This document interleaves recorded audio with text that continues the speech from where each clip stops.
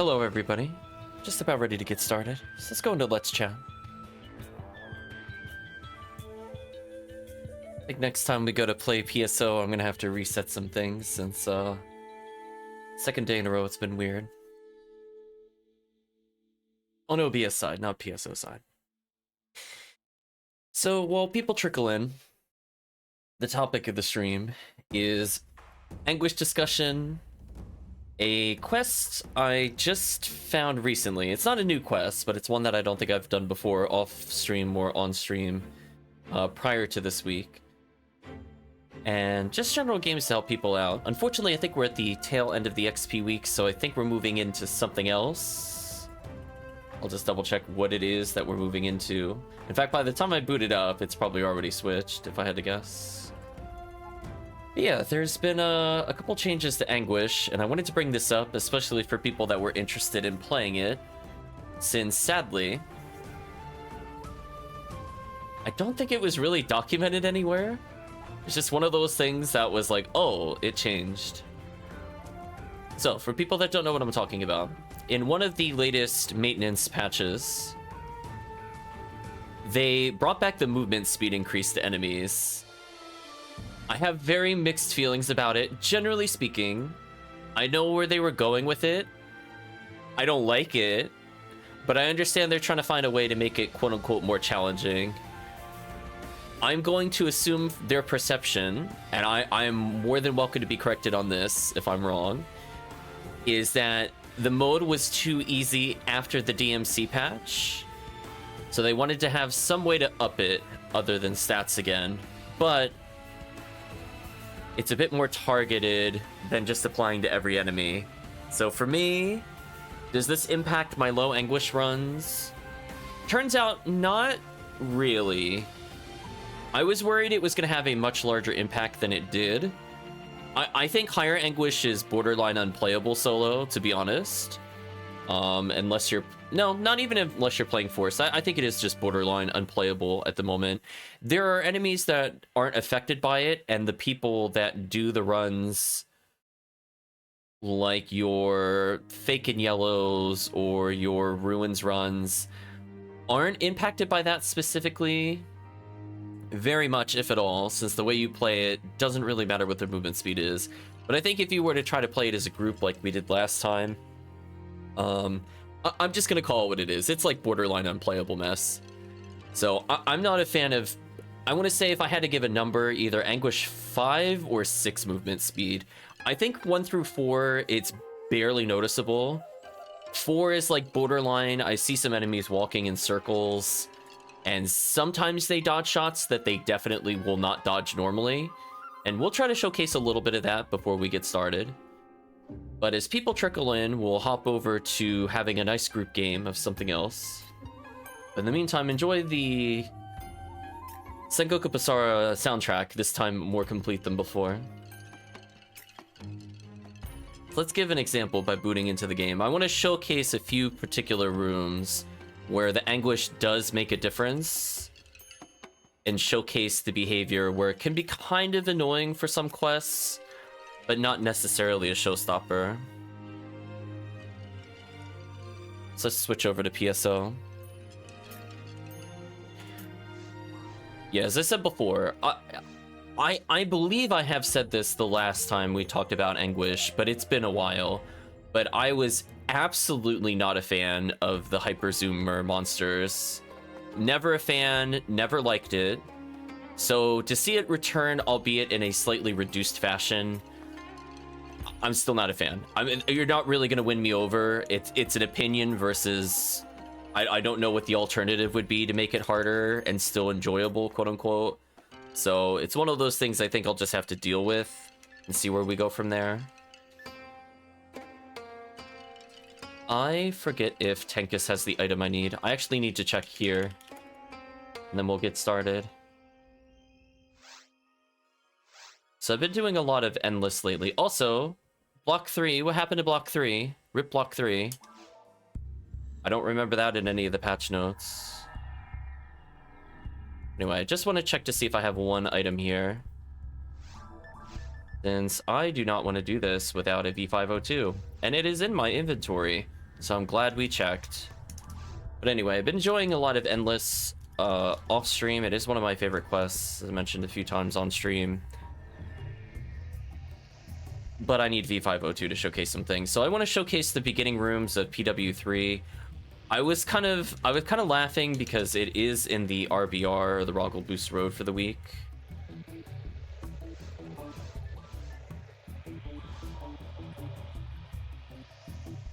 Google Bonker has found Heart of Sorcerer's Cane. Nice.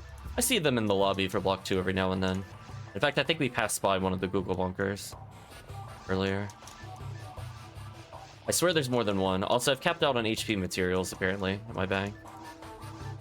Let's make sure to put all of these away, since I don't know if I'm going to use this character immediately. Well, welcome, HellCleave. I just want to showcase one really specific room. So let's back out to the character select now that I put that away. Where it might not be noticeable immediately, and I want to show, like, the shades of Anguish. So as I said before, if you're playing, like, Anguish 1 through 3, like the way we play it on stream, where we either have so much DPS it doesn't impact clear speed that much, or we're playing hell runs, I don't think this really changes anything about how the game is played. So I'm very neutral to it. There are some scenarios on Anguish 4 where it does make a difference, and I want to showcase those on stream. But it's not like the run is unplayable levels. It's just something I have to deal with. So yeah, there's one of the Google Bonkers. So let's start with I'm gonna call it, we'll call it Ziggy Baseline. So I just want to show one room in particular, because I think this will help give context for the speed of the different characters. So I'm going to turn off my Anguish mode briefly to showcase this. So we're going to take a classic quest. Also, drop rate is now up. That doesn't answer my question earlier. We're going to showcase just the first room of Phantasmal World 3, because it actually does impact the first room of Anguish above 4 or so. So I'm just going to take us through the simple box run, which we've done before on stream a couple times. Also, I just realized I didn't bring my hell gun. Whoops. I might as well just leave it on this character, honestly. I've been doing so many box runs with him. Although, honestly, without Anguish on, I could probably kill the Magunyer. To be real.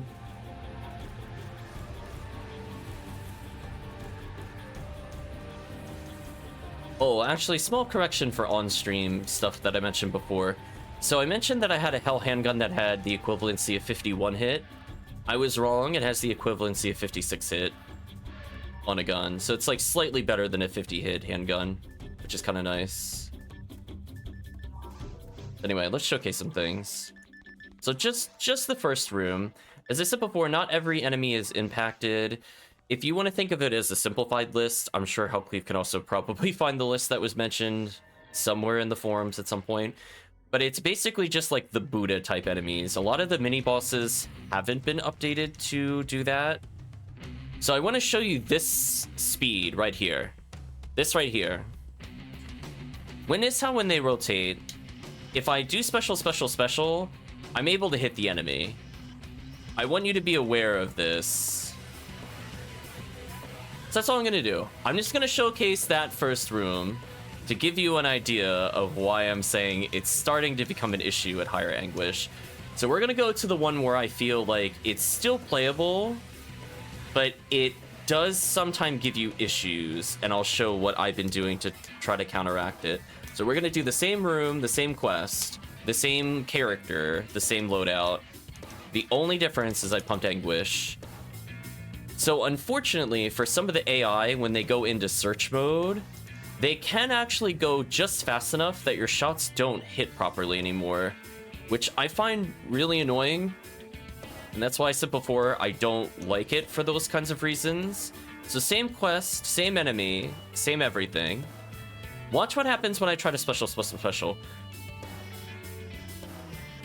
We could like, we're like just starting to connect with them. I think chat would agree. Also notice the evade difference, rip me. So far, not a big issue, but you might have noticed on that last shot when I went to shoot at them, It barely connected. It is possible on Anguish 4 for your shots to just completely whiff. If you're unlucky with the timing, it will whiff. You can still counteract this, and I want to show you how you would counteract this. Q-cast, please.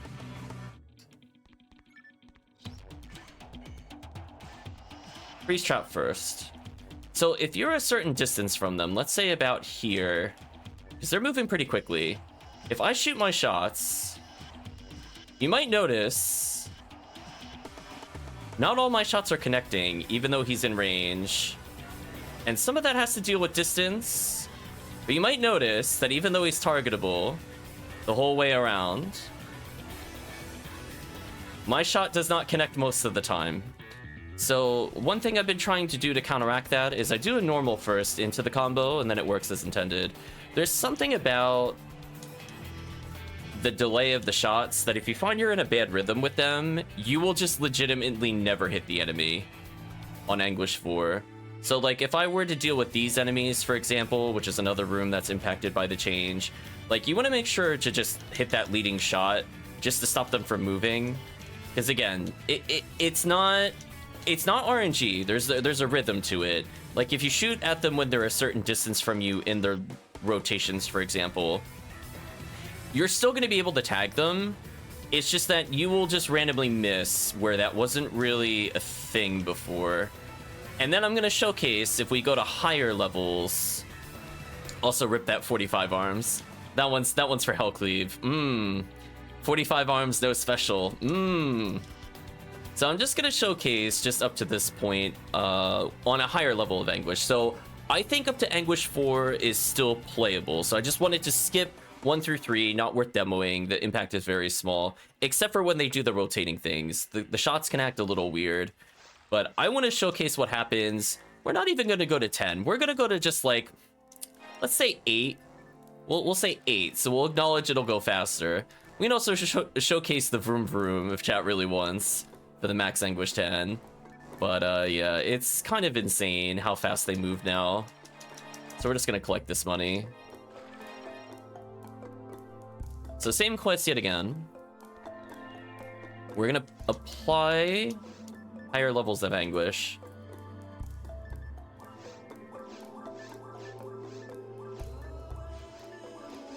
So we're gonna take 4. Let's go to 8. So it's close to 10. I don't know a lot of people that would normally play up to this level. I would say most people probably push somewhere normally between 4 and 5, but let's just take a hypothetical 8. On the right episode though. We're gonna do that same beginning part again.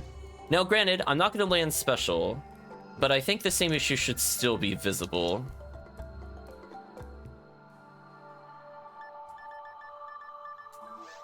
And that's why I don't like the enemy speed up. The game isn't really meant to handle it. Seriously? Menuing, please. I swear I'm hitting the down on the input, chat. You have no idea. I'm just putting it too quickly. There we go. I paused so I could visually register that I did that.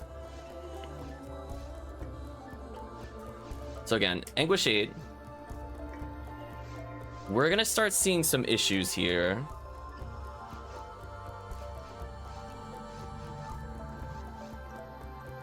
And I think when it comes to Anguish, there's another thing I want to address too, because I did see a back and forth on the Discord. And I'm going to let you know, I must have typed and deleted like 5 statements on it, because my opinion of it gradually changed as I played more. I still don't like it. So consider this my video response to the new changes. So let's witness how fast the enemy goes now. Like, the AI starts to break, as we could see. It can't even do the loop properly. Let's see if we can kill the next one to showcase another thing. So, like, in some ways, if the intent is to make it easier, it doesn't work. If the enemy's given a lot of space, they are just straight up untargetable. If it's in a tight space like this, it's glitchy. So, like, I understand why you might want to increase the movement speed, but the game is, like, not able to handle this. Yeah, try targeting that guy down there, by the way, with that nightmare rotations.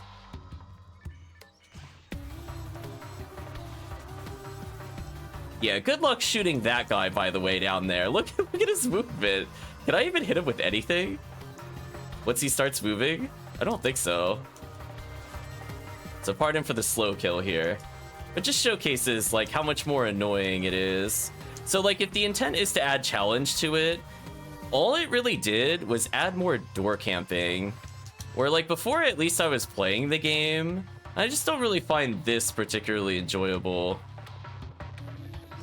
So I just want to showcase it. We're not even going to go all the way to 10 where it's more broken. Oh, look, the game broke itself. Dare I even try to hit this thing? Yeah, look at that. My shots can't even track this. Like, is that really fun for people? Like, honest question. Like, look at this. So, like, I throw my hands in the air. This is why I don't like the movement speed boosts. It's not even because, like, they're quote-unquote more threatening. Like, stuff like this is stupid. I'm just gonna call it what it is. Like, there is nothing I could do to hit this character with the HuCast. I could shoot all day here. I'm never landing the shot. They move faster than the bullet, and the rotation is untouchable. They're in, like, the golden ratio, chat. Listen, I can never hit this enemy again unless I purposely go into melee range. And so that destroys all sorts of tactics that used to work because this occurs. So people want to see my response to why I don't like the higher Anguish. We have an absolutely broken enemy. Like here, there's nothing he could do. This is now the easiest kill that has actually taken challenge out of the game, ironically. Ironically, the movement speed made it easier, and yet also in the same room, it made it borderline impossible to hit this character.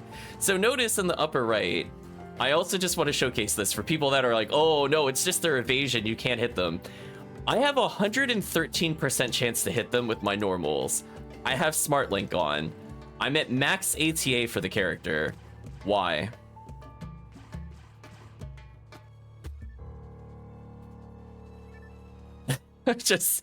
I feel like this speaks for itself. Like, this is such a mess. I don't enjoy it. So for me personally, I don't see myself ever playing high Anguish on stream or off stream while the movement speed exists.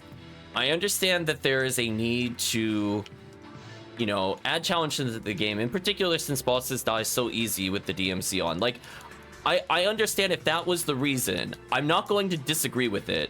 I do think something needed to change. I just don't think this is it. I don't think this is the quote-unquote challenge they're looking for. It just made it unplayable for a lot of characters. And I would like to personally speak to one comment I did see on the Discord. I don't care who made it, because I could not disagree more. When I see things where it's like, oh, it's all about enemy placement and positioning and just bring out your needle. What if you weren't playing a ranger? I mean, that's just my easiest, simple statement. What are you supposed to do with some of these characters that originally could do this Anguish prior to the change, but due to their absolutely broken pathing and weirdo behavior and unreachable bullets, what are you supposed to do with these other characters? I really don't know. And to me, the answer is, I don't have an option. I'm like, what am I gonna do? Face tank an enemy that kills me in one hit? Because I can't focus on two targets at once that are on opposite ends of the room, that you wouldn't be able to really do anything anyway in the same scenario. So I don't know. I could not disagree more with that philosophy. It's not quite as bad as like when they remove freeze traps and I legit stopped playing solo Anguish on Hunter, because I just found it unplayable at that point, where they got rid of all the things I would use to crowd control and hit consistently, in particular with like HuCast and solo. And for me, that ruined the fun of the game. So I'm glad that they reverted that to some extent. Happy, good change to come back. Even though it has the 2-second timer, fine with it. As long as it's back, I could still play. But yeah, now a quest that is otherwise like the same strategies you would use to go through either now require a lot of really boring door camping because it's just not possible to crowd control those characters as a hunter for the most part, where they spawn too far away. Arguably, I'm not even sure if you can hit Needle actually in that same scenario we were just talking about. Maybe in arms, but you're not gonna stun lock or kill both of those with an arms with the movement speed increase. Like, what are you gonna do? Throw 20 freeze traps down just to kill one enemy and proceed and go back to the nurse? Like, that's ridiculous. So anyway, I'm basically giving a salute to higher level Anguish. Maybe we'll play it on stream as like a full group and see how like a run of it feels. But I know for solo play, for me, higher Anguish is gone again. They might as well have just deleted it from the game. So for people looking to take advantage of Anguish, where we're doing things like the Phantasmal World 3, where currently it gives like enhanced experience, this drop rate, this item rate, I think it's fine. I don't think it impacted it too much. The solution is just make sure your normal attack goes first, and then it should get rid of the stupid looping AI issues of them going too fast. Otherwise, if you play beyond, I'm gonna say somewhere between 4 and 8. We'll say maybe it's 5, maybe it's 6. I don't feel like fine-tuning it. I never intend to test it and play on that level. So for me, somewhere between 4 and 8, not playable anymore in solo play, just because of the movement speed increase. And it's not even because of the fact they can reach me, which, by the way, is really stupid. In fact, we should showcase how silly that is. I'm trying to think of what quests we should show specifically. Let's very briefly go to Anguish 10, because I want to show you the full vroom vroom power. I feel like we shouldn't at least deny that. So we're just gonna pick any quest, or let's say free roam. Let's just even say free roam. Why even bother picking something in particular?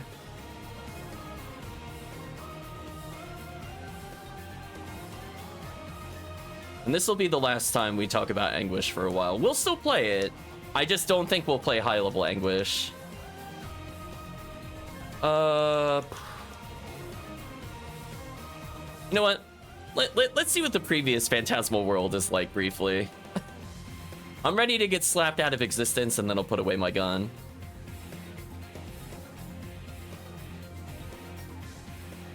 I was almost second guessing myself whether I went the right way. I'm like, come on, you play this quest all the time. Of course it's there. So as I said before, they don't apply it to every enemy. Like, I think, for example, these enemies aren't impacted. Oh no, they are. Never mind. Like, it's interesting. It's interesting. So yeah, I get at some point we'll try to get a full list of all the enemies that are there. To be fair, they didn't even bother putting it in the patch notes. It just kind of happened, and then somebody mentioned it on the forum, like, oh, I guess movement speed is back. And then a little bit later, the people were like, yes, it's there. So I think maybe the Anguish wiki is updated as of right now. In fact, let me go take a look to see if it's there. I know originally when it came out, it was not there because I don't think most people knew.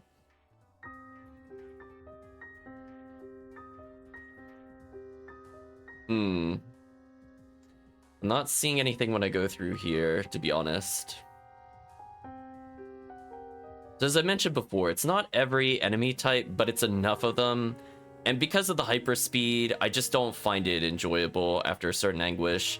So I'll probably still stick to 1 to 4 versus pushing up to like maybe 6 or 7 in solo play.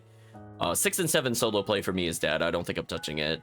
And unfortunately, that Anguish level 10 is just, the vroom vroom is strong.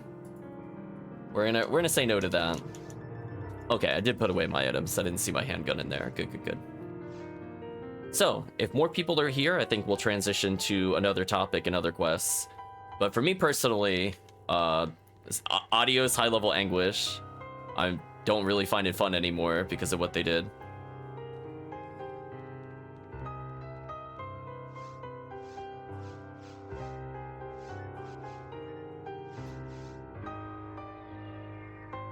So, anything you're looking for today, HellCleave? Are there other people in the chat that would like to hop in for some quests?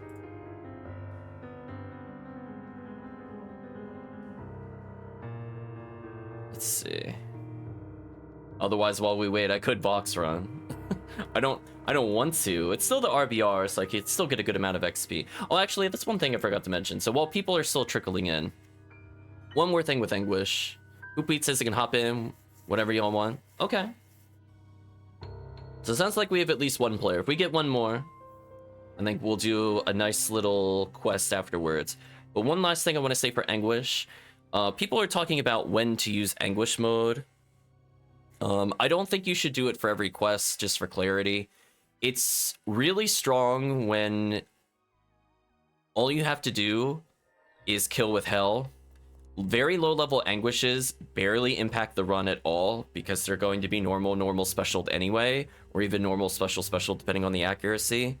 So I like to leave it on because it might impact one enemy or maybe two enemies for like every 3 rooms I do, which is not very many.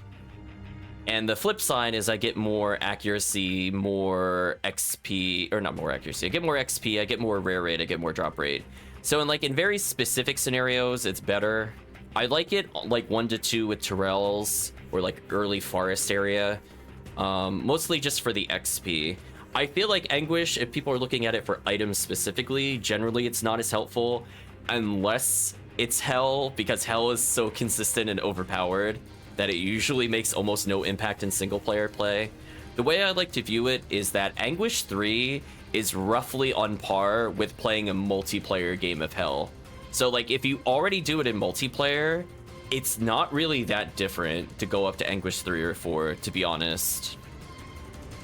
But again, for those things, if you don't have a V502, don't do it, because it fully assumes that you have those things.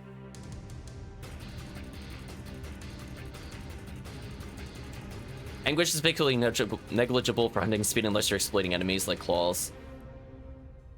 It depends on the level of Anguish.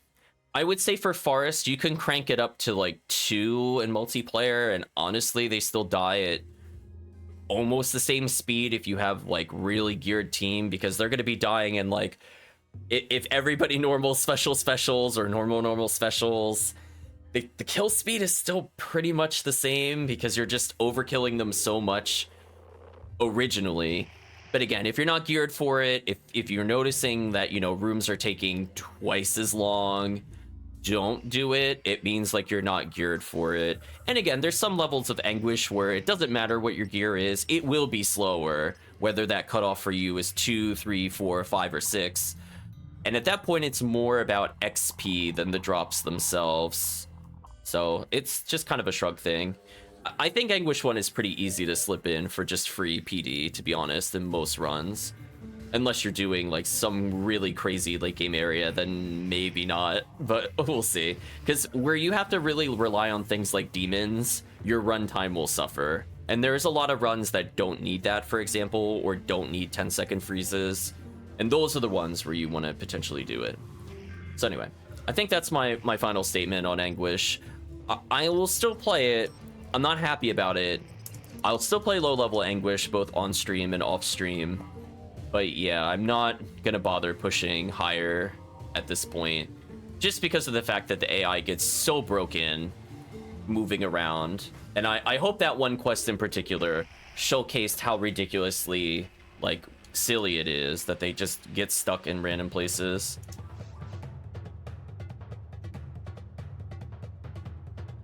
HoopWheat says, personally, I think really needs to reduce or remove drop rate bonuses because it's too easy to exploit things like Anguish 10 Claws. Do they really exploit claws for drop rate, though?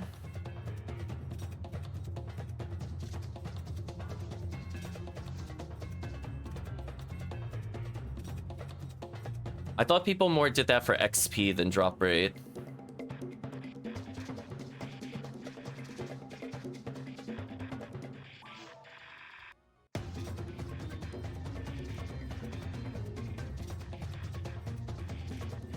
Like, we're aware of, like, oh, I went to the wrong block. We're aware of, like, when you go to, like, play as a solo force and you want to get to the boxes on Anguish 10.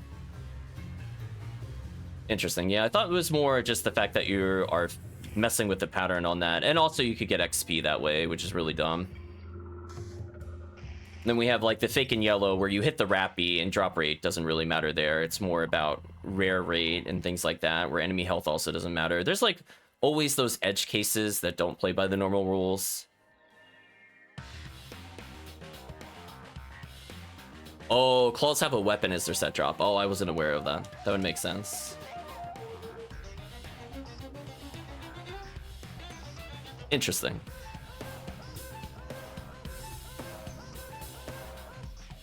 Yeah, I didn't realize that was set. I think it's something like I've observed it, but I didn't realize it was always set that way. I just assumed it was item RNG, but I suppose if you play Anguish 10, you remove the RNG. Oh, that makes a bit more sense. But let's go ahead and do a new quest. So we'll do episode 1.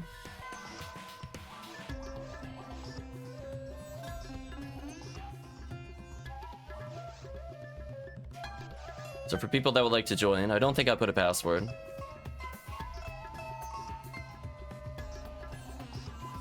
So I would like to go to Ruins specifically in episode 1. I would like to try a new quest. Well, as I said before, new on stream, not new relative to the game.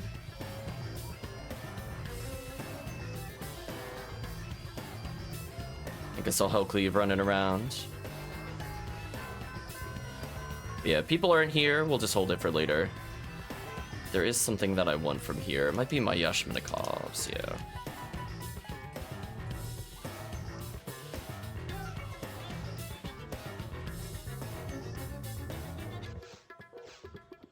I'm in block 2. It should just be Ziggy.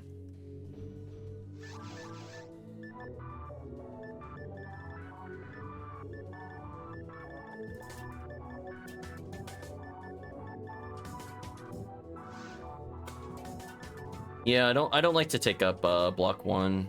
It's not only really hard to get a game in there in general, but it's kind of messy in general. Oh wow, level 200. We're bringing in the serious characters. Let me go ahead and upgrade and up my Heaven Striker. Uh-oh, a wild Tiggy has appeared.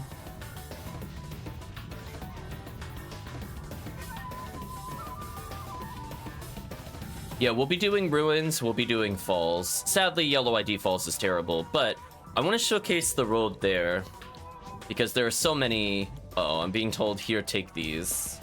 Uh-oh. Oh no, ray guns. Oh, you got some low 40s and 45s. Yeah, I did manage to pick up 1 extra for new players, so if people don't have these, I'll just be passing these out. Also, give me a mantle later. You mean the Lieutenant Mantle? Do you just want any stats on it, HellCleave? Oh wow, Hell Laser is actually pretty good. Yeah, I could do that for HellCleave. I think I left 1 in here. Somewhere.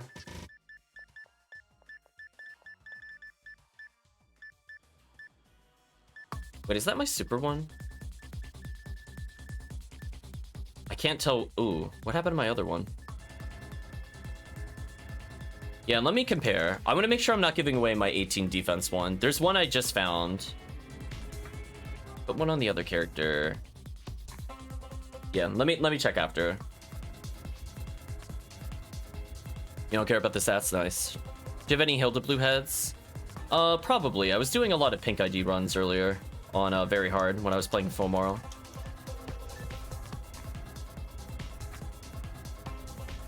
Yeah, let me check HellCleave. I think my other armor... I just need to compare the stats. We'll do it after this game.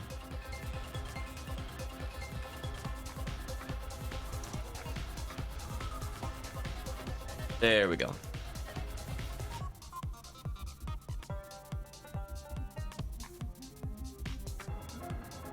Yeah, doing that Very Hard Fomoro run was very boring, but I did end up getting a lot of random rares through it, like all the Fire Scepters and stuff like that, so I managed to restock decently well.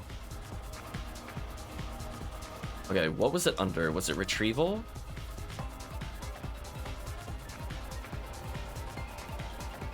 I believe it is Road to Nowhere. Directed by Ade, built by Ender. I believe this is what I'm looking for.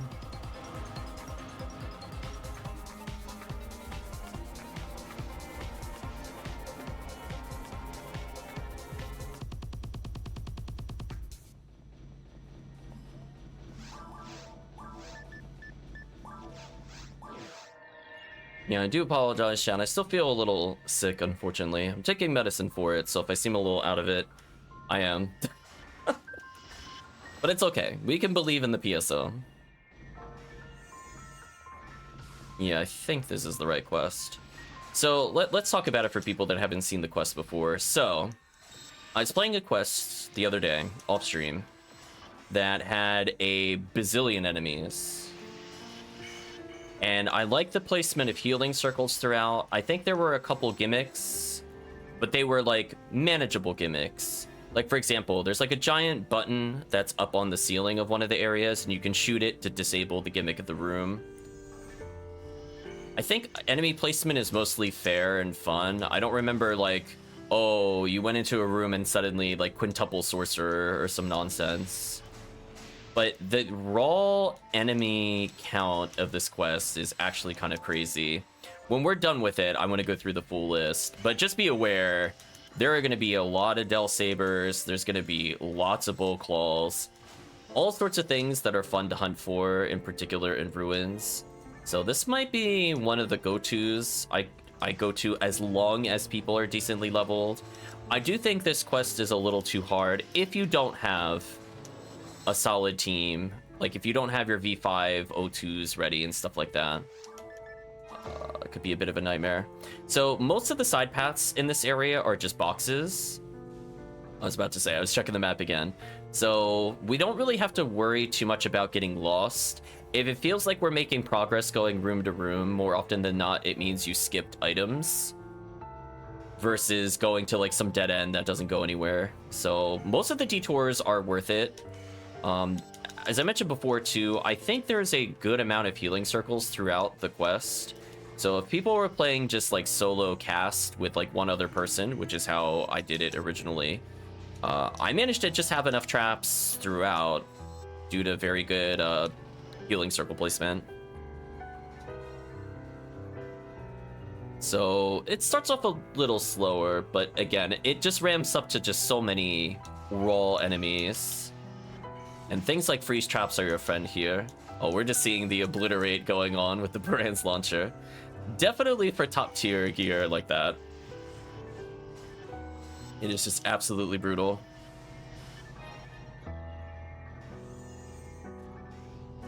So for people looking for their heavenly arms and such as they're hunting, definitely think about that.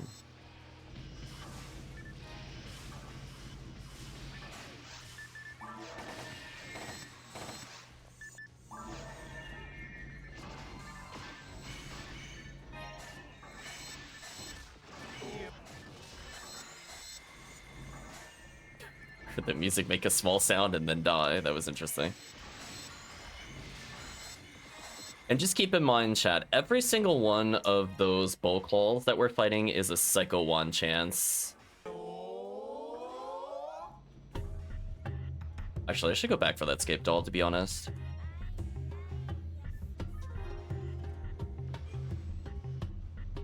So just a lot of chances at high-end uber rares, while still getting an okay chance at things like Spread Needle.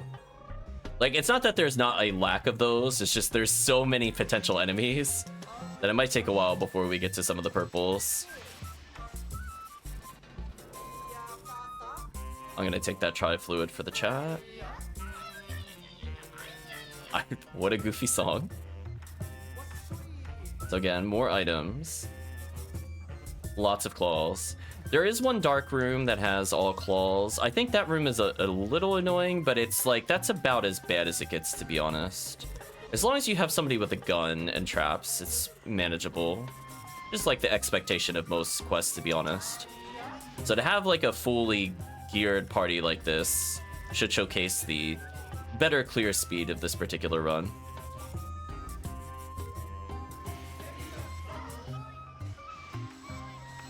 Rip those enemies, though. There's the Quadra Sorcerers. Yeah, like that would be a little tricky without like traps, but they're not in a way we can't deal with them in multiplayer. It is meant to be the 4-player quest, as stated there. Yeah, I don't have to worry about like the quintuple sorcerer into like the Darkbringers for the most part. GG these enemies though.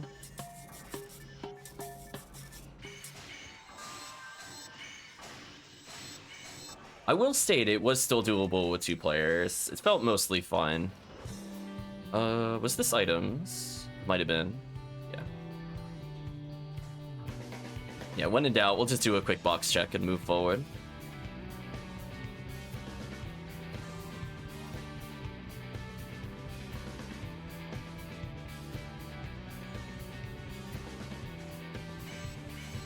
So again, keep your eye out on things like your Del Sabers and such, because those tend to be the big item bringers for most IDs.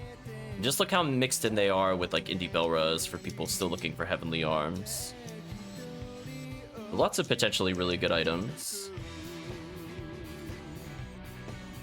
Okay, we're gonna pop a little freeze trap here.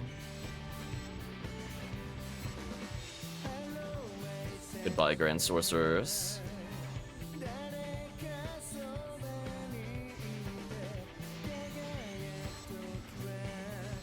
Say, as long as you bring a cast, it's fair. I don't know if I would enjoy the quest without a cast, but again, 4 players. I think it's a safe assumption somebody will be cast in 4 players.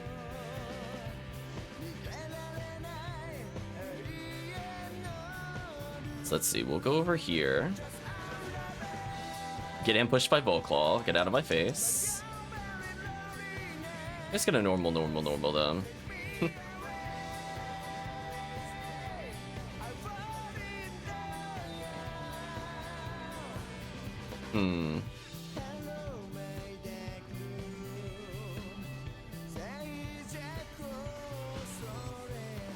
There we go. Froze the sorcerers just to allow for the quick kill.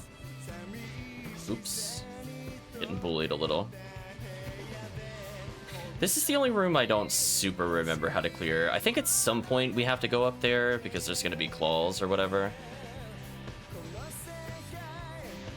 Yeah, we have somebody that went up there already. Nice.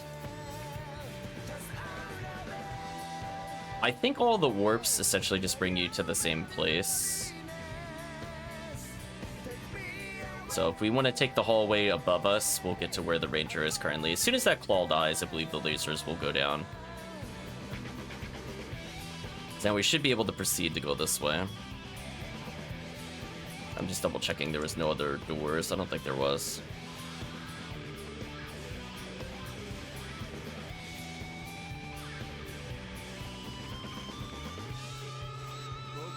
Man, that Varan's launcher is just destroying everything. Good to see it.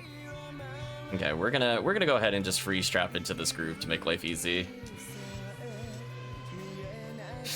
No movement allowed, only specials. Rip those enemies though. Ooh, yeah, there's a good number of enemies. Why don't you all just fight each other for a little bit for our amusement?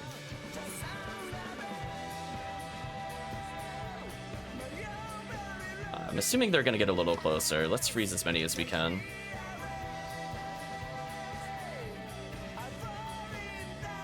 Yeah, you can start to see like the improvement of number of enemies on screen at once. Oh. Person down. Oh, that didn't kill due to the weapon swap. So sad. Get another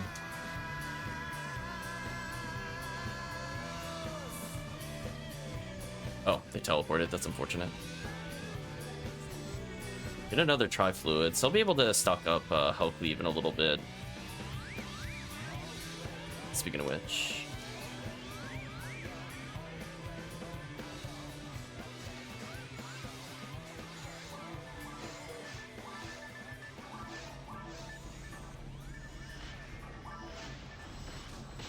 Oh, they hit me out of the pre-strap. Unfortunate. Yeah, drop some Tri-Fluids for HellCleave. I'll drop another one next to it.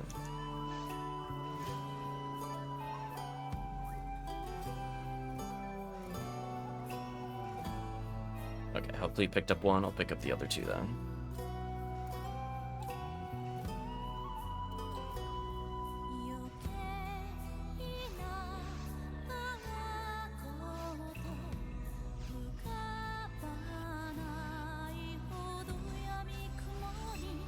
I feel like I did miss a healing circle there, which is a bit unfortunate, but that's fun. Oh, you're running triple adept? Oh. That would explain some things. Yeah, sadly I think I missed a healing circle earlier, but that's fun. I think there's about one per floor.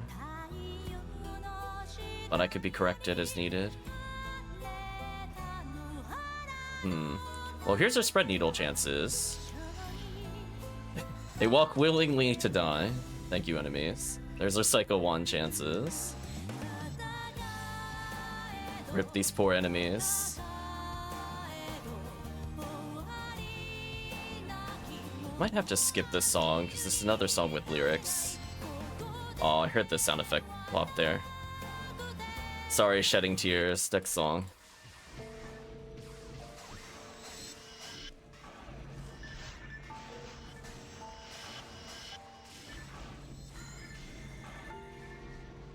Oh, rip my buff. I'm just gonna go back to HellCleave. Just approach him wildly.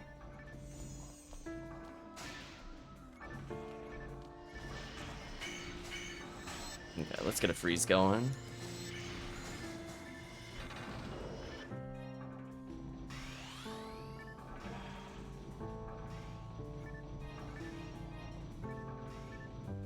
Yeah, unfortunately I heard the rare drops, but they were just DB sabers. That was a little disappointing.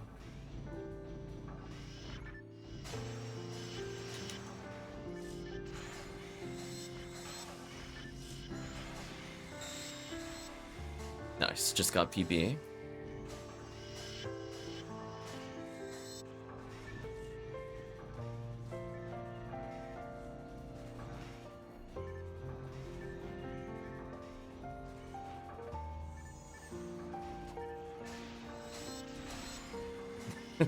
Tiggy telling the bull claw to get off me. I respect that.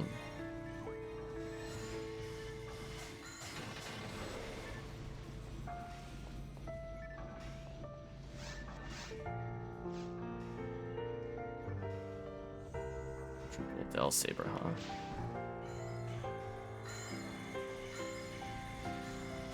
There we go.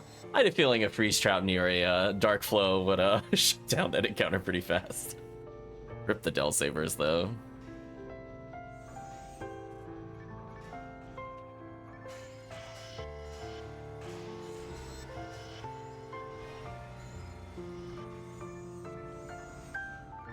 Yeah, we're gonna say no to this wave as well.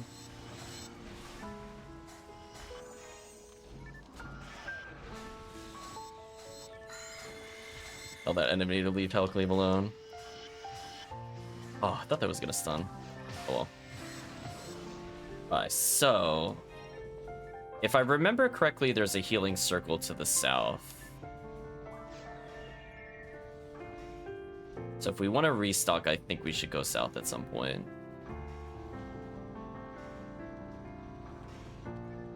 Otherwise, clearing up here I think is an optional switch for the next room. Or it could be thinking of Ruins 3, to be fair. We'll find out together. Yeah, I only ran it once, as I mentioned. Well, technically, no, just once, actually. So I'm still learning the layout a little bit. Yeah, I still have a decent number of freeze traps left, so I'll just burn them out, I think, on this place. And then we'll be on the hunt for the healing circle on this floor.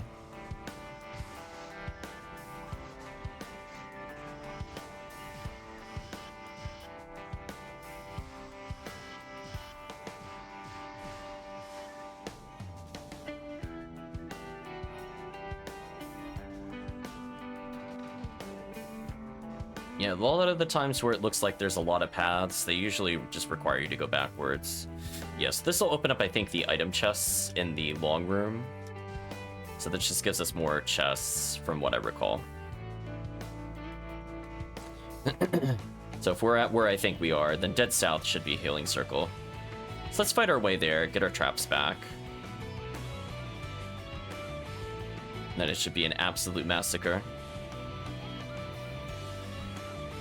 Yeah, I don't think that room is mandatory. And I don't think the one to the south is either, but I'm not going to say no to more enemies at a Healing Circle. Let's get some frozen shooter shots in here. Tell these enemies to go away.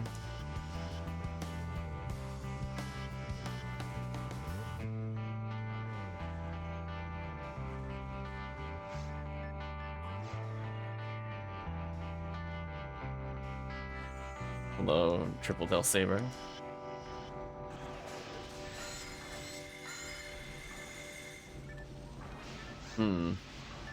I'm half wondering if I even need to paralyze anymore. The group DPS is insanely high. I don't think I'm used to playing with that high DPS. Speaking of which, there's the Healing Circle. So it's like about when I was running low on traps.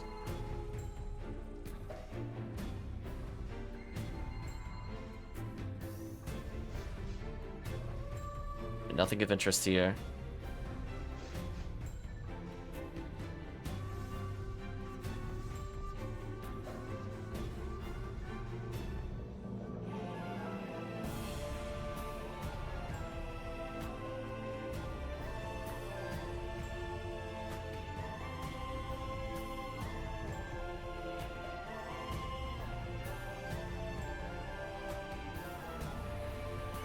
Yeah, we see the laser gates are deactivated on the sides. I believe that's what we opened up before. So I might as well just check the boxes.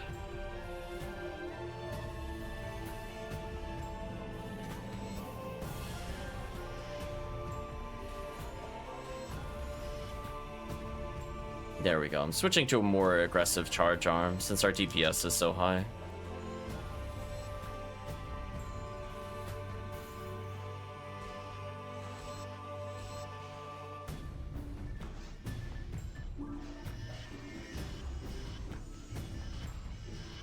Oh, hello, enemy. I prefer not to fight you. Yeah, I'm just gonna freeze loop you. Don't mind me. Out of here. So when people have 100 on PB, be interesting. That is the downside of the charge arm, not building that meter. Because we are gonna fight falls at some point, as an FYI. That's why I've been building meters. Now I can also very safely go to charge arms as needed. Since I have what I need.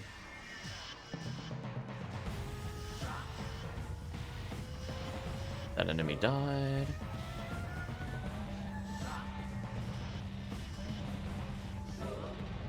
Nice.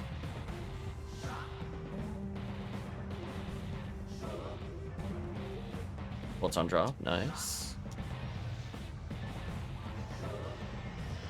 Yeah, let's freeze these enemies up, get some clean shots.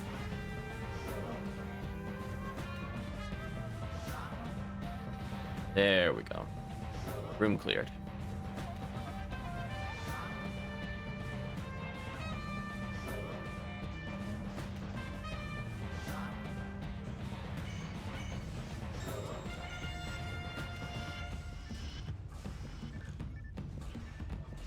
Nice, simple murder. Oh, oops. I saw the freeze trap, like, right as I pressed it. I should have delayed.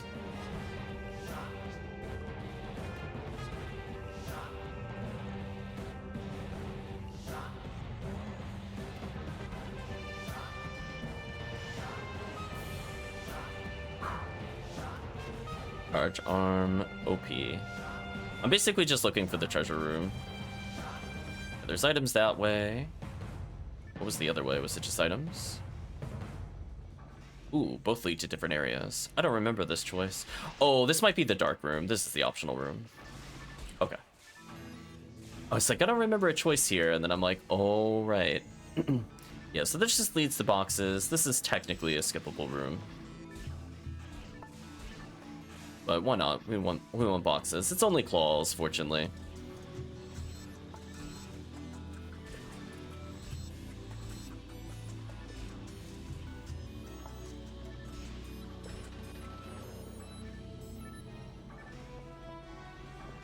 Let's see if we were rewarded for our efforts. No items of interest, sadly.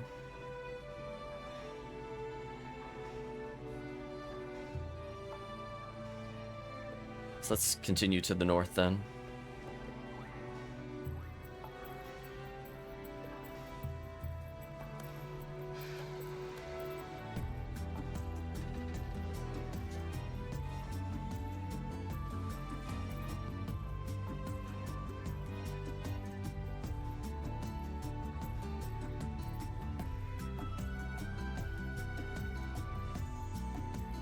I was gonna say, where's the ambush?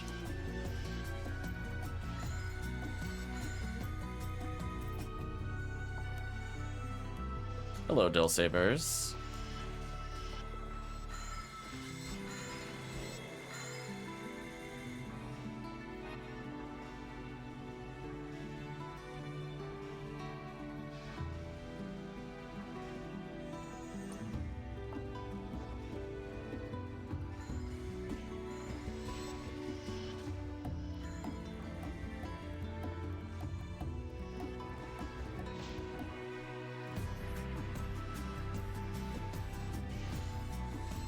Yeah, I'm just... their evasion is just enough. I'm like, I thought about not using a freeze trap, and I'm like, second thought, let's just end them.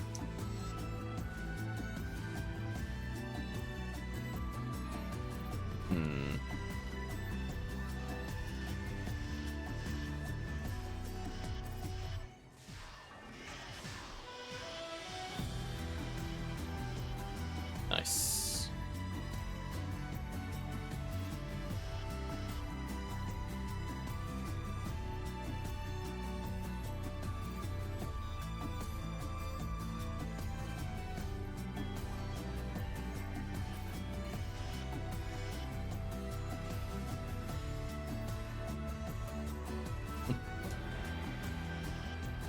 Oh, that whiff though, so sad.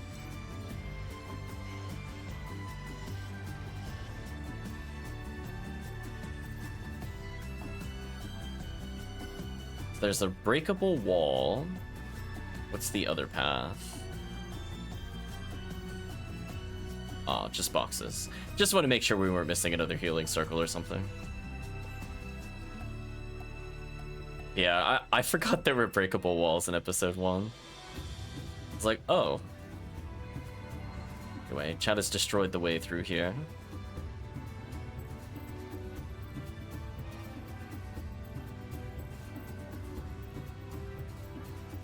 Now on to the final floor, where we do have to fight falls. Be interesting.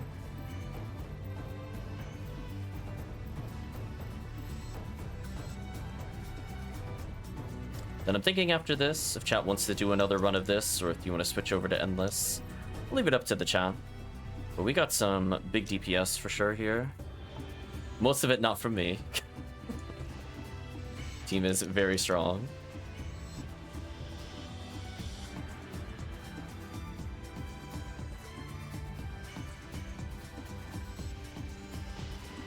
Oh. Got knocked down. That's unfortunate.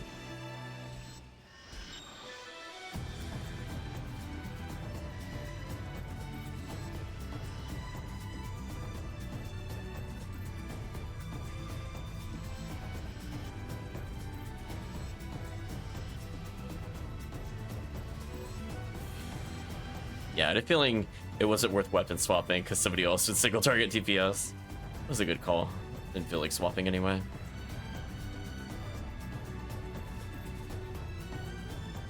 So now there's the big old button up there. So I'm gonna try to hit the big old button. There we go. So now we can see things.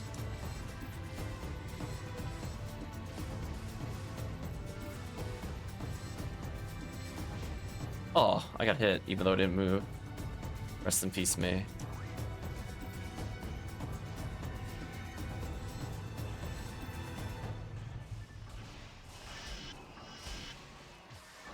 Nothing a few charge arm shots won't take care of with the Brand's launcher.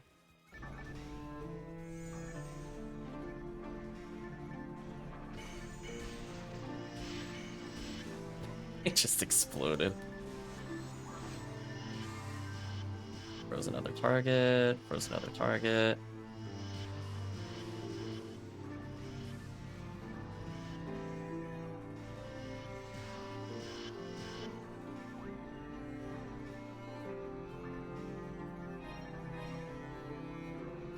Okay.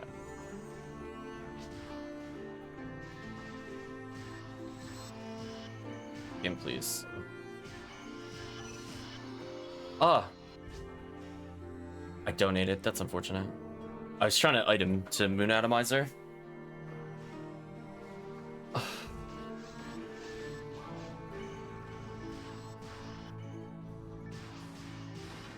I think I could build 10 meter before the end.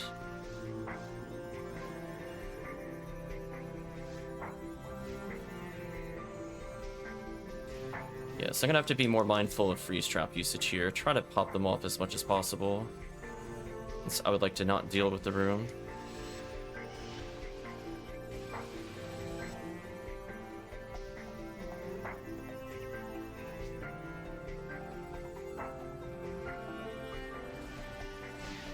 Yeah, I believe there was an intentional death, just so the chat is aware. Okay, so I don't have to worry about it as much. But yeah, essentially when you die with Escape Doll, as a reminder to people watching, you get all your traps back. See, I see RT. It took me a moment to think about it, what that meant. I'm not gonna lie. That's not what it meant to me initially. Yeah, I'm gonna hit the big glowy thing and hope it switches over, unless it's already been struck. Looks like it's off. That's why I'm shooting it a couple times. Oh well. I'm not gonna worry about it then. I think it got hit already. Yeah, there are some gimmicks, I think, like poison and stuff, but we could turn it off as needed. Hello, Adrius. Hope you're doing well.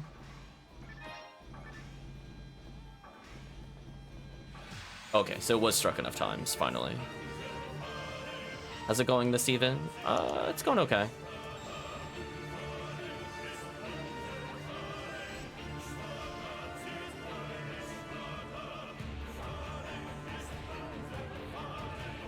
Yeah, we're gonna say no to that with the freeze trap real quick. Don't mind me.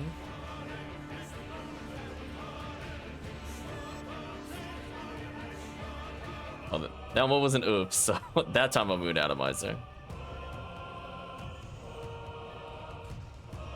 Hopefully things are going well for you, Adrius. We're trying out this quest. As I said before, it's a very active quest.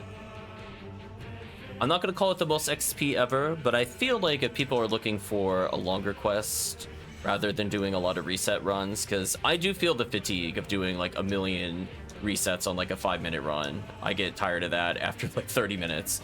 So if we just want one solid quest start to finish, it's pretty fun. I could see people wanting to do maybe like green ID into this over yellow ID, for example. But honestly, there's so many enemy chances. I just kind of view the boss as XP.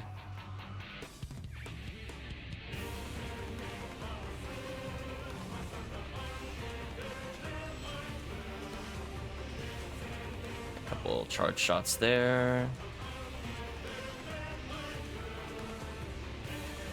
Oh, I didn't get to hit the other part of the sorcerer. That sucked.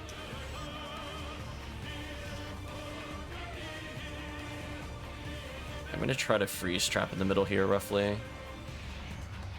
Oh, looks like somebody shot my trap, I think. That's good. Makes my life easy. Hey, anytime I don't have to turn around and shoot my trap, I'm like, thank you. I don't like aiming at it sometimes. I'm trying to remember if there was a healing circle before this room. We go on again, like to run it white ID? Sure. I don't have a white ID to do this though. So we're gonna open the door, get rid of the lasers. I'm going to deal with the button as the team deals with everything else. Oh, or we get blocked rudely.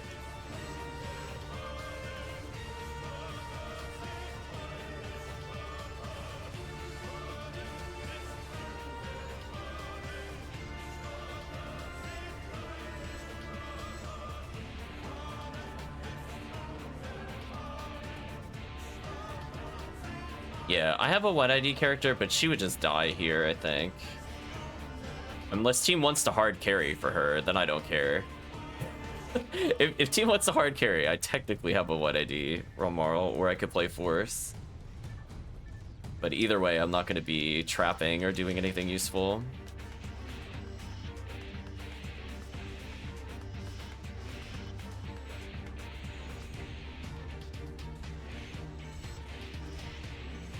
Yeah. You know what? Let's hashtag free HellCleave. I'll be my white force. I'll just need to bring a lot of HP up so I don't die to the boss. So I think I only have like 700 HP or something.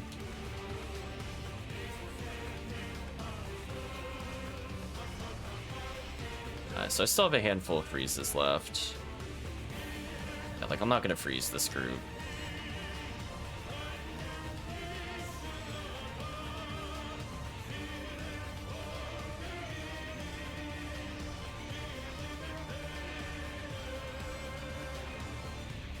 Yeah, I think as long as someone brings another ranger in, I think I'm okay. Or at least somebody with freeze traps might be more accurate. We're being poisoned, so there should be another button to hit over here. Let's see if I can hit the button. Is it roll number of hits? I'm not sure what triggers this button change. Yeah, there we go. Might be roll number of hits. So I'm gonna try mech gunning it going forward.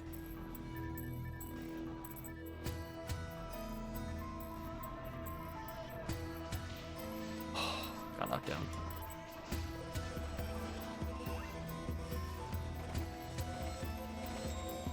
There we go. Deleted the Belra. Get a freeze trap going here. Yeah, we do not mess with the sorcerers. No thanks.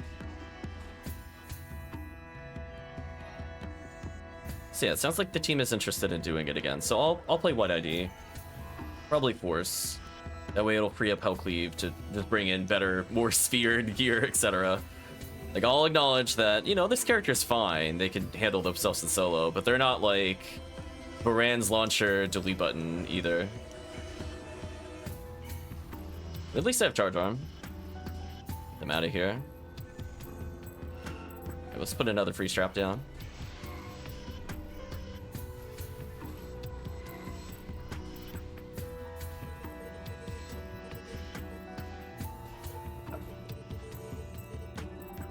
One more freeze trap down.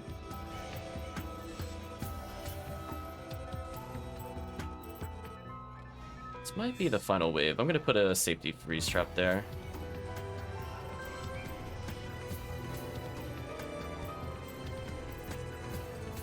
There we go. So now we reach the boss.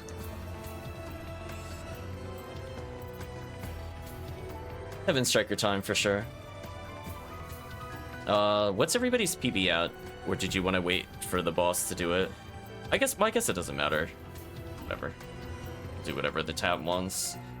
The team damage is so high, I think it might not matter. To be honest.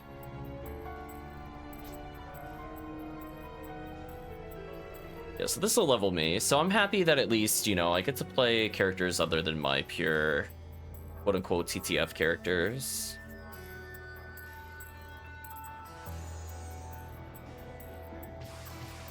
And then when we go to switch characters, I'm gonna read out the enemy counts because Force is kind of autopilot. So once I have it up, I'll just read it once we play as the Force. Like, listen, am I Zaluring everything? Yes. Do I gel in? Sometimes. It might die too quickly for it to matter.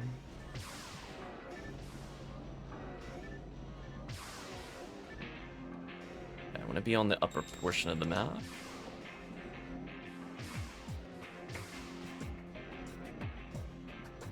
I'm gonna preemptively switch to my Yashimanikovs, actually.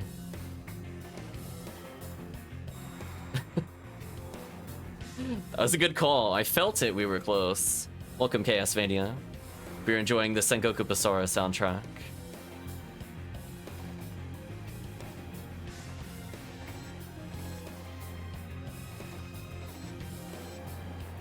rip the boss. Yeah, sadly we don't really get anything of interest on yellow ID here. And also sadly we didn't get any interesting rares. Okay, I got a little bit of damage on the boss at least. Dodge everything, pause trick to get through. Rip HellCleave.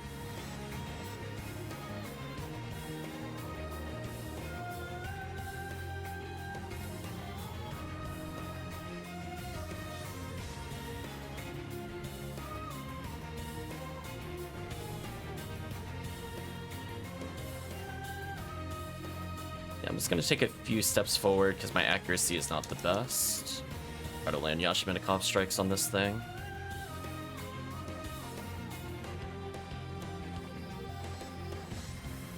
Holy, the boss just melted.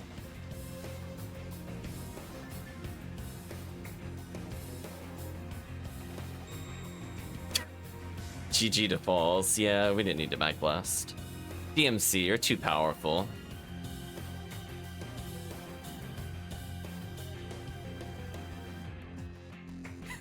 Looks like my character's like saluting HellCleave's character.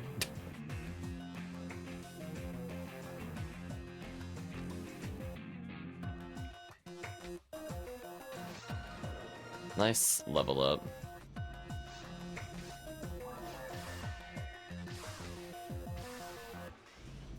Okay, no items of interest drop, sadly.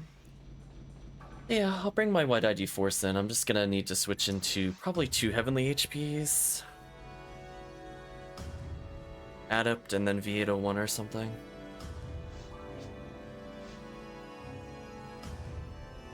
It's a good quest so far, trying it out solo. Got a spray needle, percent suck. Glad you're enjoying it, Vayne. Welcome, welcome. Put my V502 away since I'm not playing the character. Put Excalibur away. Honestly, I might just leave him with the Yashiminikov. It's been pretty good. It's been very convenient for me. The small accuracy boost plus dark percent. Kinda nice. Dramatic bank music. Let's see, I think that's character bank 4 for me. So I believe that Static Shock is my White ID Force. He's living the faux Newman life. Yeah, I like it with a decent number of players, for sure.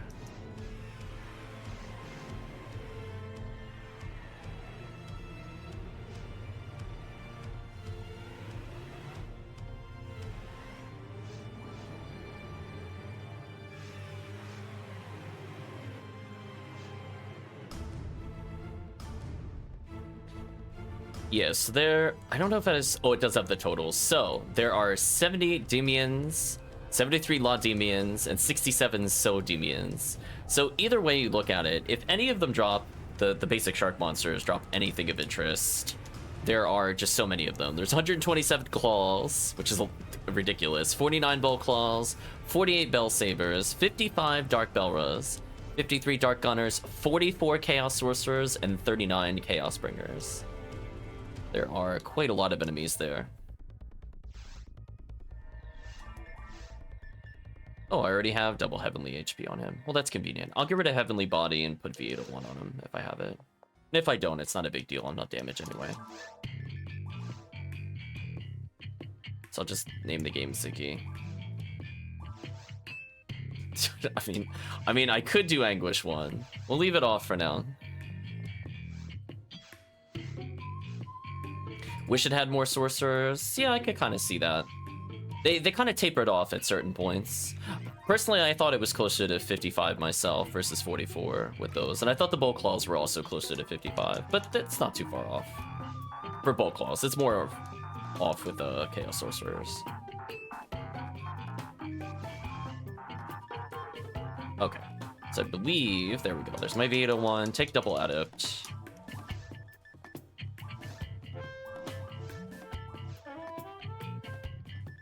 This'll be fun. You're hunting gold. I was gonna say, White ID at least gets Red Ring. What else does it get in Ruins? Let's learn together, chat. I very rarely do White ID Ruins. Red Slicers, Arms, Red Ring. Not a big fan of the drops here, to be honest, on White ID, but we'll do it. Sadly, Psycho Wand on the Bolt Claw didn't pan out. But hey, we could try to see if we could Handgun Gold or something. Live the dream.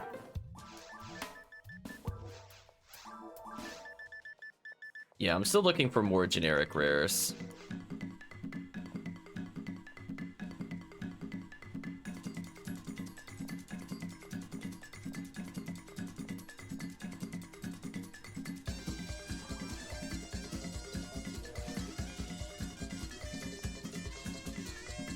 So we'll do it for the sake of doing it. Okay, so let's go to Retrieval, Road to Nowhere.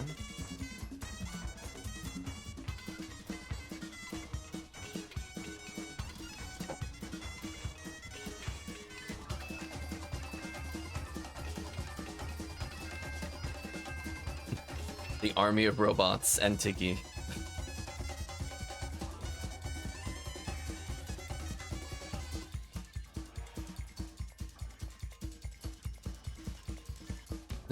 Yeah, my goal here for the most part is just spam Zalure. And then from there, if something lives, will, I guess, do damage.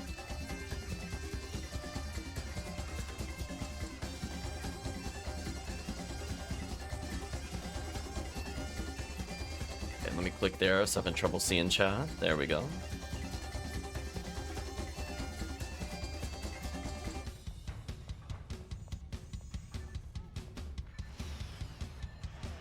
Some Zalure on.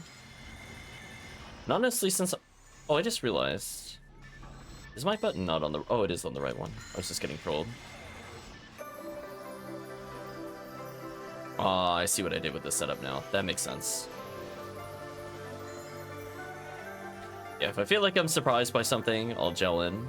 If I feel like it's an annoying enemy, I'm gonna Zalure.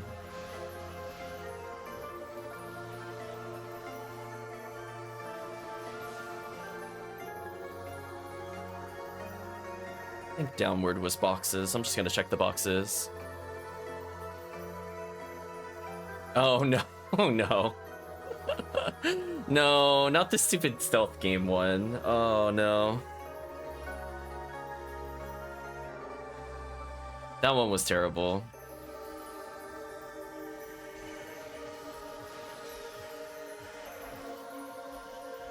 It's one of the retrieval quests. I actually like it for the number of Bolt Claws and the quest that Vane mentioned. I think that's a legitimate run on very hard and hard mode. In particular, Red ID to get the, what is it, the D parts.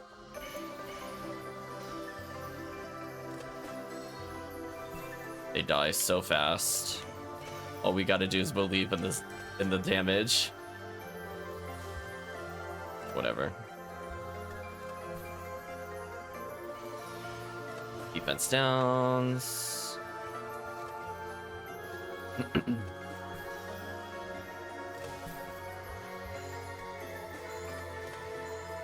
I get a freeze? Nope. Unfortunate. That's fine. I can face tank when it's stuff like this.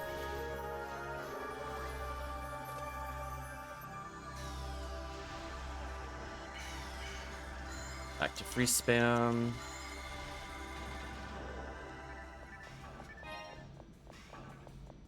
Yeah, and I was gonna say, I could check the name of the retrieval quest. We did play it a couple times. I like it unironically in the first level. The second level is where questionable game design seeps in. And the third level is, who made this? Who hurt you? Why did you make this quest? Fragment of a memory. I think that sounds correct. What a terrible third floor. Actually, I'll let the team go first. Oh, hello, sorcerers.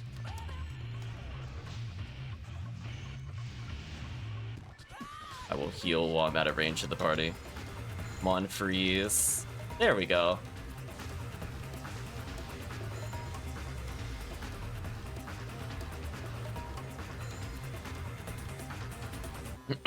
Yeah, I'm not into like the super reset heavy runs. I think the closest HellCleave showed me a couple of rooms I could do after the initial box run, and since I'm just looking for XP, I might as well just do those rooms.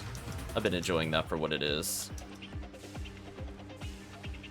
I'm wondering if I should have gone back for my Glide Divine, to be honest. Yeah, I should have brought my Glide Divine. Oh well. We're here. I'm just gonna keep going.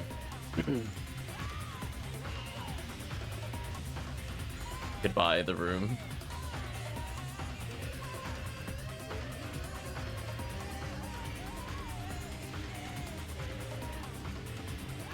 That was weird, I couldn't debuff that one enemy.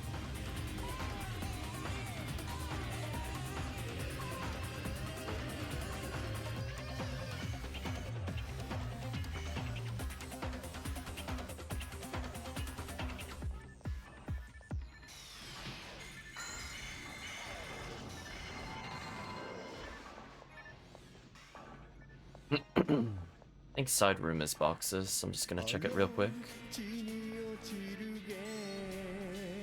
Random vocals, we gotta skip that.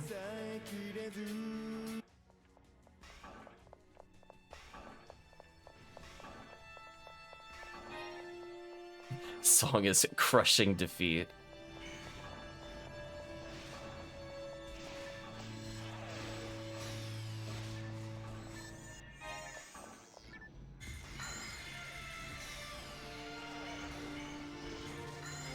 Yeah, they're done. I don't need to worry about anything. Only thing I gotta keep doing is debuffing when I can. Although buffs just wore off. Because I got knocked down. Buff time, buff time. Getting a knockdown.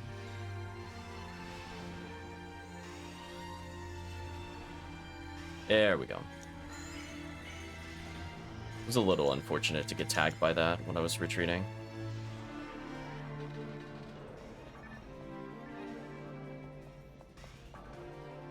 The buffs lasted just 4 seconds longer, would have been fine.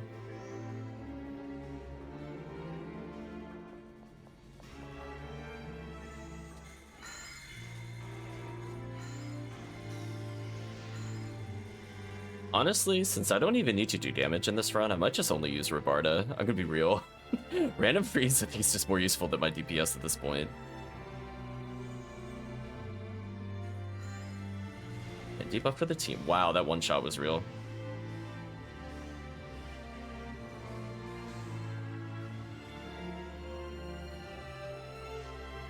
Go back and heal Tiggy. Was gonna go up there, but I gotta reapply buffs. Here's where DPS matters. That saves a lot of time. I made, I'll take those.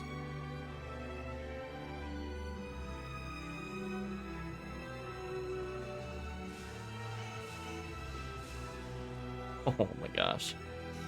Debuff.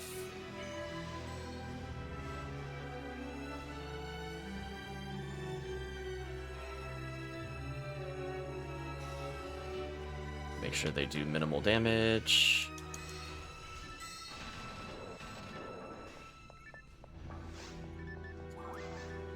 Why do I have mono fluids on this character? What was I doing that required mono fluids?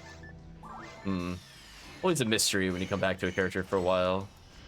Like, I mean, maybe I was gambling with him.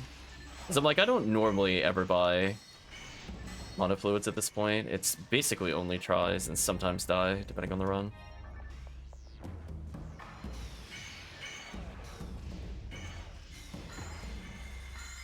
We're in Belro. Nice level up. Debuff time. Thank you, random Rabarda.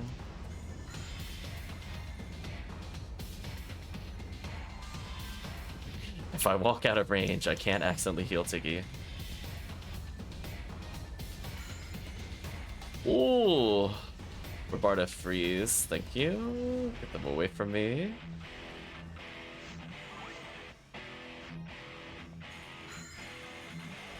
Speaking of which.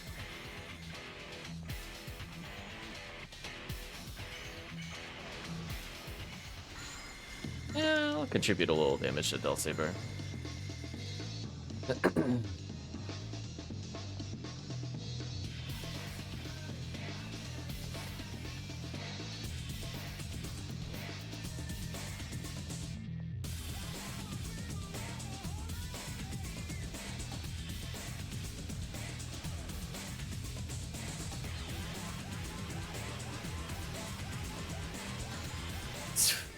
Four creatures.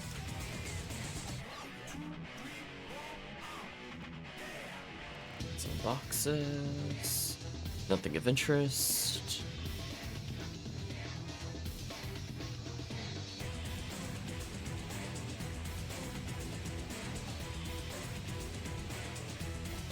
Debuff time.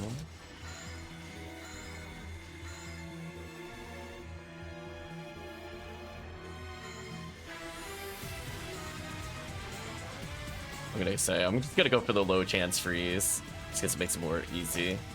Speaking of which, it froze everything that would have hit me normally. Get some Zalor in there.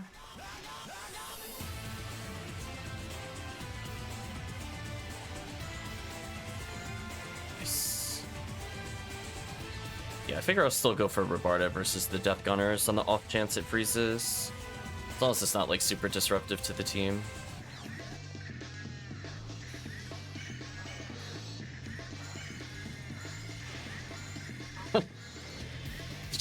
The giant one-shot wave said no.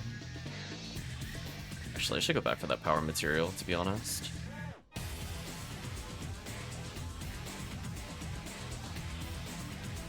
So yeah, I think it's a nice quest to run. I'm not sure how often I'll put it in the rotation over something like Endless, but it's nice to see that there's fun quests, I guess is the way to put it. Not sure if they're necessarily the most balanced or optimal thing ever. Guys, and so out of freeze trap, so I'm gonna be the team freeze trap potentially, if needed. Spam that Rabarda.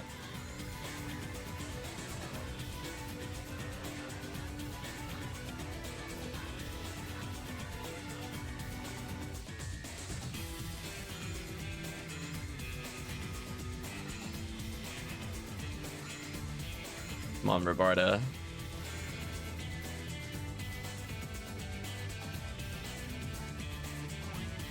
Some dye fluids.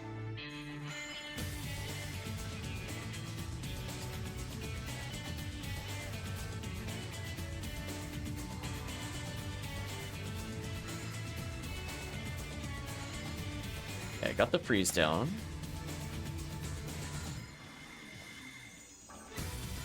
Yeah, if team's out of freeze traps, we could go south first. I'm not really sure which the team prefers.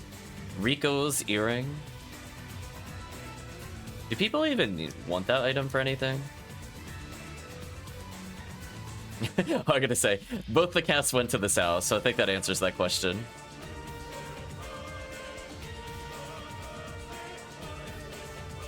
Buff time. Is it plating? I have no idea. I need to reach the other person for buffs, though.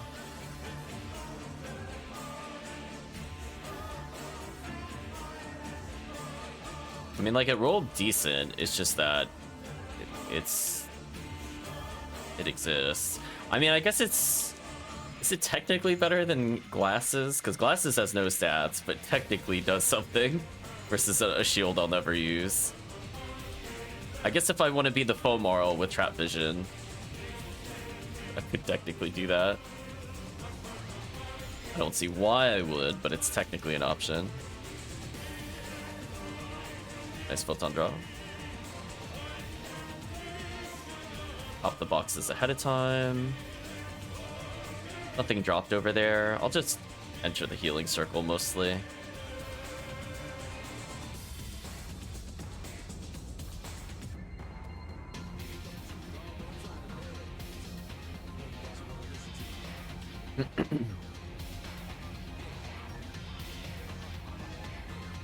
Yeah, I have at least one Scape Doll.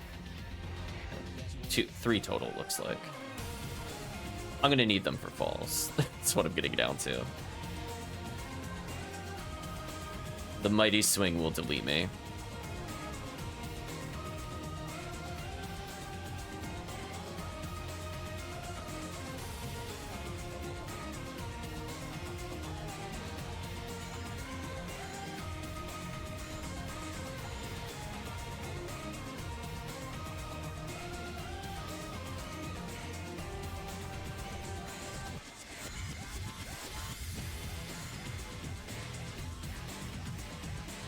Oh, I got lasered. I was wondering what happened there. It's like I didn't think I was that close to anything, but apparently. Close enough.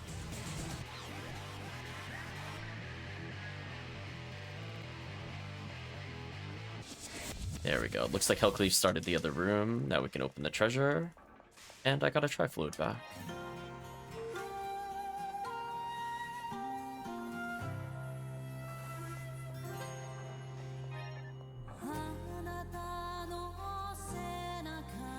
Gotta skip the song, sadly.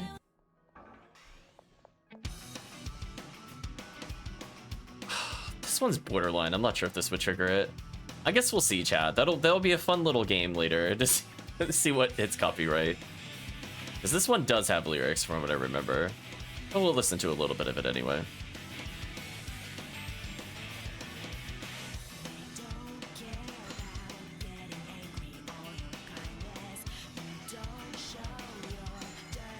Okay, debuff them.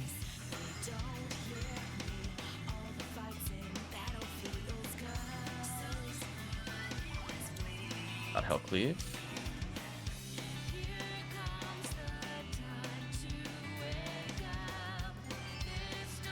Perfect resist. I was gonna say, since I don't have much better to do, I might as well just open boxes. Why not?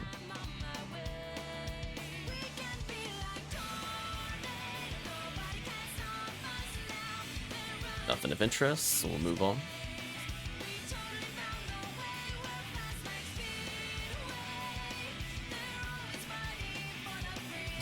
The 4 characters just trying to keep up. Okay, debuff him here.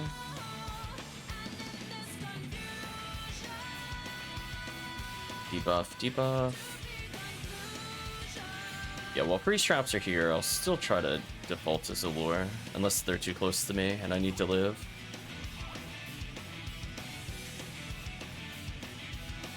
Yeah, like that's safe to debuff like that.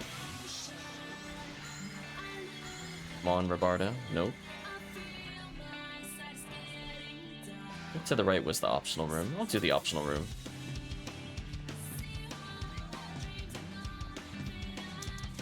Yeah, I gotta get HellCleave again with the buffs. Where is... Oh, HellCleave went... HellCleave is still in front of me. I'll catch HellCleave one day.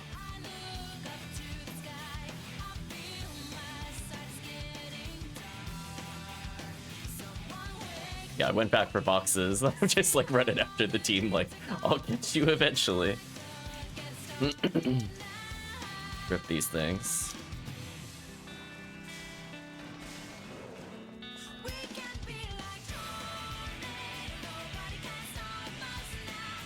Nothing over there.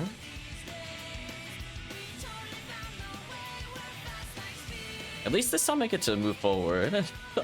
I'll beat some of the team members to the next room, not all of them. Yeah, I got 50 seconds left on the other buff, so I want to reapply buffs for sure when I get in the other room. Wow. What a massacre of a room. Just see all the items littered everywhere. There were monsters here. They're gone now. So still 30 seconds to shift. I'm just gonna book it. Reapply the buffs. I'll take the damage to the face. I want the damage to continue. I'll take that hit for the team. Yeah, perfect. Let's lure.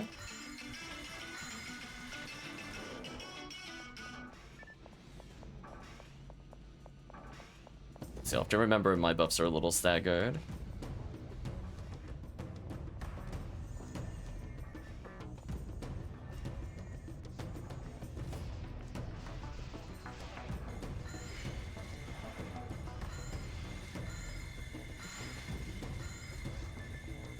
Oh, I was gonna say, I'm gonna put belief in the team to kill that. I'm not debuffing the Jellin. Get out of here. Uh-oh. Tiggy down.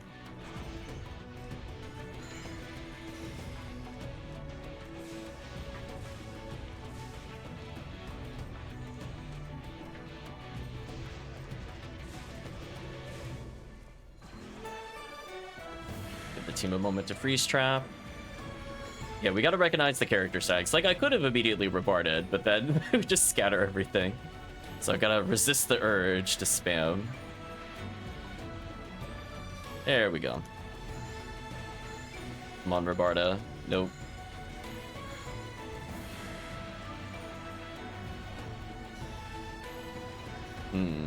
Missed one of the Darkbringers.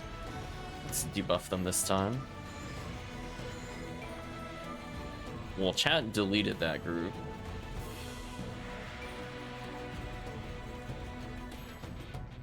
I'm assuming by chat going up there was nothing of interest there. Question. Does Kazan break objects? It does, okay. It's just one of those questions. I normally have normal attack map, but when I play this character, I don't have any normal attacks.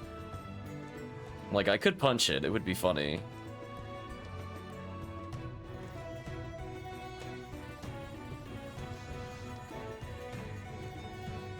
So yeah, now that we have Tiggy here, I think when I get a moment, I'm gonna reapply the buffs to the room.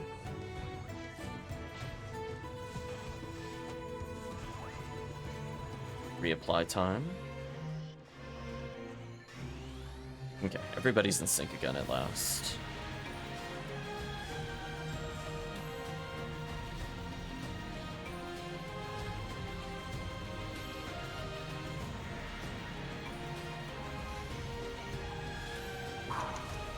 So much damage. Curiosity, what's the XP like at the moment? 96? That's okay. So it would have been about 140 before, or if it was like earlier in the day. We still haven't done the boss, technically. Yeah, we were seeing a fantastically broken off-stream, what was it? Massive Attack E in episode 4. I think we were averaging somewhere between 280 and 290 XP a second. Truly a ridiculous and unfair quest for XP. It was competing with TTF and beating it, actually. Just kind of sad.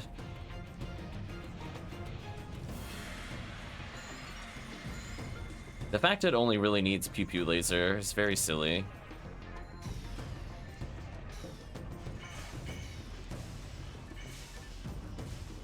Let's see, I got over 4 minutes left, don't need to worry about those.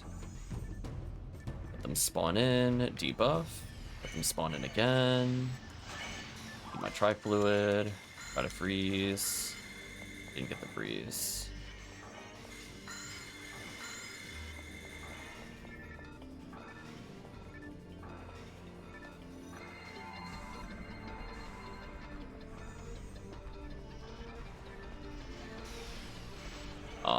The Twin Blaze. That was something I was trying to hunt for off stream. Mission failed.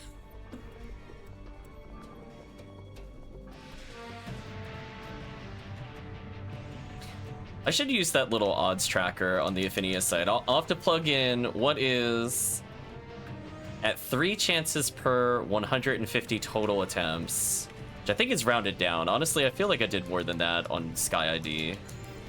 I lost track somewhere above 120, I'll put it that way. What are the odds of not receiving a Twin Blaze when you kill over 400 more foes? I just want to know.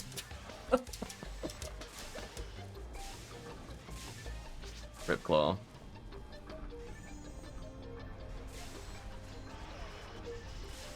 To be honest, you bought yours? Yeah, I don't blame you. I put in the grind work, so it's not gonna say like it's like I didn't try. That was like a good, I don't know, 8+, 9+ hour of just box resets.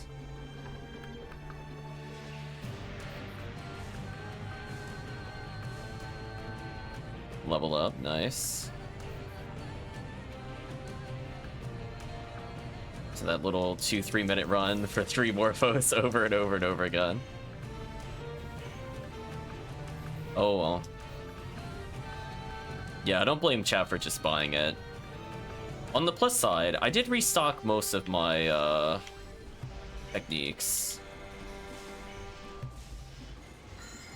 Yeah, so I don't need to worry about any of that at least, because I wanted to make sure I had texts for new players. So that's pretty much the only thing I got in those hundreds and hundreds of box runs for this week. Oh, this is the fight to change the world. I like this song.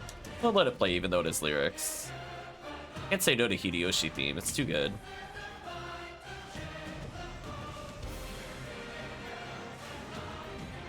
Come on, Roberta.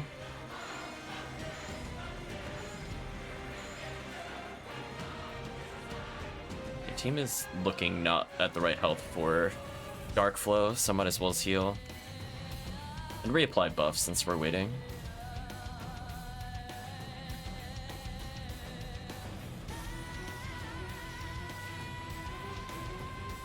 Yeah, I thought I would get hit in the face there. That's about right.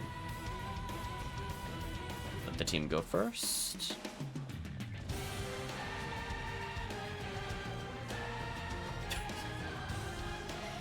This music's playing for the chat. Chat's so overpowered.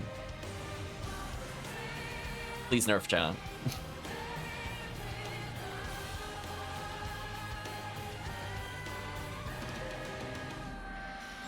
Ooh, OBS, you disconnected. Why is that? I'm clearly still in PSO. I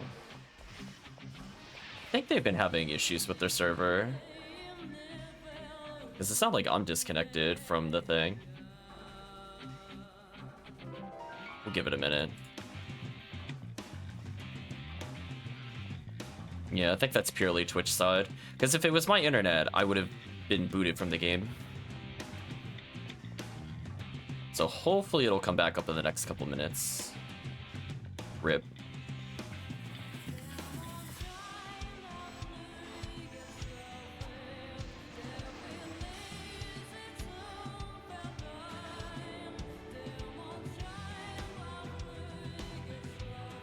Is it coming back? Oh, OBS. Yeah, they've been having a lot of problems lately. I guess while we're filling the air with downtime. Yeah, they updated to like version 30, and it has been like nothing but problems. I wonder if it's related to that, or just something incidental at the same time. Because things like my Stream Deck haven't been working properly, like the past couple days. Like every day it's some other issue. So who knows? Well, sadly, Twitch chat doesn't get to hear "This is the fight to change the world," which is easy to remember because it's like the only English one.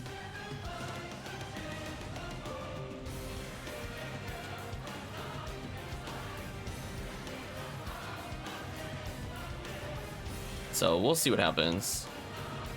Apple Kappa is here with the yo. Welcome, Apple Kappa. Exclamation mark song list. Oh, I don't have any command for that. If you want to know what song it is, This is a fight to change the world. We're listening to the Sengoku soundtrack. If you give me one moment, Apple Kappa, I will post the link in the chat just for you. But I need to debuff a little first. Yeah, it's like song number like 50 or something in the playlist. Sengoku Basara soundtrack is so good. So I'm gonna take a moment.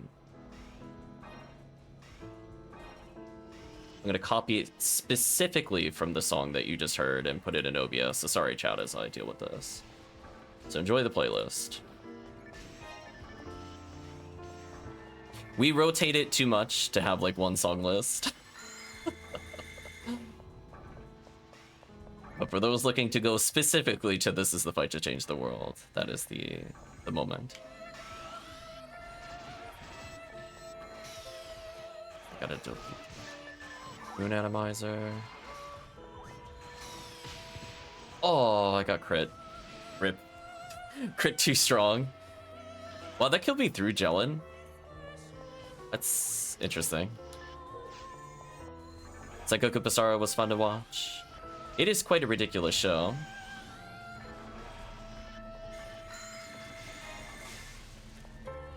I think season 2 was probably still my favorite overall. I think 1 had like the big animation flair, but I feel like from a story perspective, I didn't care about it as much.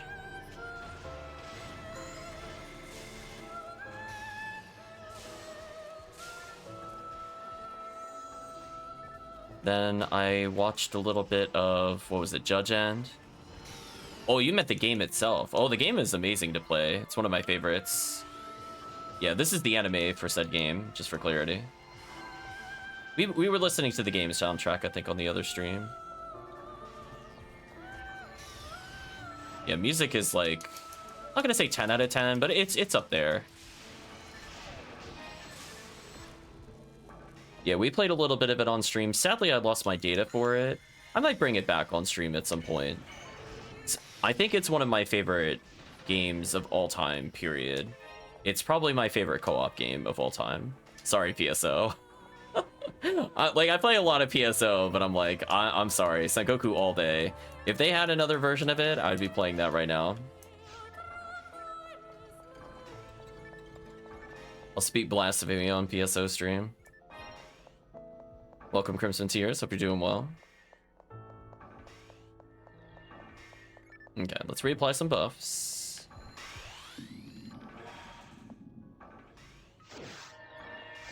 I should have picked up that other escape doll, but at least I have 2.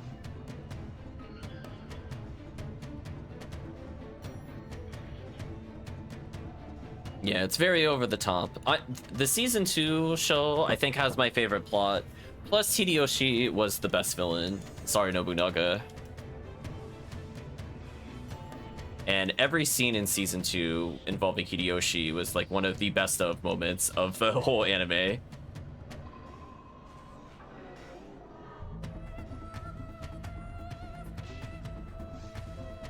Ooh, I'm low on dimates. It's unfortunate. Also fortunate they knocked me down and don't combo lock me. That'll help me with my survival.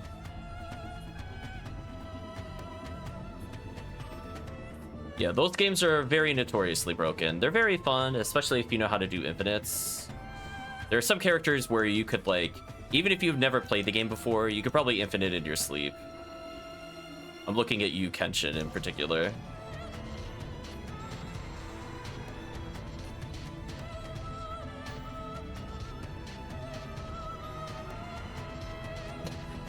I might as well try to heal people while I'm waiting.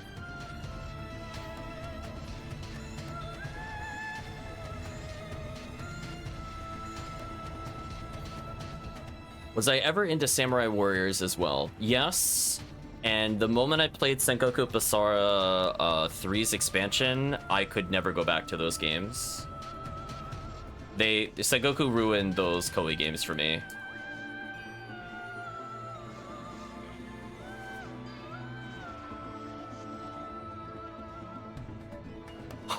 Oh, falls with the bait. You got us. Okay, I'm gonna hug the wall here to reduce damage.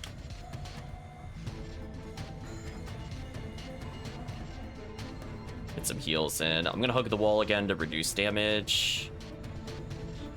Yeah, see how like I'm basically just never getting hit by these spells. Although I say that, I could get hit right here if I don't back up. Ooh.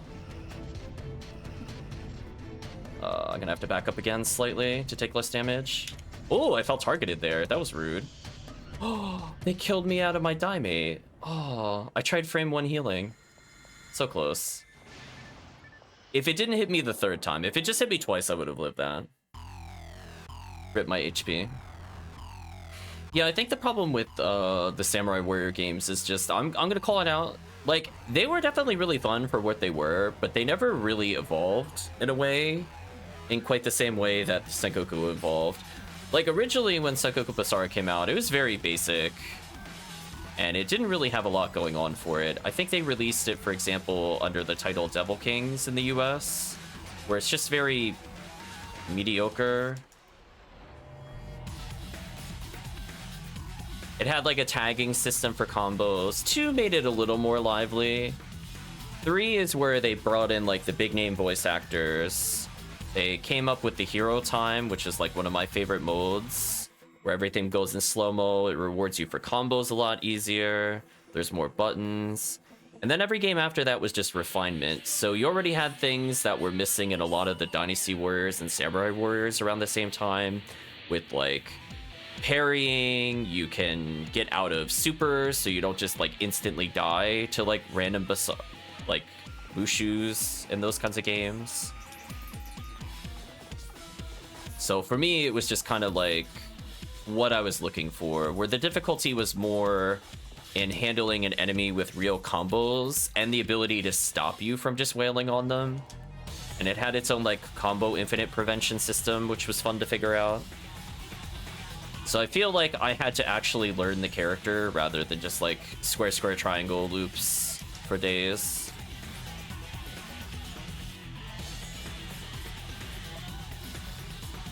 Although my favorite Samurai Warriors was probably 2 Empires. I think I'll do at most 1 more and then we'll switch quests.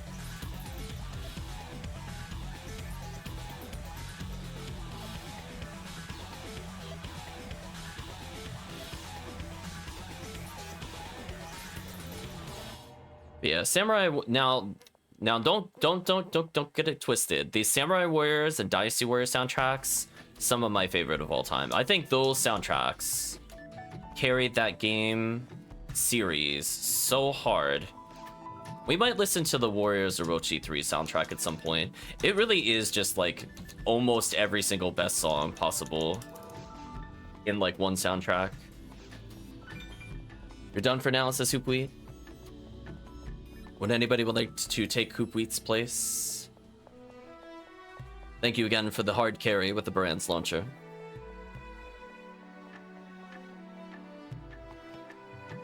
Yeah, I feel like when I played like Orochi Warriors 3, because again, I played a lot of the Koei games. Let me also be very clear. I own basically from 2 to 7 in Dynasty Warriors, and I played up to 3, I think, in Samurai Warriors.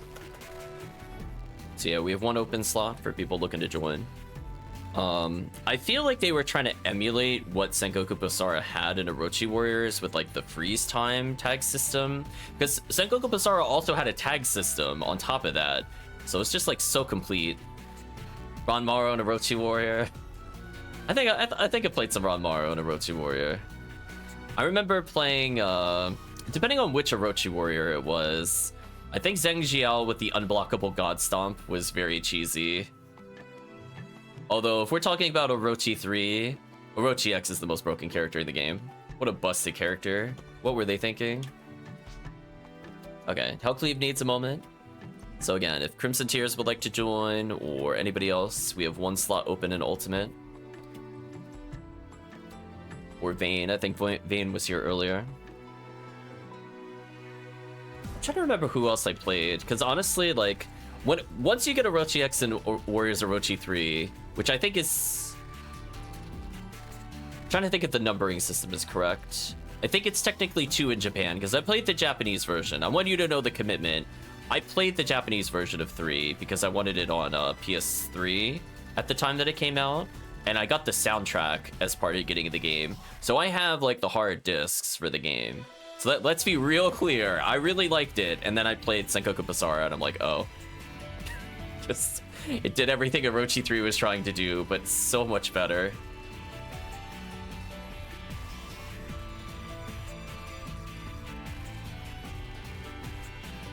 Yeah, depending on the versions. I mean, I'm a fan of like the evil cackles of Sima Yi. There's always those classic ones.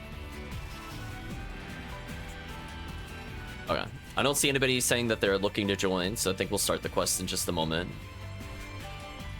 Actually, let me make sure I have enough Tri-Fluids. I do. Not enough Dimates, though.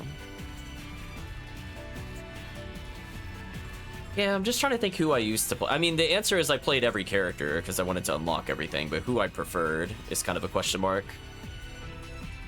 Doubt you're high enough geared or leveled. I was gonna say, we could still probably carry. I don't think level should be a big issue, to be honest.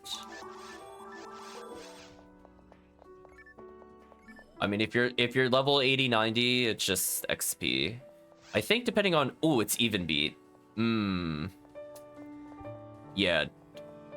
Well, we'll leave it open. So, if chat is not feeling confident in it, would you like to pew pew laser? I'm going to offer the alternative, because it did just start even beat not that long ago.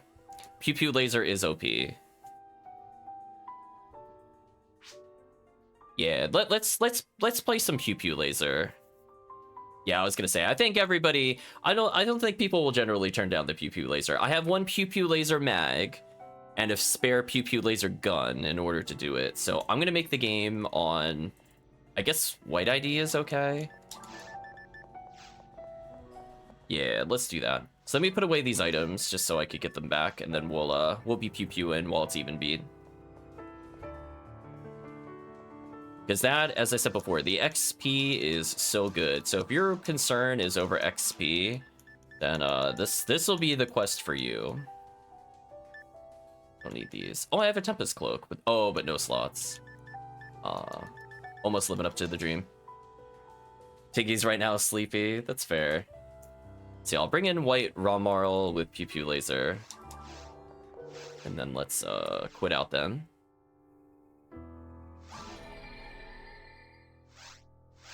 But yeah, I used to play those mostly because they had split screen. I played basically every game that had split screen because I used to play with like a close group of friends, more in like that middle school, high school era. And that's where I got PSO, so it was from one of those where somebody shared the game and then I picked up my own copy, and now we're playing it on Ephinea, for example. Yeah, the game soundtrack in 3 is not bad. I rate the anime soundtrack a little higher overall, to be honest, but it works.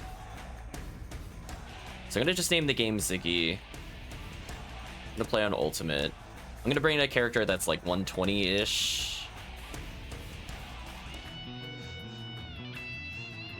Is there an open slot? Yep. Uh-oh, Tiggy froze time. Ghost is joining the please wait. Time freeze, chat.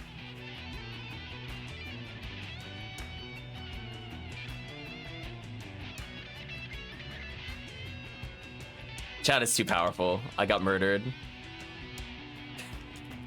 Time stopped.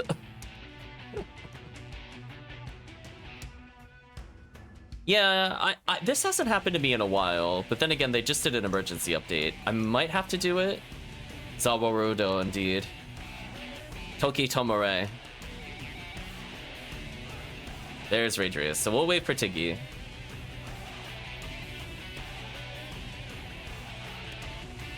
We were in like the 10-second time stop there.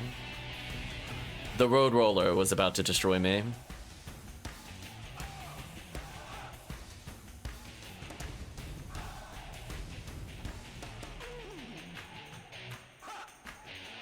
HellCleave says, oh, it's you then. Oof. So we should be good here. I got my B101. Let me know, I forget what character class Radreus is, because I played with multiple characters. Ah, a cast. I don't think PP laser will work very well then. Yeah, I think sticking to just regular rock cast is fine. I couldn't remember. I had a feeling it was a ranger. I just couldn't tell which. Because my thought process was, it's Adrius, but you're a ranger, so you did RA. That was my thought process on that name and what class you were.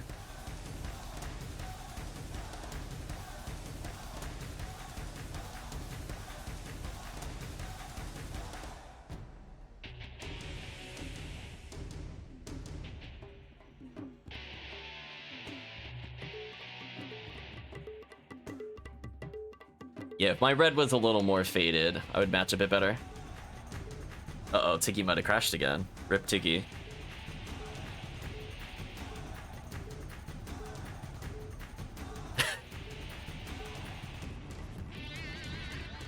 I mean, speaking of which, chat.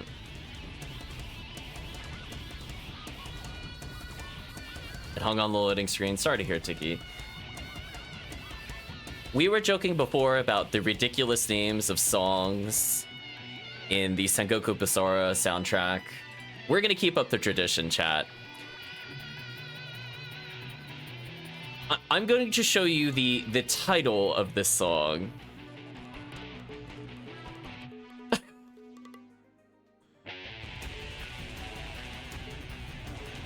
Why, of course, chat. Good luck looking up some of these songs, chat. I'm just letting you know, just fingers crossed for you if you're not listening to the soundtrack and you're trying to figure them out. Yay, we have Tiggy. Got your mag to 200? Well, that's a good first step. That is a majority of the damage. We're gonna do E. So this quest on XP week was giving 323,000 experience, which when you hear it out loud, that means you level at least twice every quest from like here till 140. Sadly, it is no longer XP week, but that's okay. Still pretty good. Oh, who did not use the panel? It's not me. There we go.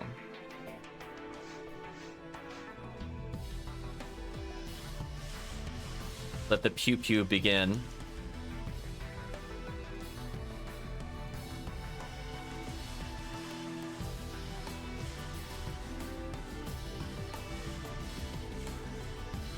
This mag and gun have brought joy back to playing Ramarl. Just want simple, clean, full screen AoE wipes.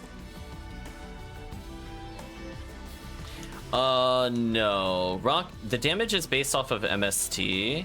Like, technically you could use it, but it doesn't do damage for the most part. Technically you could bring in a Ramar. It's a little weaker, but it's not like the end of the world. I think a Ramar will still ultimately default to like charge arm in most scenarios, unless it's lizards and they can pew pew laser if they want to. But yeah.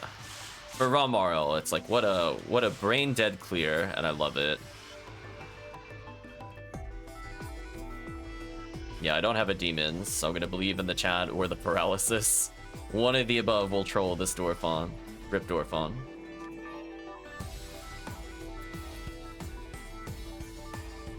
Yeah, drop rate up is actually somewhat decent.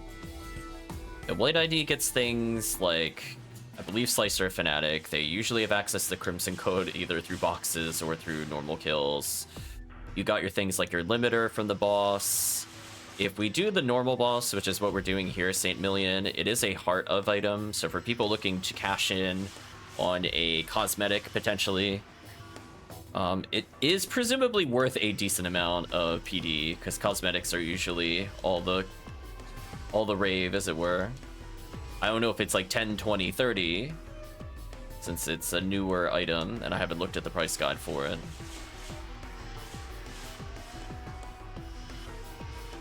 Nice, leveled up. Yeah, honestly, there's like a wave coming up after this one. If you can end up freeze-trapping the Astarks, those are kind of the problems for us. Astarks and Marissas. I believe it is the Heart of the Maracas. Agreed. Yeah, I managed to pick one up the other day, but I haven't decided what I'm going to do with it, if anything.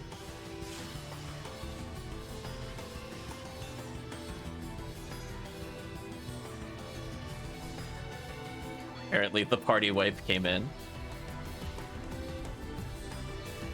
Oh, those are like 60-ish? Wow, that's a lot more than I thought.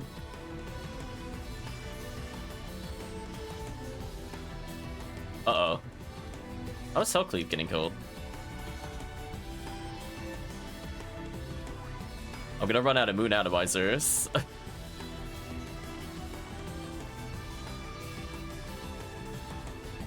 Yeah, I think for Radreus, we might have to give you some heavenly HPs to survive.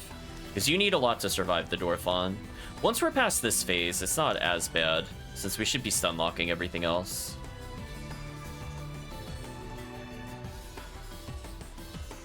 Yeah, if we do get the rare boss, it's limiter, which is nice. Those are the rares I can think of offhand. I'm sure I'm forgetting some other good ones.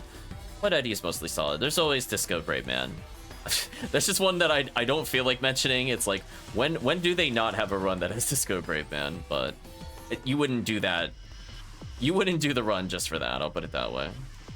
It's more maybe rare boss or whatever.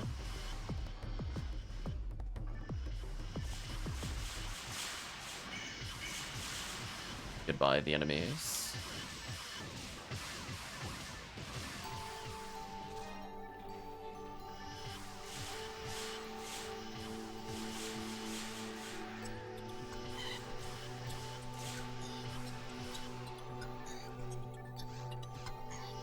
I'm about to take it in the face. Let me gel in them so I don't die.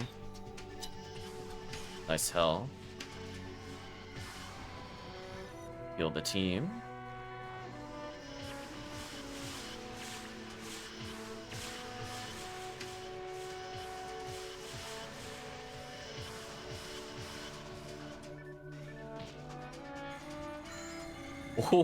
Oh, I got the freeze. I was so excited. Confused, not my favorite.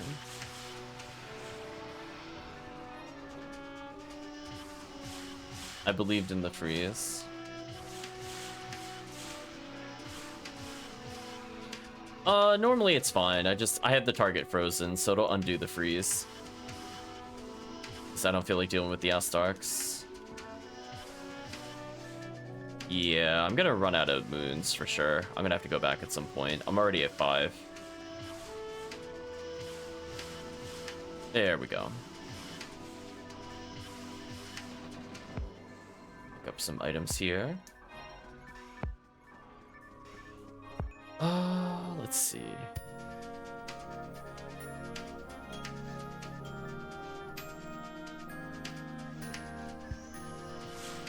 Oh, I should have taken a step back.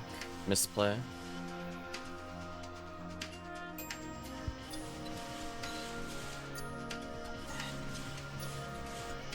Yeah, confuse or freeze on the Marissas is fine.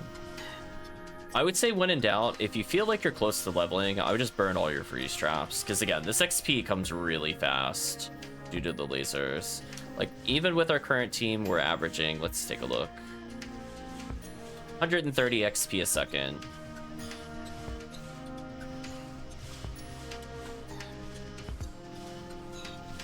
And that's before boss, and that's before the big waves, where the underground gives way more XP a kill, with not really a big time difference.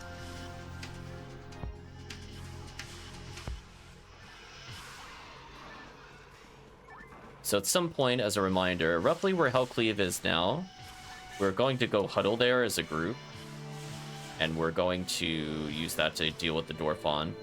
So when you see the quadruple Astarks, that's the sign to go hide over here.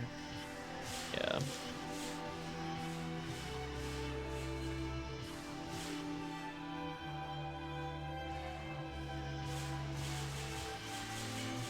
You know, I should probably rebuff the team. I mean, we're pew-pew lasering, but there are sometimes we do actually ATP.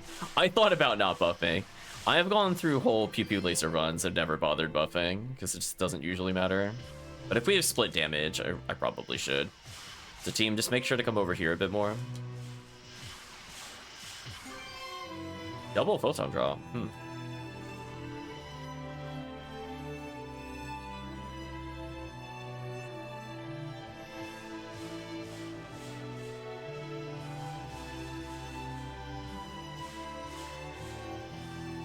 Nice stun lock.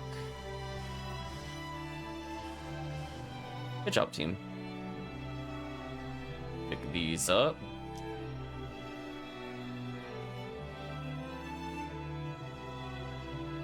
I was gonna say, I saw some moon atomizers. I'm gonna just go pick them up. There we go.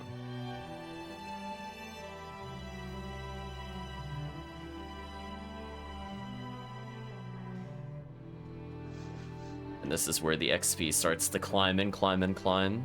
Till it gets out of control.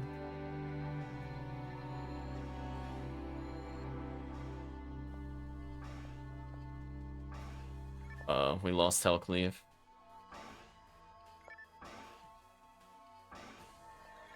There we go.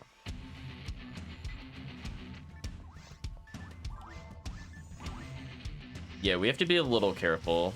So I would say for the most part, the way I'd view it is if you don't have Pew Laser, if you're able to crowd control, that'll help the group out. You don't even have to DPS necessarily, just crowd control. So what do I mean by that? Lots of Frozen Shooter. If you're a force, you debuff as much as possible to reduce damage dealt to the team. Sometimes things like Rabarda freezing is preferable. Yeah. I saw the Frozen Shooter, but I'm just saying I'm speaking more to the Twitch audience than just people in the game currently. So for people that are wondering, if they end up in a pew-pew party, what to do? So buff techniques are good, so because we don't have another force player, I'm just gonna do the buffs that I can and try to gel in so the group doesn't explode, because I recognize our levels are kind of mixed. We have to be careful on this upcoming wave after the 2 zoos. So Marissas are a big problem for the pew-pew lasers, because we don't do a lot of damage here. So this is where, like, if you have, like, charge arms, I would freeze trap charge arm the whole group as an example, because these things are awful if they're allowed to do things. We basically just want to shut down the group as much as possible. But you can see they have pretty high light resist, so it takes a lot longer to kill these. So any kind of hard CC like Frozen Shooter is preferable. And if you're not sure, Confused Trap is usually okay. I view it more as when you are fighting like Goron detonators, you probably want to freeze trap them over confuse them. For like the stupid lizards, you could use your weakest CC because they're not a big threat. Like here, I would never waste a freeze trap on lizards, for example. I don't view them. No, that's fine. It's all about learning the flow. Oh, Photon Crystal, congratulations. It's about learning the flow of the game. Like Marissas, I'm scared of those. I respect them. I'm like, listen, they will absolutely kill new players and old players. Once you get frozen, GG. Sadly, I do have to skip it due to lyrics. Sorry, Crescent.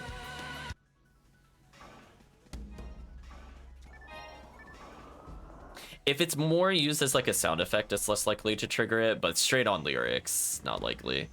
So we're gonna go ahead and stun lock for the team. So until the lasers start pew-pewing, now I'm gonna back up. So this is kind of the scariest wave for people without forces. I like to immediately gel in the left group. I pause trick, dodge, and then do a gel in on the other group. The reason it's scary is that if you don't have something that improves the range of the gel in debuff, and you're with people that are lower level, those Goron crits can be like 800 plus, and you could just die right on the spot. Downside is it leaves you in range of the Marissas, so I'm going to be target fodder for them for a little bit. That's actually also, unironically, a good role if you're fighting the Marissas with a weaker team. If you have somebody that just purposely baits them into chasing you because you start near them, that actually just means the rest of the team can fight uninhibited. So sometimes I'll do the role of the decoy. It just depends on what I'm doing. Like here I wanted to gel in since I want to make sure the team doesn't get crit one shot by some stupid stuff. As you can see, even to me with like decent defense, I'm still taking like 300 plus. Radreus hitting level 90, congratulations. Yeah, sadly though, you do need a quite high health total. We were finding it out before. So, oh, just go Brayman. So if you want to survive the boss and you want to actually fight the boss in multiplayer, we learned it was 882 damage. So for anybody that's under 882 damage, I don't recommend going to the main boss chamber. However, that doesn't mean you can't help with it, since we have the idea of splitting up who stays in the main boss room versus one of the side chambers. So if you stay in the main boss room, just be vigilant for spinners. Should probably be fine. And you'll still help the team because you'll save time if you're able to kill fast enough. So the boss usually spawns at around, thinking of a clock, I guess roughly the 5 o'clock position. So if you think of the arena as a big clock, if you stand towards the edge of the arena, that should put you in a pretty good position.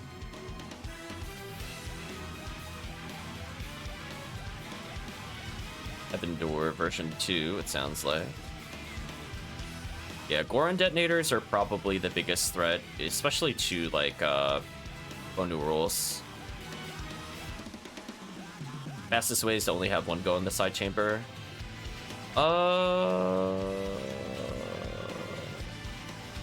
With a 4-player team, that doesn't sound correct. There should be 2 people in the side chamber with Pew Pew Laser. You objectively shoot slower. And there's more health on the thing on the side. Unless you're talking about the strategy to use the Dolphin, then you probably only need 1 person.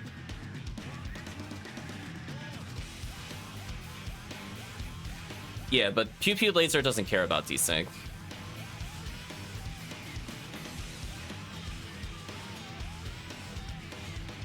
And then I always think the Force should go there regardless. So if you're playing like Force Ranger Ranger, the Force should also go in the side chamber.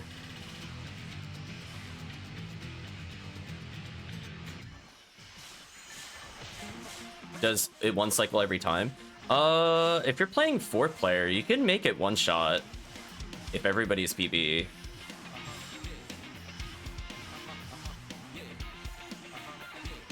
Or BP, or you know what I mean.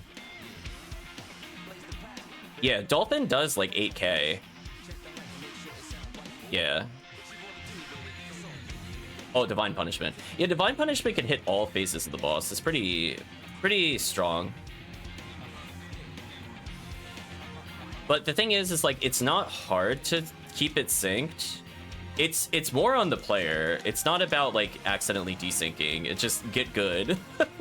Like, that's more true for like Baran's launcher, where you could potentially miss and the misses are really painful.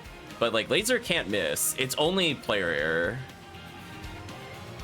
So because the thing has so much health, it doesn't make sense to just send 1 person there. I don't know if it makes sense to send 3 there necessarily, unless like 1's a Force. Because like Rabarda only does like 300 per cast, even like optimally. So it having 8,000 health means it's going to take forever. So Pew Pew Laser doing upwards of 1,000 a cycle is not bad.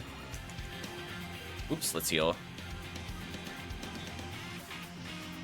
Yeah, Pew Pew Laser is kind of like the cheat gun. Like even when the boss reels all the way back, it still hits all 4. The only time it desyncs is if somebody gets really greedy and it's doing the ducking part. Like, it reels back, goes forward, and goes down. If somebody's attacking on the goes down portion, that'll desync.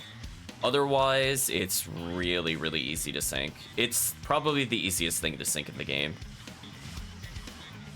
Yeah, like Rabarda, it's really easy to mess it up with Rabarda. So I understand if you're talking about from that perspective. I don't want to Mag Blast. Rip Dolphin strategy. But yeah, so kind of like the... Would I be able to pull off the Dolphin strategy with just 2 Mag Blasts? Maybe. I mean, I'll showcase it. If the other 2 team members have Mag Blasts, we'll still try it. I took 1 million damage from Goron, somewhat on purpose. I did want to see what my damage is like. Yeah. So the way it basically works is that Dolphin can be used in 1 of 2 phases. Yeah, so it's like, I can either, if I have enough people joining it in multiplayer, it can one-shot the first form. Or if I'm playing a single player, and I don't have it at the initial first form because I just didn't build it, I can also just use it to one-shot the final form without needing to reach it. Because even if it's ducking and doing the laser attack, you could still hit it, as we found out. So it negates needing to wait for laser. So we'll do the PB check. What's everybody's PB at? I'm 100, and I know I'm not going to accidentally use. So I should be good if I'm the initiator. What's my evade? 827? Is that good enough? I feel like my evade's a little low. So yeah, that's where the question comes into play. Like, evade actually matters. I don't think this will one-shot because I'm not close to 1,000. But we can still try it.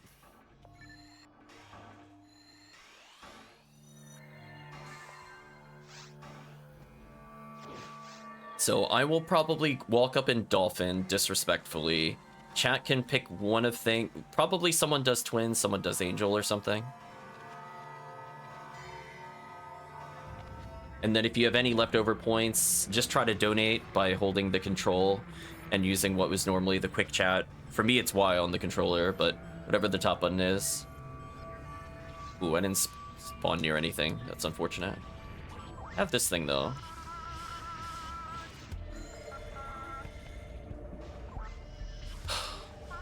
That is the downside. Pew Pew Laser likes to disorient a little there. Yeah, just to show how easy this is. Like, look at the distance I'm at, and this still combos. It's a dumb weapon versus this boss. This boss gets absolutely dumpstered by this weapon.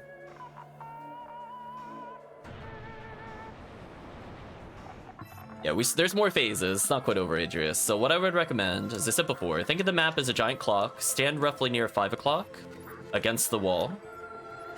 And I'll go in with whoever else is up here. So Dolphin will let me ignore Tornado and Missile, depending on the timing. Oh, chat's really far in front of me. That's not good, actually. I think I could still go for it, but it's risky. I'm gonna activate it, chat. Oh, nobody joined in. That's awkward. So yeah, there's no way this is gonna kill then. Dolphin hits ridiculously far. So even with nobody joining in, it did like 3k. Unfortunate.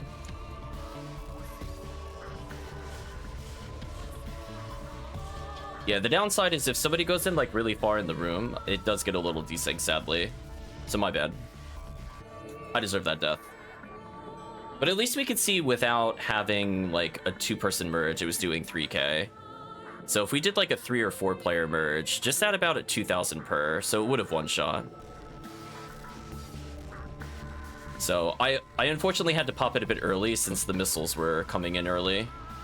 Normally if the players are synced up, if I see missiles, I can go to slightly beyond the rock, and that's my visual cue.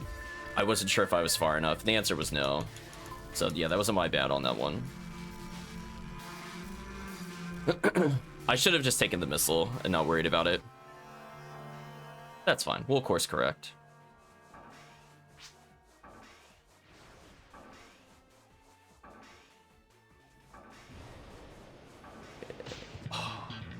No safe spot in this room makes me a little sad.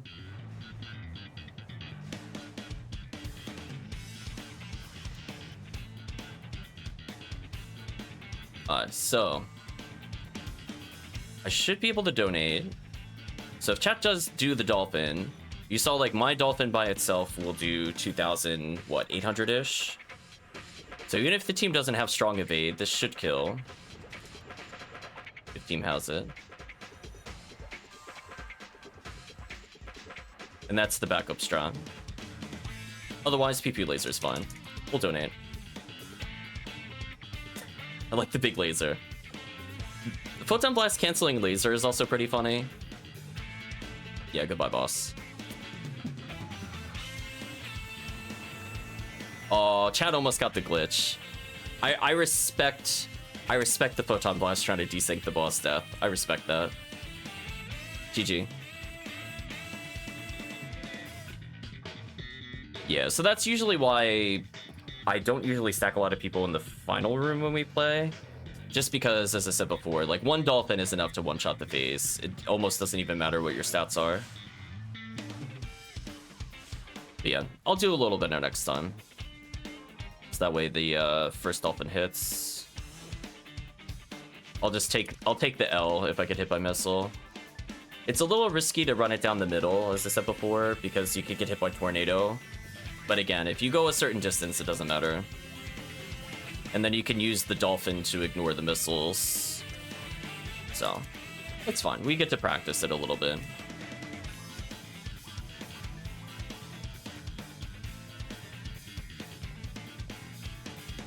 Yeah, visual cue is like a few steps beyond the big rock in the center of the room. Dolphin hit surprisingly far. The only reason that whiffed, I think, is also because the boss was reeling back. So if I did it in the same exact spot again, it will probably hit. Micho has found. Guardiana with it. Nice. Good job, Micho. So you can see Radreus went from level 89 to 92 in a non-XP week. Oh, somebody dropped.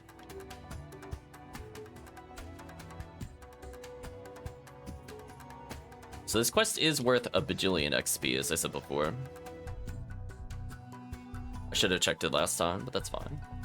So yeah, so as long as I just time it a little better, compensate depending on what the boss is doing, I could still potentially half health the boss. Because basically every 3 hits is about 1200 damage. And on average, you could do around 2.5k per boss cycle. Unless it's a short one, then it's more like 12,200. Rip Tiggy. So that's the philosophy behind it. Just do what I did, but just slightly better. then it doesn't desync. So I'll go for the redemption on this one.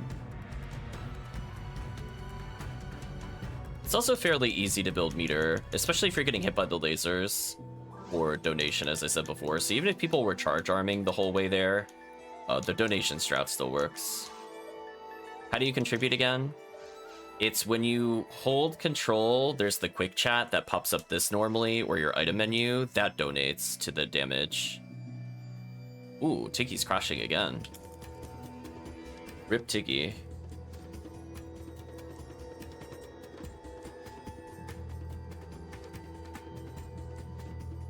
Yeah, that's really unfortunate, Tiggy. It seems like something's wrong. I'd never seen a double crash like this, and then you said it crashed even before coming in here. I would probably reach out on the Discord for that, if it's happening this frequently. Yeah, when you hear the animation sound effect, like the quong, and before it goes into the actual mag blast itself, that's when you have to donate.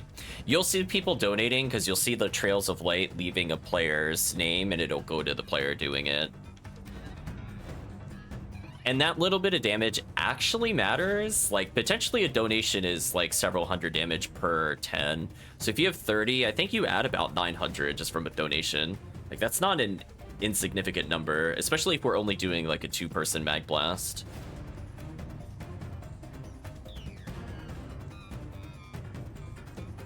So yeah, it just helps when you're playing like lower end. High end play, what people will do is usually there's just about one player that goes, or player plus force, and they Baran's launcher. Baran's launcher is a little inconsistent because they can whip backwards and that can cause you to miss. So sometimes I've seen people use charge arm to reduce the inconsistency on the boss.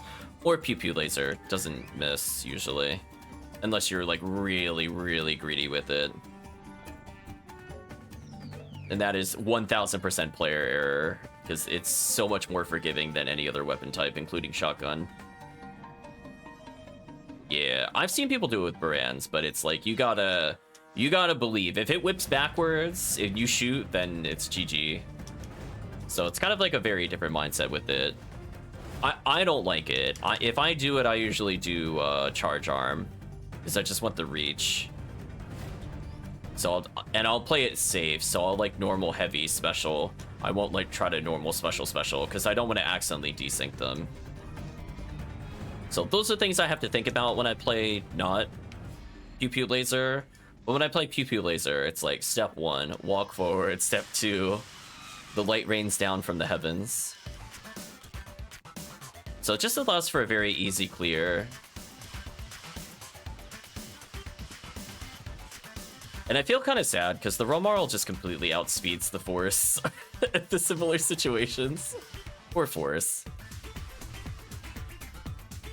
We have a good Cannon Rouge. That's interesting. Interesting. I guess that makes sense. I don't think I've ever seen people Cannon Rouge it, but I wouldn't disagree with it. I've seen how high the damage gets when it's even partially bonused up.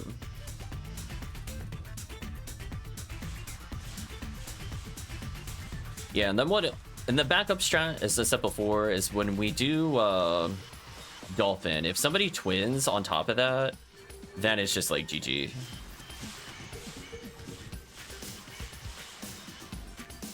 Good force is faster? I'm gonna disagree with that really hard, HoopWheat. If you're talking about when it's the lightning boss, like Chamberlain, I would agree. But Rabarda is so bad. It's 300 per blast, and Pew Pew Laser's 400 plus. Like, what are they using? Unless you mean they're not using techs. I'm gonna hard disagree with that. I do like no damage in comparison with V801. Because in the time you can 3 Pew Pew Lasers, you get 2 Rabardas. So it would be 303 times 2 in multiplayer, 606. Pew Pew Lasers, 1200. Unless you're saying they're using some weapon or something for it. Because they take like no damage in multiplayer. If you're talking about single player, I would probably agree with you. I'm going to be very clear. I'm making a distinction there. The resistance in multiplayer is much higher, so you do like literally nothing when you have to kill with Rabarda. It's so sad. Where the boss doesn't really get more Pew Pew resist, sadly. So Pew Pew supremacy for multiplayer. Yeah, I mean, I was playing that earlier today with the 1500 character with Rabarda merge and V801, and I was not doing more than 300 per blast. And again, unless it's Chamberlain, then Gazond. Gazond is really fast. But yeah, for Saint Million and Conjure You, both of them are sadly the ice weakness, which are A, really awkward to hit, B, not really great to buff. So it's like, even if I have like the equivalency of Cycle Wand, it's still really rough.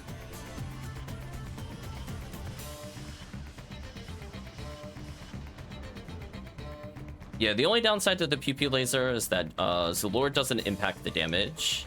So that's where if you're playing potentially solo, it still will probably be better as Ralmaral, for example, if you have strong ATP to Zulord to charge arm. That will probably be faster.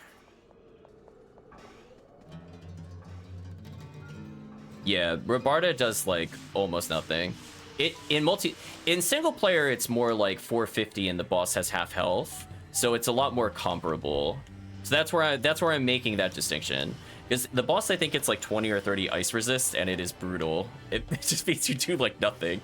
So like I'll just kind of tickle the boss with like, I mean, granted, I'm not wearing like Congeal Cloak, but I will be having the Rabarda merge on the Faux Newman, and it does so little damage in multiplayer. Single player, absolutely.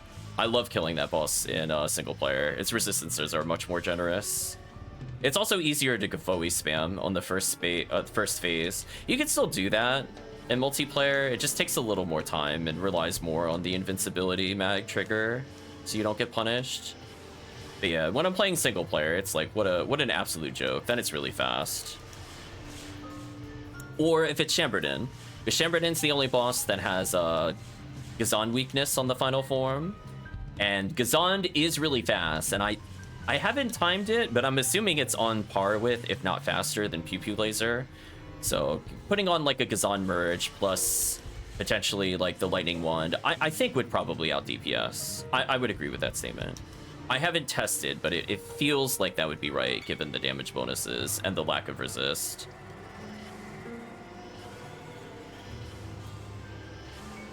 Yeah, like if I'm wearing Ice Tap or Barter Merge, it's like, it's okay.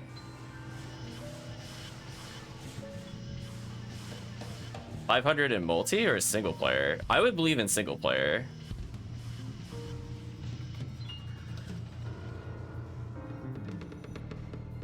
Any good drops today? Not so far.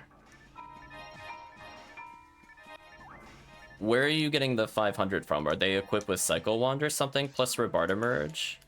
Because I think like I maybe break 323 without the Ice Scepter on, as an example. Get that out of here.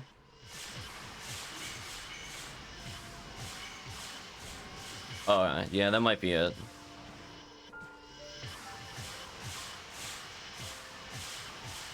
Oh yeah, no, it has to be Fonuman for sure. Any other character does like so little damage. Yeah, I've thought about it before. I sometimes do put on the Congeal Cloak just for that 10%. It does help.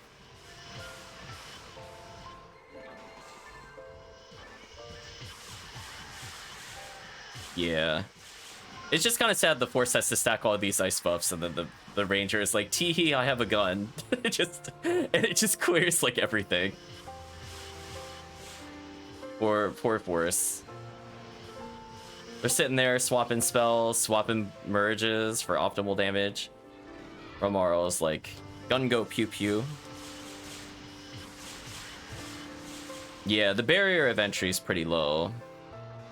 So you could get away with just like double Heavenly HP, Heavenly Arm, Heavenly Battle.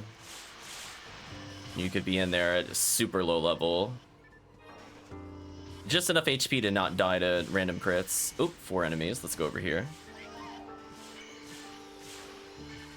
Yeah, see, I haven't played with like the true top end stuff, so I can't really comment on that. I don't even have a Cannon Rouge with hits still.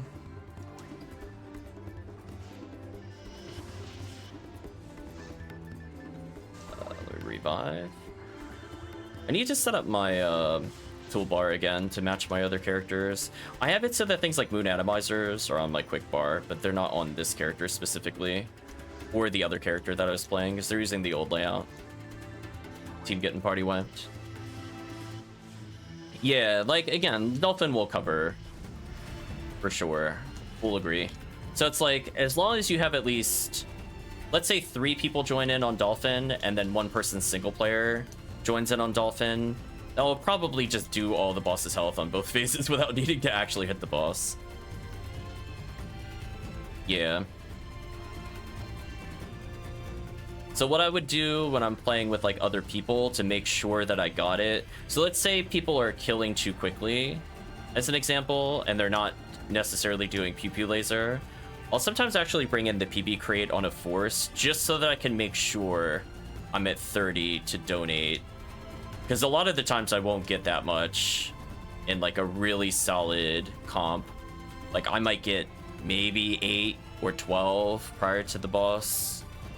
So I'll just leave it on in the quest since I don't care about force units outside of E801 and Adeps. And then I'll have enough to donate for the strat. But again, it's all on like how fast party damage is. Like since I'm getting hit a lot by like the Dorphon, for example, I don't need to worry about it. Like I'll get there eventually. It's where people get one shot that it's more of a problem. Oh, Lieutenant Mantle. Hey, HellCleave. You know what, HellCleave? It dropped. It's fate. It's yours. I don't feel like switching characters. It came with 12 defense.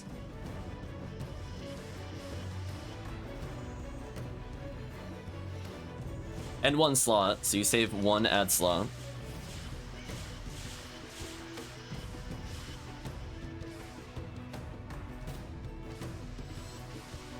Yeah, it's probably one of my stronger ones. I have one that's like max defense. I just wanted to make sure not to give that one away, because that's actually intended for my Ramar, I think.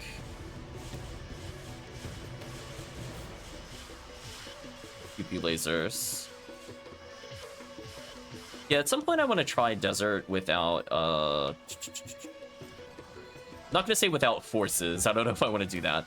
But I think I want to try it where we're more leaning into like the casts and freeze traps. Stats don't matter, list is for Hugh cast. That's fair. Yeah, I was kind of laughing. I think we talked about it a little before. I'm like, whoever wears the Lieutenant Mantle becomes the trap clearing king / queen. Just like a Rafoe or Gafoe, and the whole room is deleted.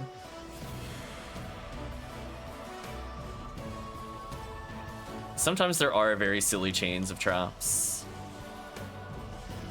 Yeah, this is showcasing without even, well, chat's using demons, but even if you didn't have demons on like the Girdabulu, this weapon shuts down the Girdabulu pretty well. For those that were curious, because it hits 3 times on the Girdabulu. So even multiplayer HP doesn't really matter. Like, you could literally do the whole quest with this gun, and it would still be somewhat effective, sadly, all the way through. More so in single player. Okay, we're gonna go for the debuff into the pause, into the dodge. There we go.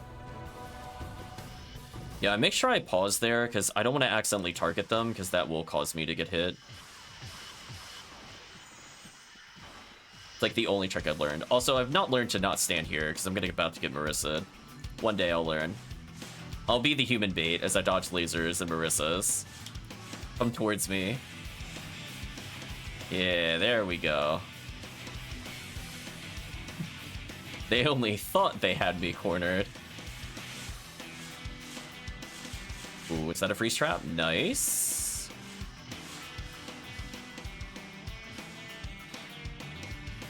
Yeah, one other quest I want to learn how to do as a group. And I want it from people that have actually run it like hardcore. Since I've played it, but I've never really felt a good rhythm for it. That one quest where it's all awful heat rooms that people say is really fun for XP. I want to watch somebody either do it solo clear or how people handle that in a 4-player game. That's like one of the ones I want to probably focus on next year. I still like Massive Attack B a little more for leveling because it gives tickets. But it's good to have some back pocket things. Aw, Rappy ran. I wanted that XP. I'm getting bullied. Get out of here, Zoo.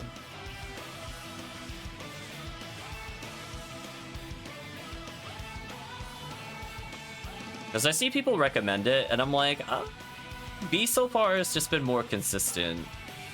But if I'm playing solo Force, it'd be interesting. Like, how many HP materials do you need to make it work, and those kinds of things. Yeah, like B is like autopilot victory for sure.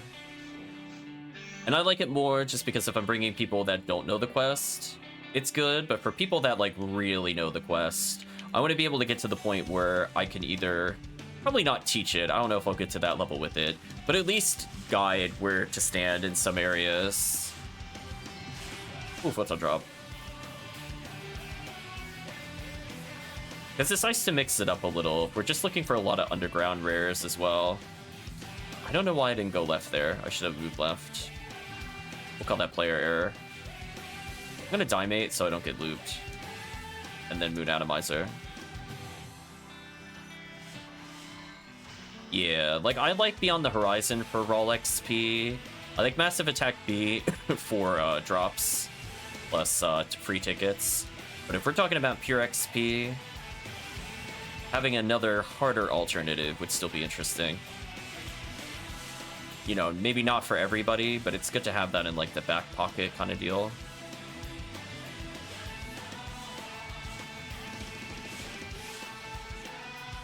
Goodbye, Zoo. Radreus already level 94. Congratulations on leveling and not XP week. Oh, the freeze trap clutch. A lot of damage on the team here. Wiggle time, wiggle time. We're out of there. I want to deal with that. Yeah, we're gonna debuff so the team doesn't explode. Because I get hit by the Zoo, unfortunate.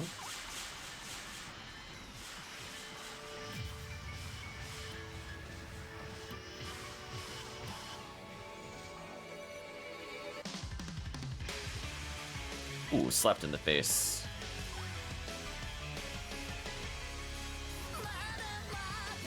Oh, more vocals. Soundtrack, please. Rage the Ame, the Geist mech gun. Or however you say that, I have no idea. Let's pick one of these up. And I think that's evade. Oh, it's defense, whatever. I'll pick it up either way. Chat's doing okay on buffs, so I don't have to worry that much. Do need to heal the team, though.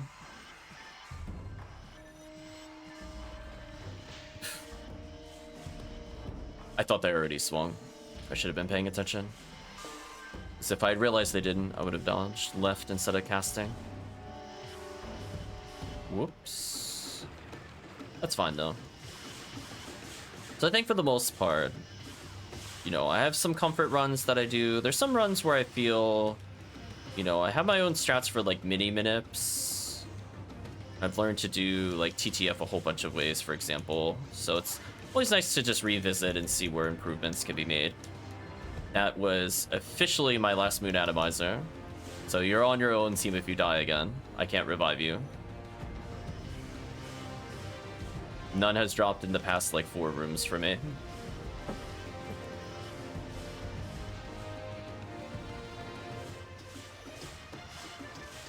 Wait from the Marissa's pause track.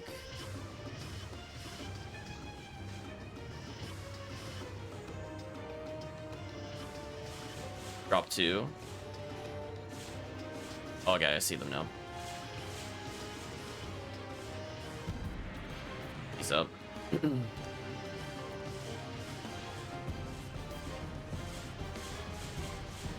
Heal up. Some defense on Radreus here. Stupid ghost thing blurred my vision.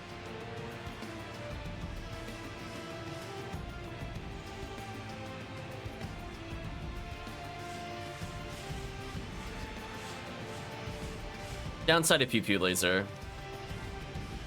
Sometimes you line up your shot and the game is like, I think you want to target the thing to your right because it's technically closer.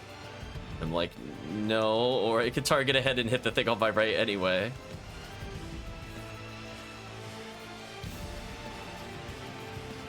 Nice level up. So let's try to buff the team. So I'm going to try to walk a little further next time, and if I have to, I will take it in the face to make sure I'm in dolphin range. So I'm not usually the one that dolphins, so I still have to kind of relearn if I haven't done it in a while. So maybe my visual cue might be a little off. This is a good opportunity to practice it. We buff the team. I'm at 100. Whoever wants to join in, just do like Angel or Twins or something. Okay, another chance at the Heart of item. Yeah, sadly I'm at max MST, so my damage is representative of the most you could do with the pew pew laser. I've been capped for a while. Kill this thing. So unfair. How do you know if it's country or not? It tells me on the right side of the map. So under my minimap, I have an add-on that tells me. Depending on the quest, sometimes the boss actually loads before it's visible, so you can see the name. So Condryu will be, I think, orange in the add-on. Okay, so this time I'm just gonna get way closer, just to ensure it doesn't miss.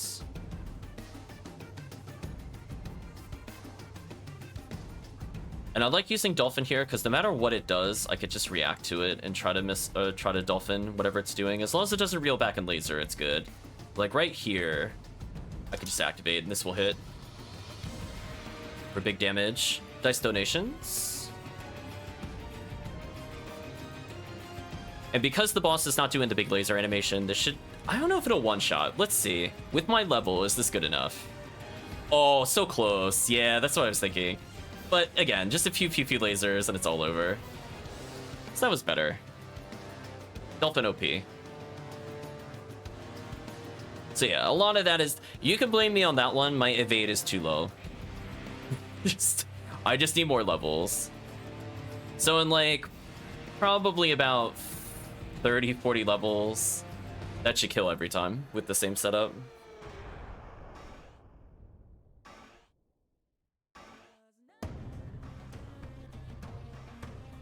But yeah, that saves a lot of time. Dolphin is the true weapon to use against this boss. So unfair. Although, funny enough, when you say that, I was thinking about it. If you had really good Dolphin, Barda does do a lot of damage when it's just down to one phase. Too bad Barda doesn't consistently hit the other parts. Goodbye boxes.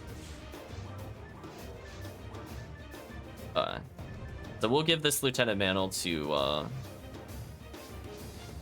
HellCleave. We'll put it back near the bank so it's easier to put away.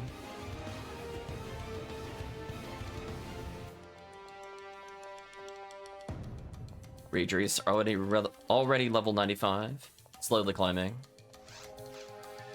Random Guardian armor. I'm gonna drop it over here. HellCleave just twirling. Helicopter Cleave.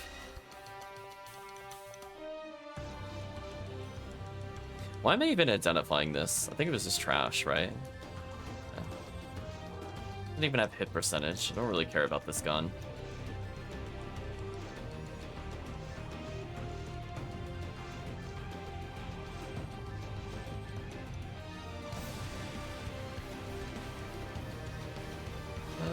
Restock my moons.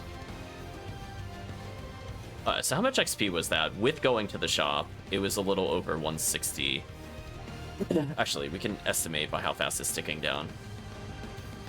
Yeah, so I think it was close to 165 without XP week. And without 4 pew-pew lasers. So I'm pretty happy with it.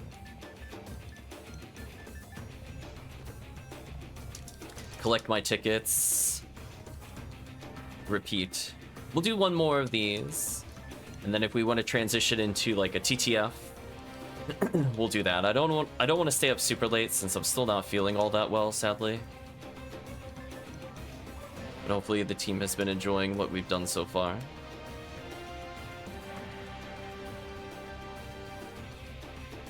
Yeah, we'll probably do one more of these into maybe 2 TTFs because TTF is so fast. And that'll be the end of the stream.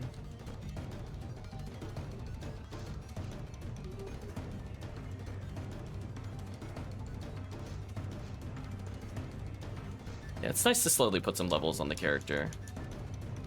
Oh, I just realized I'm not at max MST because I changed my item earlier. Whoops.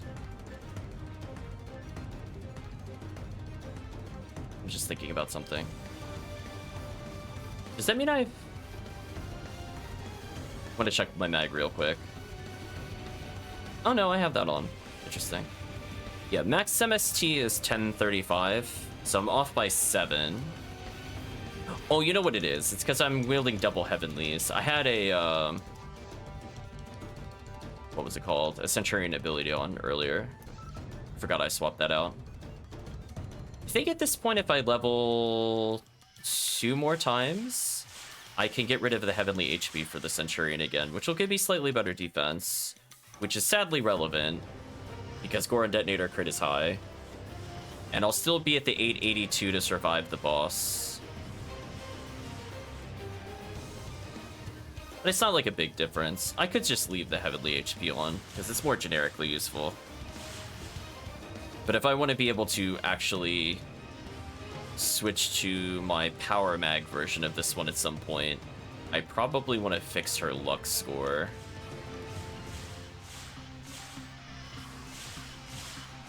While also improving general stats. Goodbye, Babudos. I will say though, maybe I'll jinx it. I feel like YouTube has been a bit more cooperative today. It only paused my viewing once. But then again, I skipped a couple of songs manually. Yeah, we're on song 61 out of 77. So we'll see what happens first. Will we complete the stream or will we complete the soundtrack first? I have a backup soundtrack if we happen to reach the end of this one.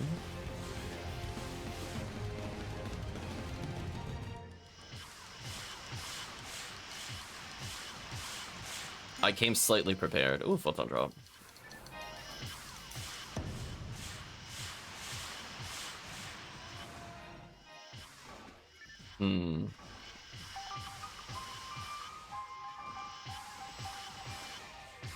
We'll see about the Sunday stream. I mean, I don't like to cancel streams. I felt bad I had to cancel today's stream due to the dryer installation for Illusion of Gaia in the morning, but we'll see. I'm still feeling kind of like general cold symptoms. Hence me sleeping for like 3 hours this afternoon. Even though I slept a good amount of time already. Just leaves me feeling kind of tired.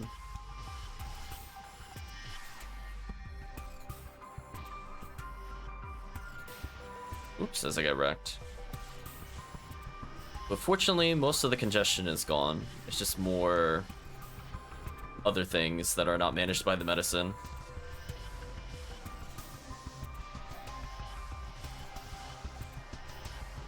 Excuse me. Rip Dorfon.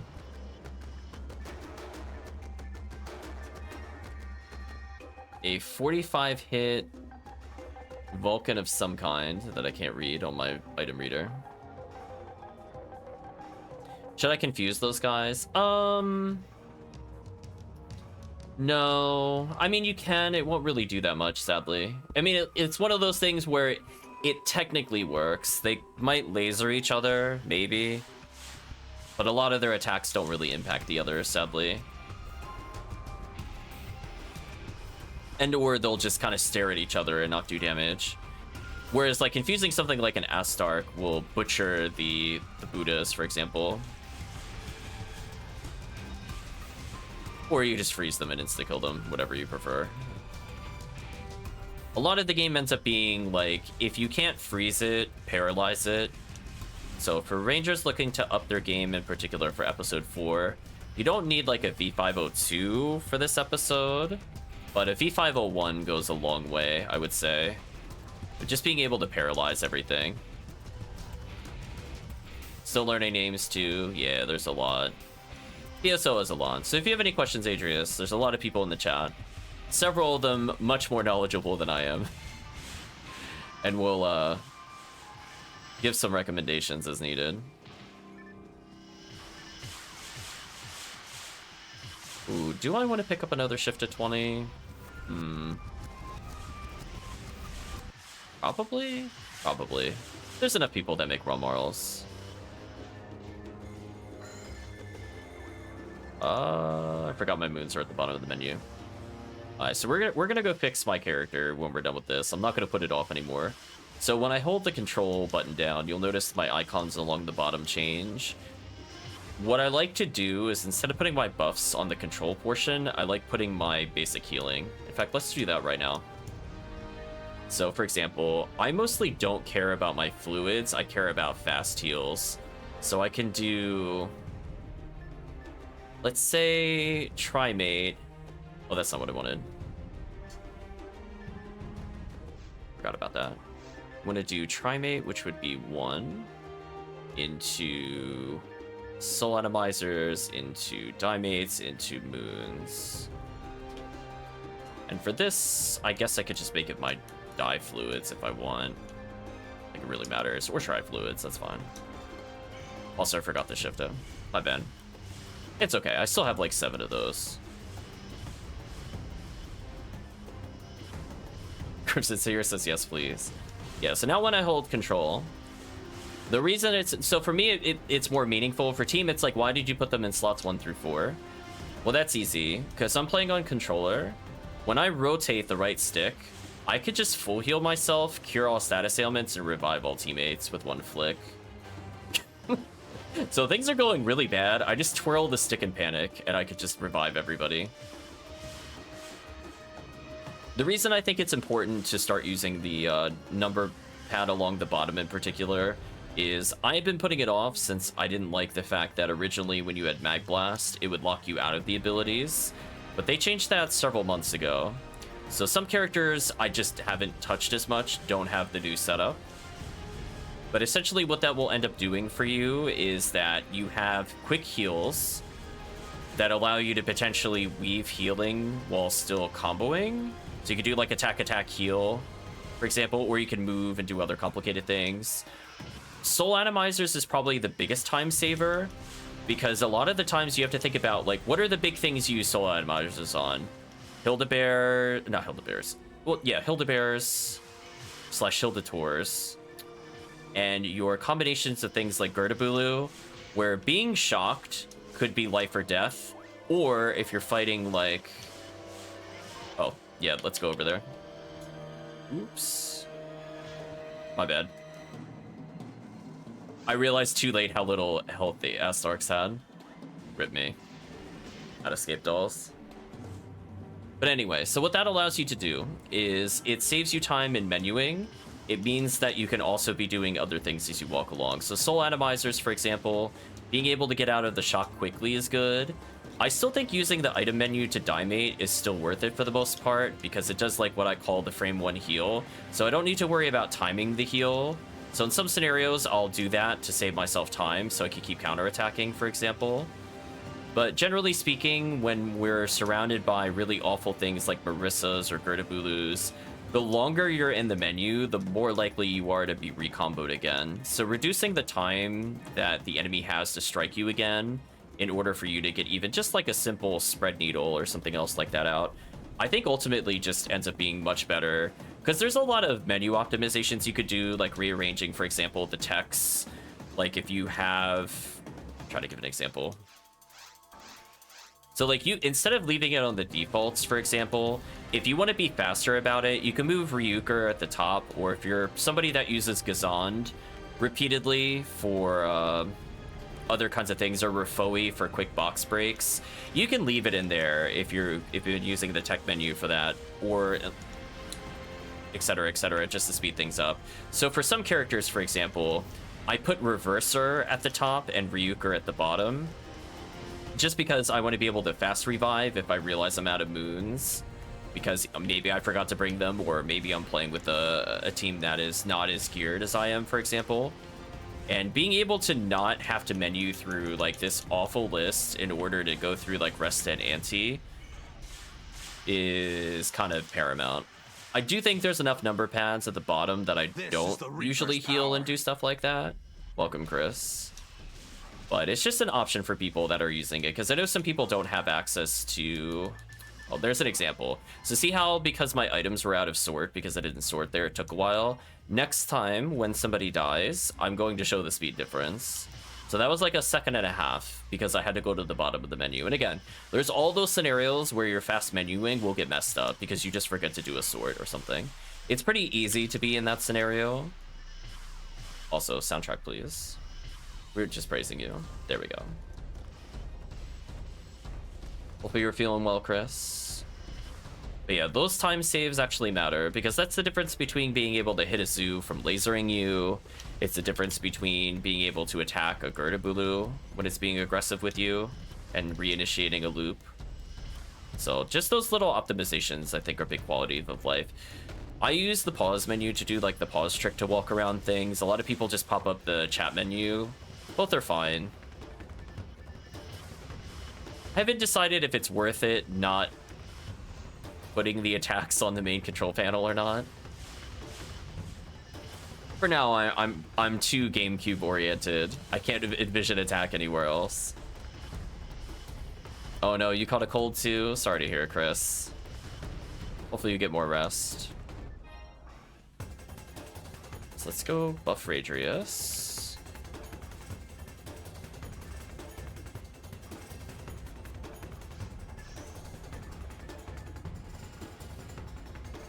Yeah, my rule of thumb to people that are playing on controller in particular, never, ever, ever put anything important on control. So like I have Ryuker there, for example, or Trifluids. Like none of those are like emergency use for the most part. So it's like one of those things where if you end up using it a lot, I would definitely recommend either integrating with Steam or doing something like Druidicke or an input mapper. So that way you don't accidentally use those things. And it's very freeing in particular for a force. Being able to select all your like intermediate and advanced text and shift to deband and everything else. All that is less menuing you have to do. So that's more efficient, faster casts. And you don't have to worry about whether or not you have Mag Blast. So for me, I never put anything important on control. If you're wondering why I almost never tap it, the only time I tap it is if I'm honestly using the numpad. Aw. Glad you're getting more rest at least, but sorry to hear you're sick, Chris. Sadly, the egg did just get used. Another Disco Brave Man. Rip. Pretty much.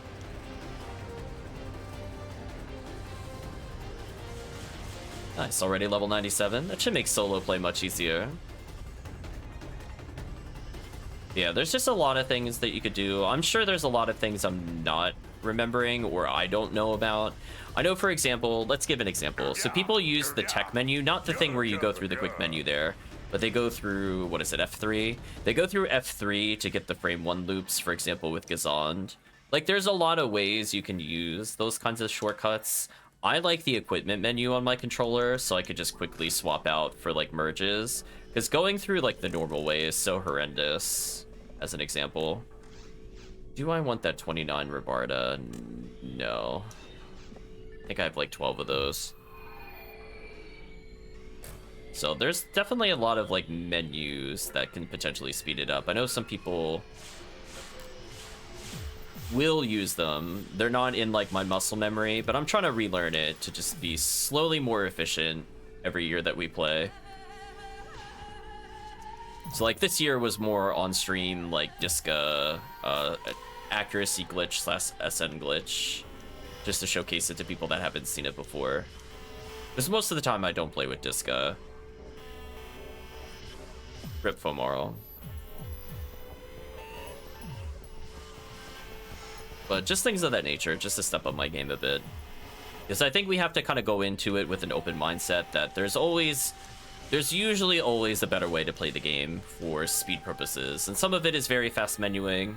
I know I'm not very accurate when I go to fast menu.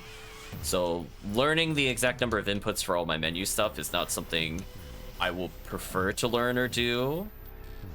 I'll just kind of get used to the default sorts, and we'll leave it there.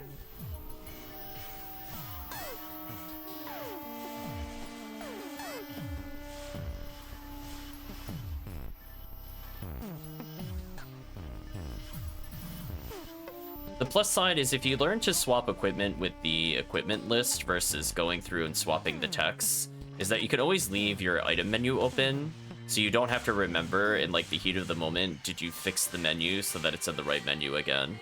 Those are things I'm trying to get used to if I'm doing a lot of weapon swaps. Because a lot of high-level PSO is just making sure you have the right items at the right time.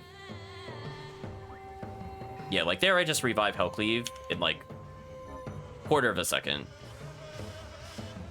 So, like, doing that is, like, a big quality of life. Because that's more time HellCleave is able to stand up and attack and potentially reinitiate the loops.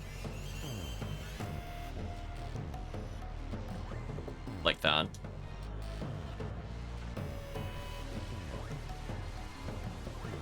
So there we go. So there was the Rapid Moon Atomizer.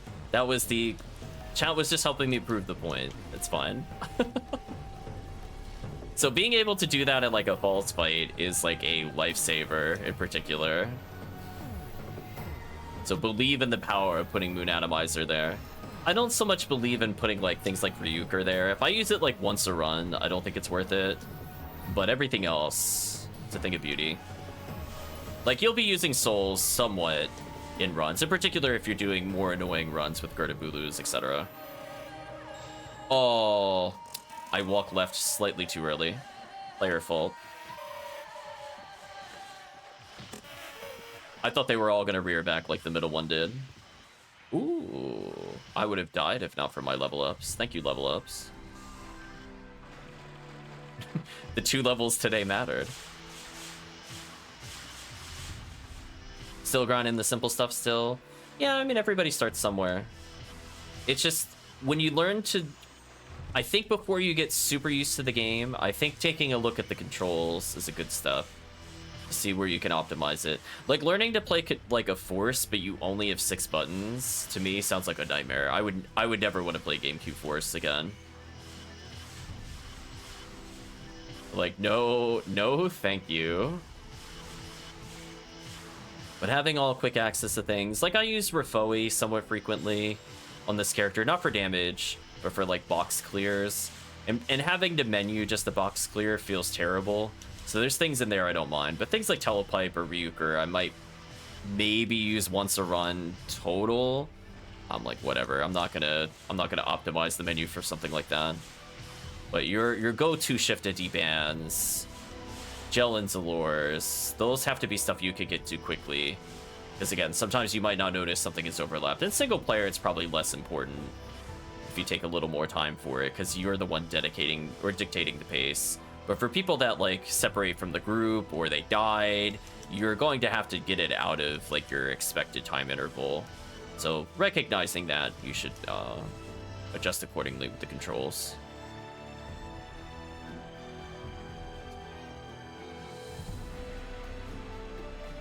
Yeah, and for no joke, until I think last year, I didn't even realize the control menu was a separate menu. Like, a lot of the stuff in the game is just not explained. I'll be real with you. There's just, or like the hidden lobby menu, where you could go into the lobby and you could see every single emote you could do. Like, it's there. Like, you might find it, maybe. It's just easier if someone tells you it exists, then you'll look for it.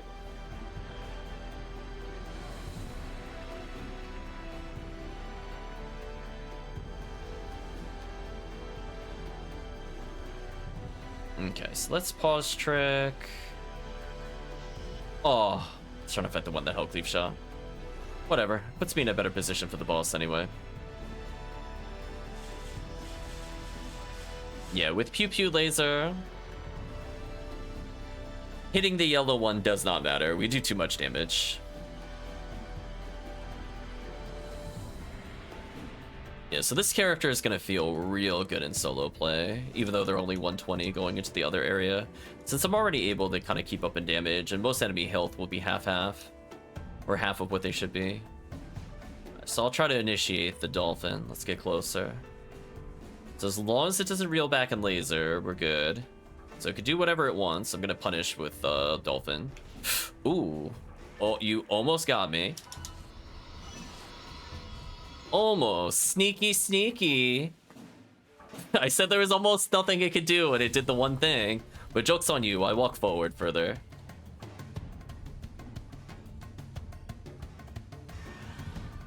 Huh, that did less damage. Oh, maybe because of synchro.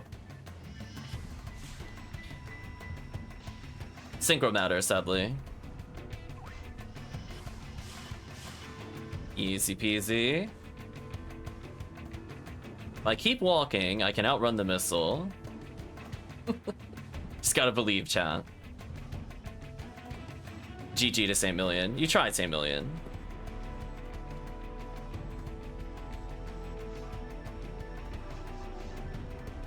Yeah, I forgot to fix synchro. So we can see like the damage difference with it without 120% synchro. Not enough for it to be like game ruining for sure. It's just 500 versus 1,000. But obviously, as you level more, just make sure to keep synchro up for the boss. So big level up time.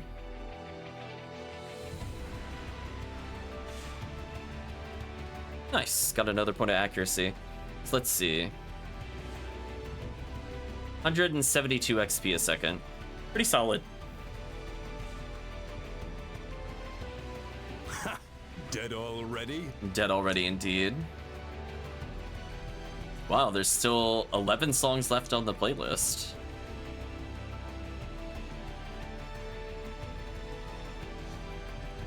Yeah, the level up's gonna help, just to, as I said before, bring up my evade. And then I'm gonna make sure to feed my mag a little bit and fix the synchro. Technically should have eaten the star atomizers over there, because I could have picked up one more item, but whatever. It's fine, we're back to max. Thank you, star atomizers. I pick you up not for your group healing, but for your bag fixing. Unless I'm playing like cast, then I'll legitimately put them on a slot and care about them. But for other characters, I'm like, nah, it's good. Excuse me.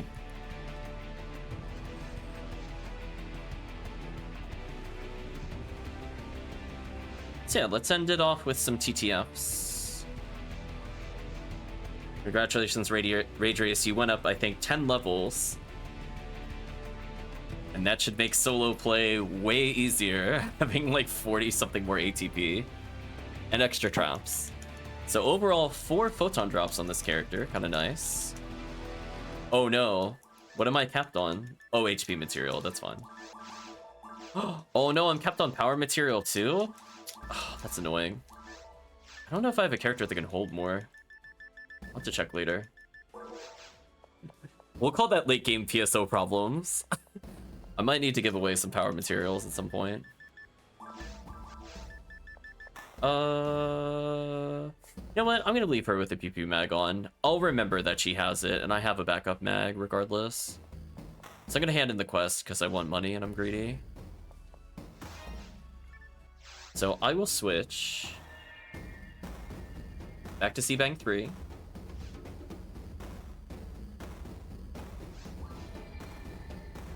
And we're gonna bring in a character meant to deal with Coral Falls and Friends.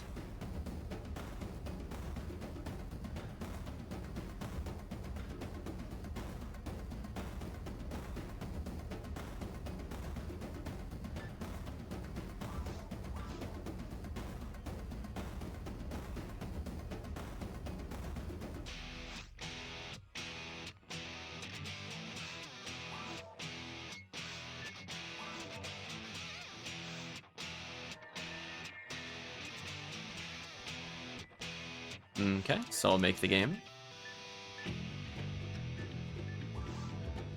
I'll call it Ziggy. If I put it TTF in, I'll get like everybody.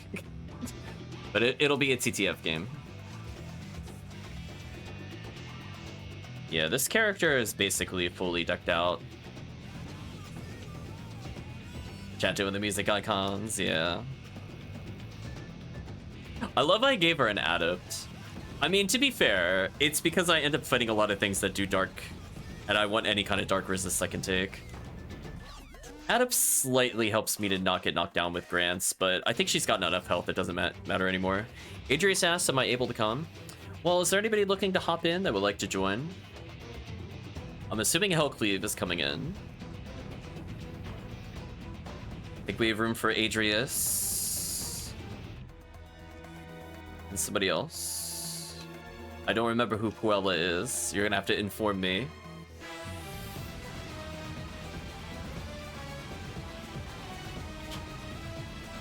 Oh, Crmzntears. Oh, Tiggy. Never mind. Here's what we're gonna do. Yeah. Let's... No. So here's what we're gonna do. We're gonna go with the current group. We're gonna get Crmzntears in the next one because we're gonna do 2. So whoever's here now will go. Crmzntears will come in, and we'll figure out where to go. So Tiggy's gonna level the character. We'll level Radreus a bit. So Radreus can probably drop for Crmzntears next run. That way everybody gets at least 1 TTF. I think that's fair. So I want to make sure there's some characters with some damage. Because that'll speed up the run. So I need at least 1 other ult damage with me. I don't care who it is. So if Tiggy's force, it makes it easier.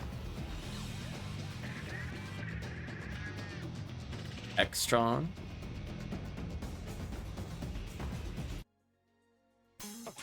I'm not familiar with Extron. Who is Extron? So welcome.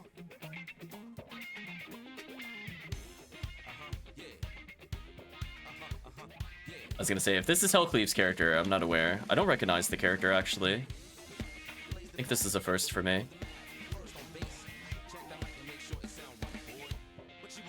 It's not HellCleave. Yeah, I was gonna say. I mean, I'll do a run. Sorry about that. I'm not sure who that is. I feel bad. I also don't know how to kick players. But if they're in the chat, it might be a random. I'm not sure. Okay, here's what we're gonna do. We're gonna take whoever's here now. I'm gonna put a password on the game. Then we'll put in HellCleave, Tiggy, and Crimson. And then we'll decide, we'll do a third one. We'll think about the third one. Yeah, so it's up to you.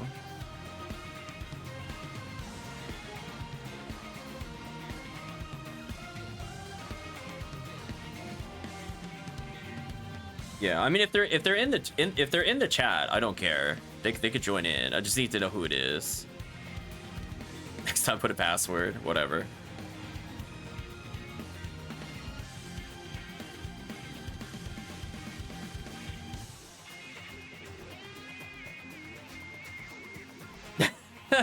Pretty much, Tiggy. I'm like, whatever.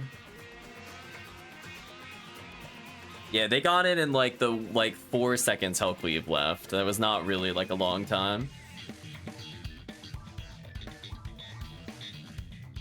I mean, technically I could put reserved. As I said before, I don't mind playing with random people, but it's like whatever. I don't remember how to boot people. I'll figure it out for next time. So we'll do one with HellCleave, then we'll see from there. Oh, okay, I got Excalibur. I got scared for a second. I was like, did I join this game without Excal? Which song is this again? This is Blaze final version. I will link you the exact song link that I'm listening to right now if you want it. Sorry, Chan, I'm gonna be AFK for a second to post that link. Someone enjoying some Blaze. It is the hero theme.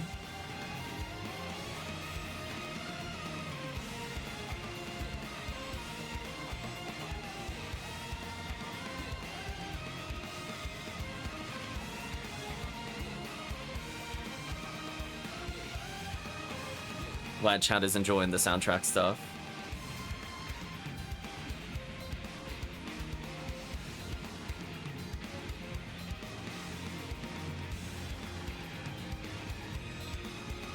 Nice.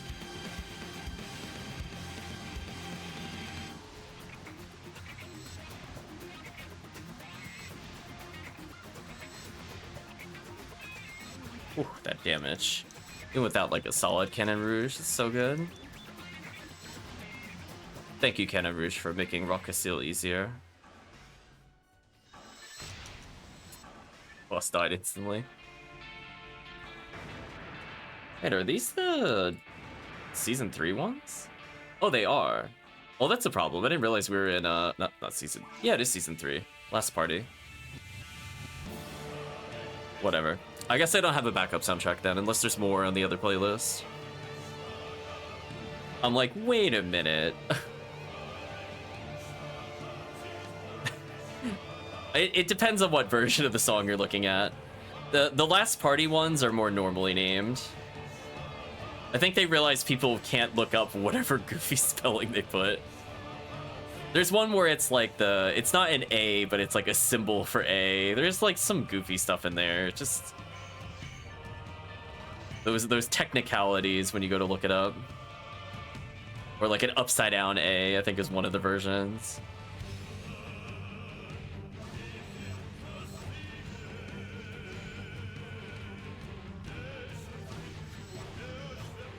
Yeah, this is without a doubt Nobunaga's theme. I'm not even gonna look at the name of the song. Okay, I'll stay behind.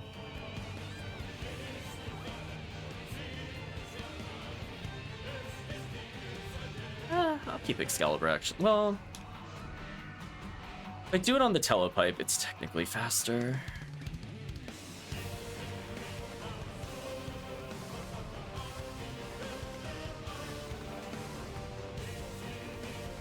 Technically faster. Power material, it's fine, I'll leave it.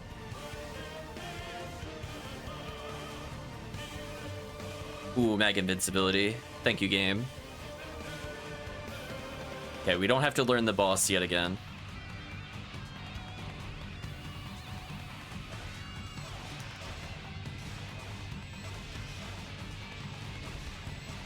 Goodbye, boss.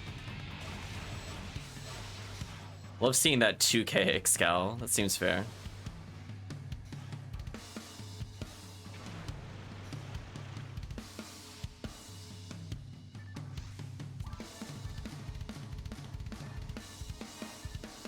Now for the extended drum solo.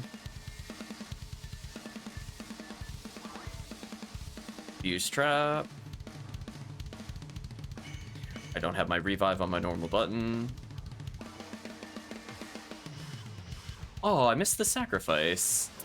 That's unfortunate. That would have killed. I'll do normal heavy special there instead.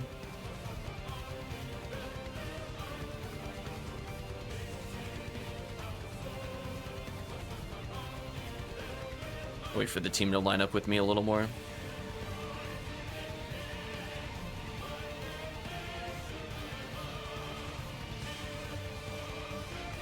Oh, the other one was slightly too close. Rip.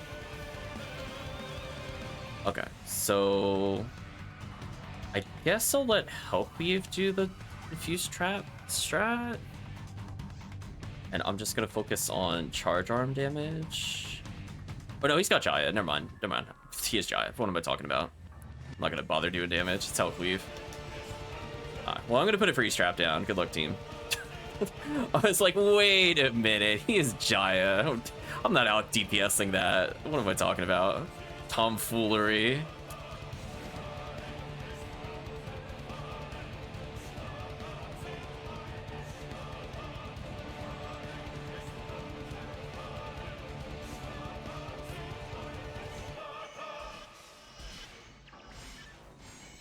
Yeah, I think Nobunaga's theme is like MAOU or something. Mao.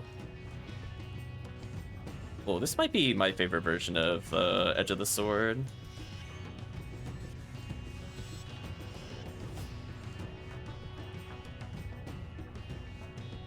There we go, just want that power material.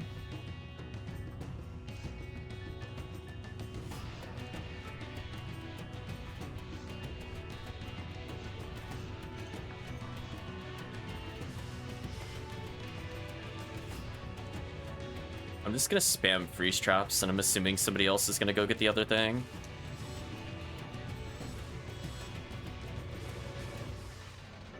We'll play door defense for a little bit.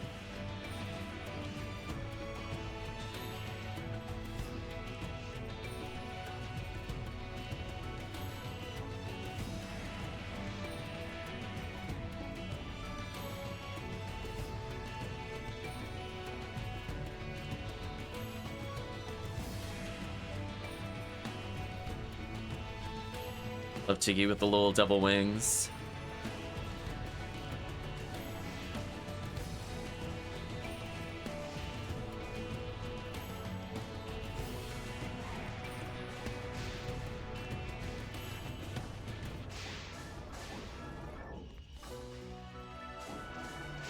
Ah. Don't shoot it.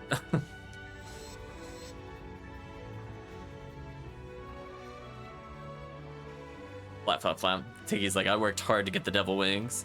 It goes well with the outfit. Yeah, it's a good choice, Tiggy. Aesthetically, good.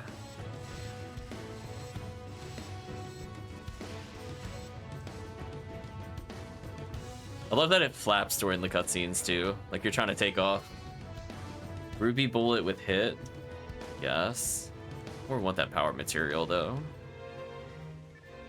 Oh, luck material, I mean.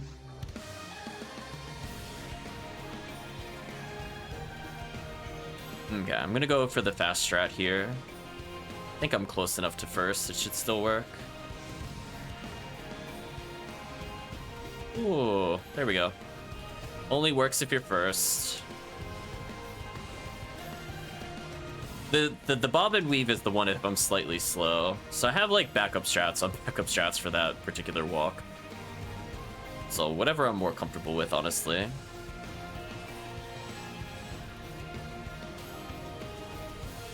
Okay, I'm gonna put down a telepipe for the team.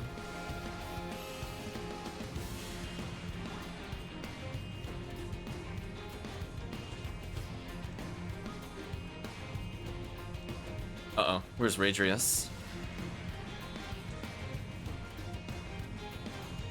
Oh, maybe telepiping.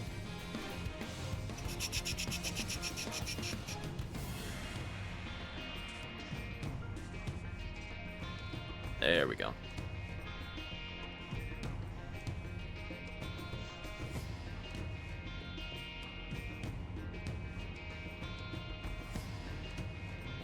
Oh, everybody's gotta enter the teleporter.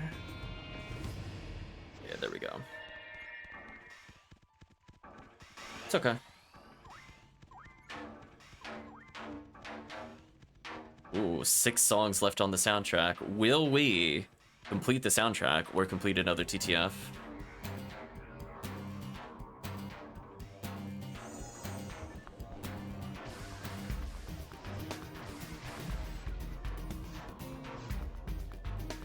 I'm still really happy that I realized that the spawn pattern for these is not random.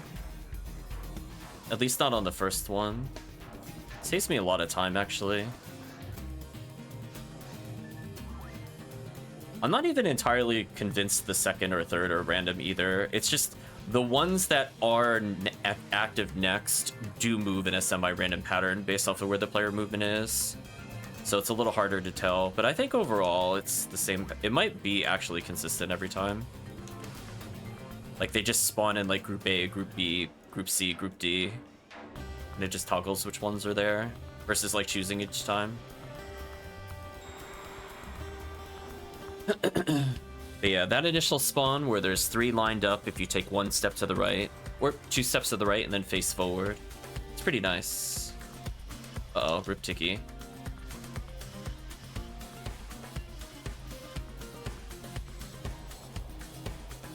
I'll try to revive Tiggy once we're through this first phase. Although I'm pretty far from Tiggy since I'm at the edge. Oh, I slightly misaligned.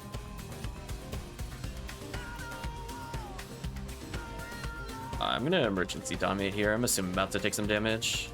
That's a good assumption.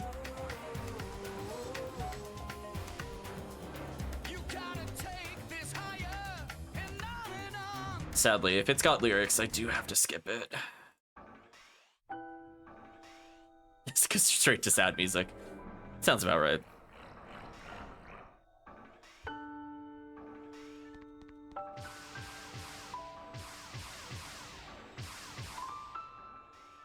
Rip HellCleave.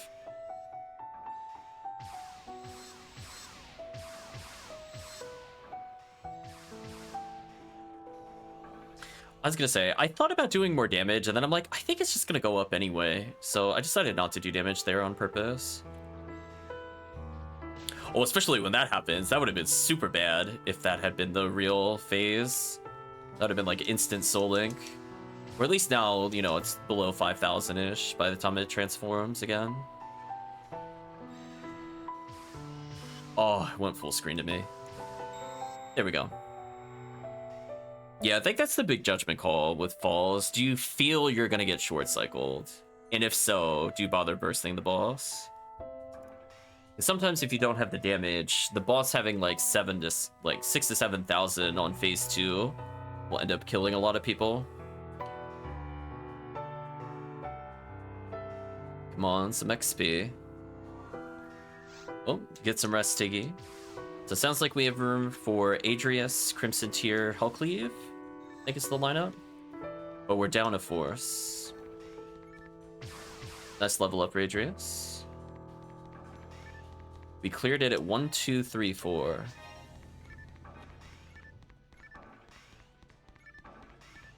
I was gonna say, as soon as it goes to the Christmas event, we'll do a special event to level my Viridian to 200. Try the Vulcans and the Burning Ray Gun. Sounds fun. So get some rest, Tiggy. Sleep well. Sure, I'll identify the Ruby Bullet. Will I use this gun? No. Will I still keep it? Probably. I'd like to see what the highest hit I can get on this thing is.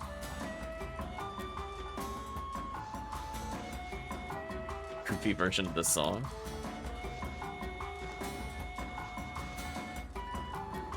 Some stars in there. I'll burn 1 moon, that should be fun.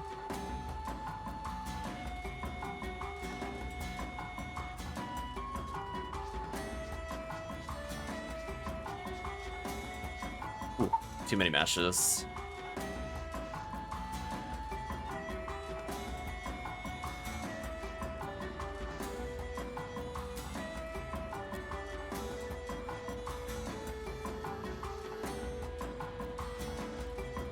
Yeah, I think the thing is now that block 3 is no longer there, I think we're getting people that normally play block 3 and block 2. So they don't know about my games, chat. Oh, speaking of which. Okay, so now that block 3 is no longer a thing, I need to set password, I think. Sorry, random person, I might have to boot you. Assuming Crimson is still interested. Otherwise, I'll leave the random person where they are.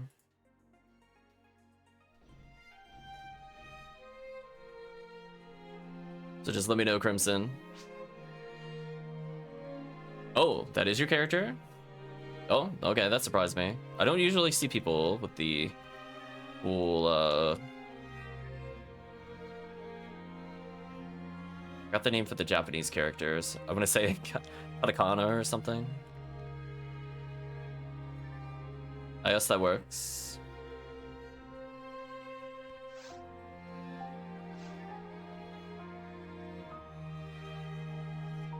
Ooh, look at that. Bonus points. What?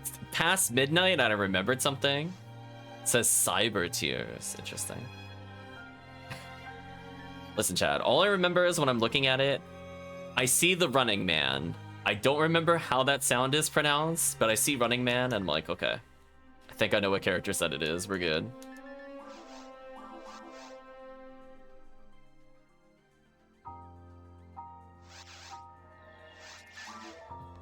I was having this discussion when we were talking about the Kirby game names.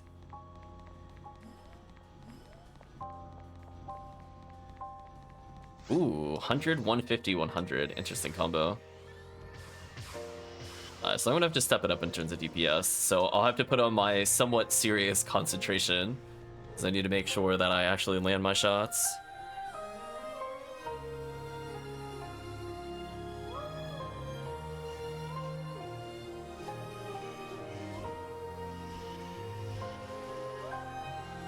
Make sure we freeze them. Oops. Boxes, please. I realized a moment too late it focused on the box to my right. Not wanted though.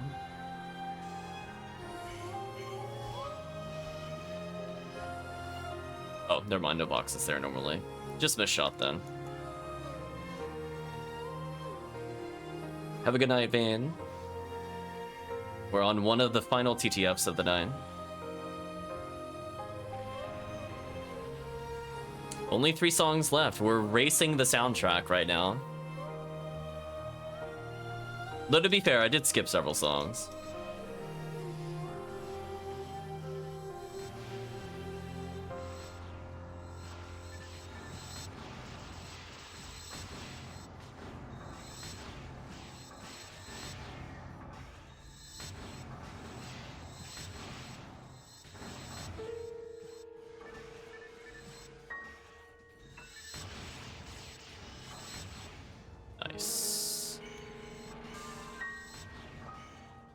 Actually, does anybody in chat know why they removed Block 3? Was there an official statement at any point? I don't remember that ever being announced in the announcements, and I don't recall anything immediately near it. I'm just curious if there was a reason for it. Was it like server space issue, or what the deal is? Ooh, Star Atomizer, I want that immediately.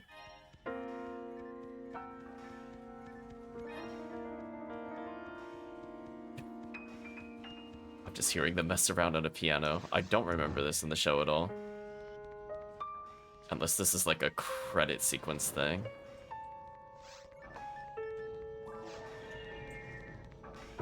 Yeah, Block 3 is just gone. When I look at the note, at least it's not on the announcements. I'm not sure if in general chat, maybe in the server, they mentioned why it was removed. Because I know they were going back and forth with like several DLL updates, and at some point, like within the past couple of weeks, it just got removed. Probably literally the past couple of days.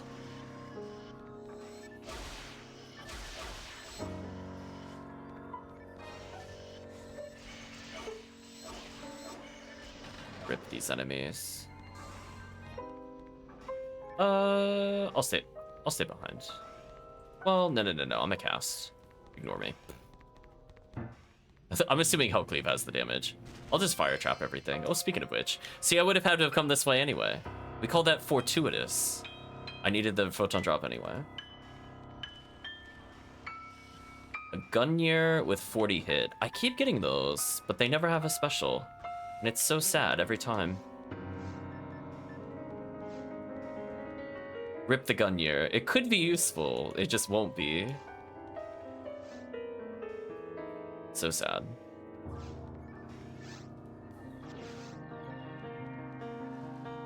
Radreus, Crmzntears, no invincibility. This will be interesting. Time to do some damage.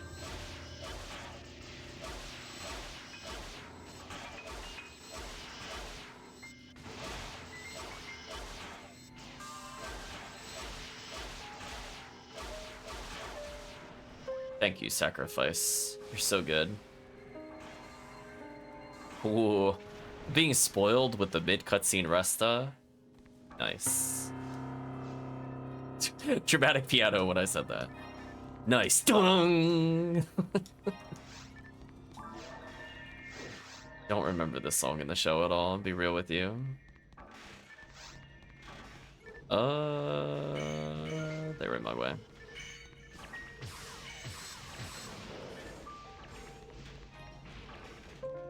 So I think at this point I'm only looking for one more V101 potentially, just so my Fomar can have it full time. Other than that, it's like, I guess, like if I really want one of my Fomar full time, honestly, with one ability up and all her free slots, I don't think it matters. There's nothing I really want to use her free slots on most of the time anyway. Unless I'm looking to do like Smart Link, Heavenly Battle, Century and something or other. Okay, HellCleave is going in there. My job is to freeze.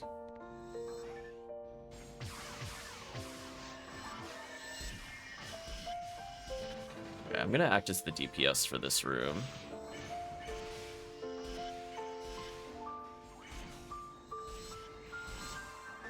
I don't see anybody go for the other strat. I'm gonna go for it then. I'll put down a freeze trap. Good luck.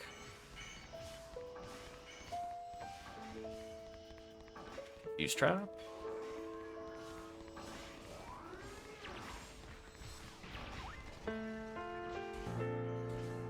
I wasn't sure where it was. I just kind of shot in the room. It was like, yeah, whatever. Good enough. So we're put a freeze trap in the middle of the room. We're gonna move sideways, let them come in, and punish.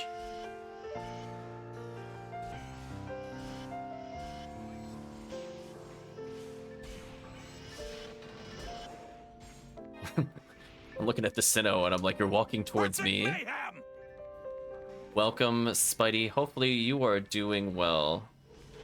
I'm not sure if you ended up playing PSO. I had to step out midway through, and then I was like, you know what? Time for some PSO.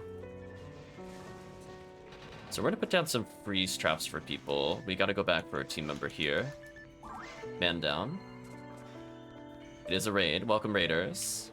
We're gonna do our best to dodge all the lasers. Which I think actually went pretty successfully. Oh, okay, you did change the PSO? Hopefully you had some fun. Yeah, sadly I think it switched over to drop rate. I think by the time at least I started playing. I'm not sure if you had a chance to hop in while it was XP. We'll do one more TTF since we have raiders here. We don't want to immediately end stream. I was going to end here, but we'll do extended sessions just for the new people. Yeah, we're just showcasing high level stuff. Oh, don't shoot the monitors. Oh, HellCleave, you got it? Oh, him. Okay, never mind. I was confused. I'm like, wait a minute. I mean, I'll let HellCleave do it. Listen, if you got Excalibur, I'm not gonna say no to that. Beat Roll A, nice. Yeah, I was like, I'm like, I'm not gonna say no. It does work. Yeah, the DMC fix will mean this boss will get deleted. Recipe false up or bolt up.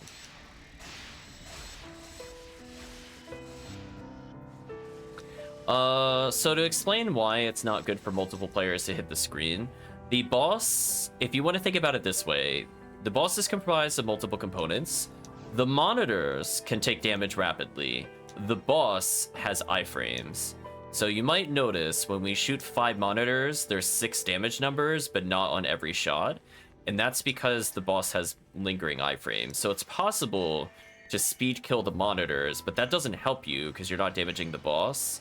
And it actually gives you less opportunity to punish the boss. If you're wondering why people do that. There's also weird tech with the game where essentially the game decides that ooh, the pattern got messed up for some reason. That if you're attacking with spells on the boss, it still looks at your attack power for some reason to determine how to damage the boss. And it's the only thing in the game that behaves that way. Why did it go all weird? Huh. Interesting. I wonder if it's because people went to the right first. It caused the sorcerer to go and face the wrong direction. Probably it. Anyway, we're gonna go ahead and beat falls real quick. Don't mind us. We're just casually clearing. I'll put down a telepipe since everybody else is back there somewhere. Oh, never mind. All of chat is near me. Disregard.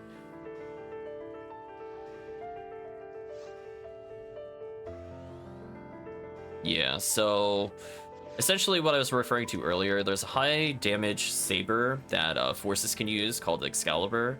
So because it has so much raw ATP, if a force rapidly chains Gazan, which is their chain lightning, into the monitor, it will do massive damage to the boss without really touching the screens themselves. So it's just a fast way to kill the boss.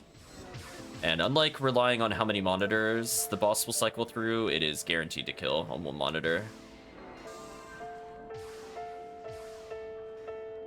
You grabbed a powerhouse of a blade. What weapon did you pick up? Get out of here, random spinners. Oops, nice try. Oh, blade plus 10? Oh, we're going back to the classics.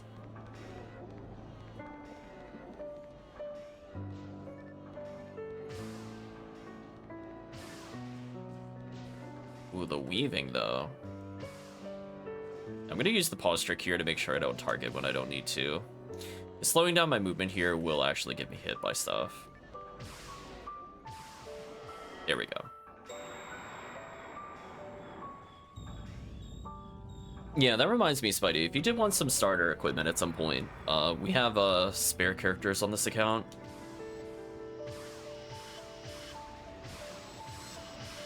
This is not the head I want to focus on. I'm going to shoot this one. Yep, everybody starts somewhere with the weapons. You can't immediately wield the endgame items without a lot of prep. Gotta get that level 200 mag, gotta get the 100 plus power material. We're gonna dodge to the left here to reduce the odds the boss will hit me. We're gonna walk forward with pause tricks so the boss doesn't hit me. And we're getting a favorable pattern here. We want to see the boss do what I call the angry stomp. Oh, I went for it. I went for a really cheeky sacrifice special. It was almost worth it. Yeah, I think that big switch when you start going from like the basic sabers to things like partisans, in particular for crowd control, or the big swords leading up to your calibers. Definitely noticeable. I forget, what character class are you playing? Are you playing a hunter of some sort, or... Hunter? Nice, nice.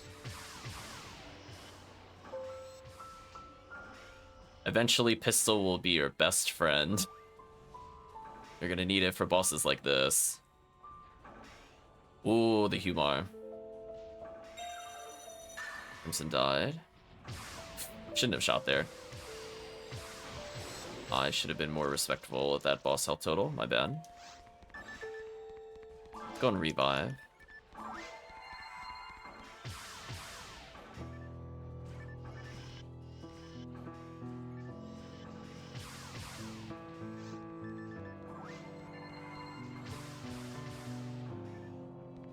Why is the boss staying away from me? This is so sad.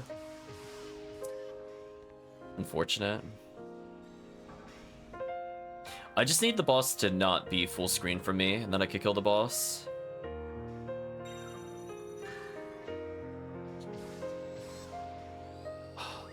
Are you soul linking me? Oh, I don't care about that. Soul link me all day. Let's go. I don't care about my health total. Somebody could revive me. We're good. I'm like, I don't care about character death in this boss fight. Let's go. Nice. Sometimes, chat, it's just faster to die. Epic boss theme? Yeah, something like that. I mean, we did finally get to the end, literally. So we have 30 seconds left on the soundtrack. We barely beat the soundtrack, chat. 30 seconds. So this must be the end credit for the show. So let's do one more TTF for the people that joined. And we'll have to find a new soundtrack to listen to. Yeah, that was literally the last note there. Perfectly timed soundtrack. But we'll do one more.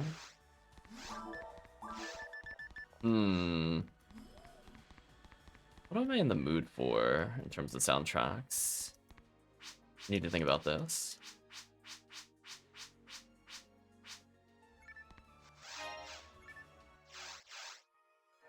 I mean, I could just go back to like Streets of Rage. I mean, when in doubt, Streets of Rage music is so good.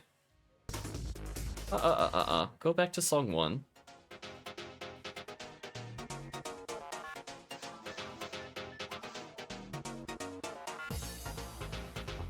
I'll put a password this time. The password is king.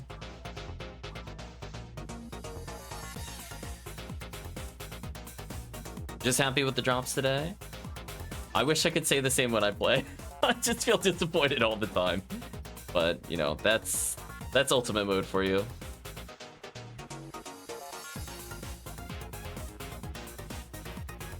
Yeah, that's a pretty sizable amount of materials, especially prior to ultimate. I would be happy with that too.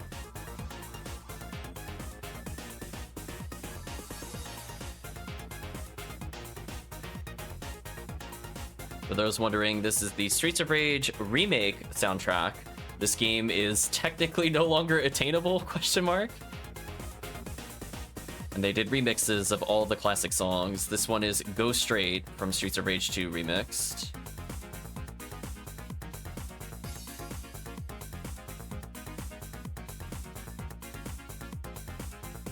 So if you're up for it, Crmzntears, password is king, all lowercase. That is our standard game name stuff. Vulcans feel good. Ooh, interesting. Yeah, I think with the... I think it's just how rapidly you can apply the things. Yeah, because I think every time you apply the element, if people are rapidly shooting, it'll multiply the damage. So I fully see that for sure. King, yeah. I mean, Yuzo Kozuhiro, the composer, original composer for this soundtrack, is amazing. Please go check out that composer. Oh, that's what I should do. Next time we play, I know exactly what soundtrack. We're gonna listen to some Etrian next time we play. Some Etrian Odyssey and Etrian Mystery Dungeon. Great soundtracks by an amazing composer who did the soundtrack for Streets of Rage as well.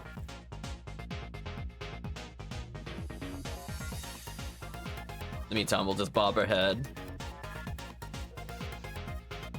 Chaosmania with the Dragon Blitz dance and then the Alucard posing. The HTV of this would be higher and feel better? Interesting.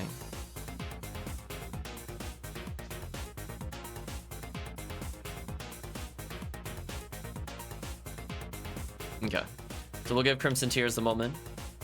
And then we'll do the boss rush one last time.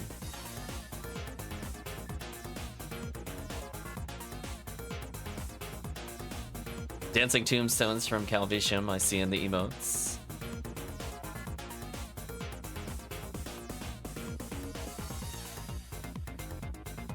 So yeah, tonight ended up being a bit of a late night stream, so I'm probably going to be feeling it tomorrow. Unfortunately. Such is the price you pay for PSO. But we're here. We have a group of people. Makes more sense to just keep going where we can. I love that both players are now 101 as well. With exactly 666 HP. Classic HP total. Boss music coming as we're about to start up the raid.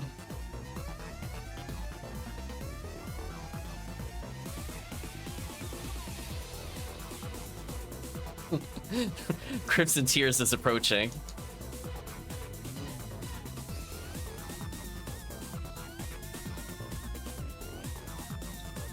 I mean, to be fair, this music should play when the squad rolls out.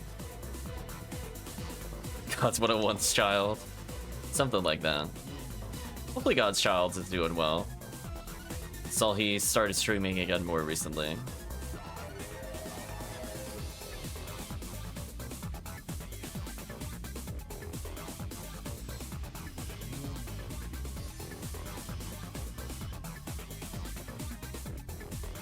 The axes into the slides. That is a combo.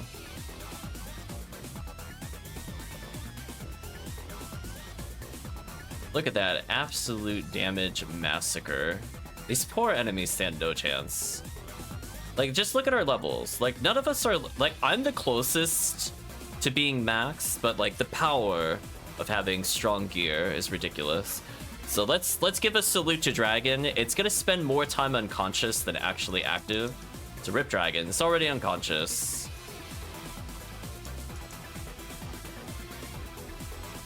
The one shot is real. We salute you, Still Dragon, for trying to gatekeep into ultimate, but we don't care. We have Bazooka. Bazooka doesn't care about any of your stats. Goodbye. Bazooka time. Let's see if the boss even lifts off the ground. Let's watch. Oh, it lifted. That's a shame. Oh well. Poor Dragon. It did something. It hit me. Chat, you all saw it. It did its revenge hit on me. Good job, Dragon. I'll dodge out of the way of the boss real quick as I spin.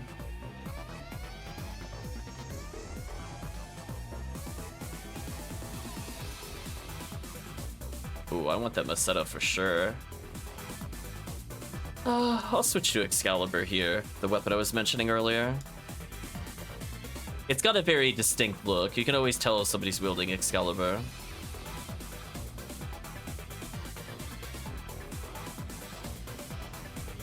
Oh? Oh, you know what I did? I hit heavy first instead of special. That wasn't my bad. I was like, why didn't that kill? And I'm like, oh, right. Yeah, that won't kill by default.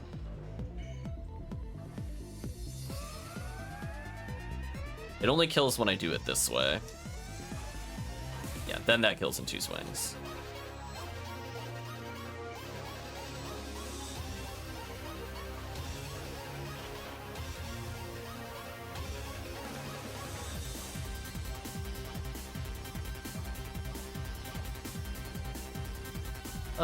I might as well just leave. I believe in HellCleave.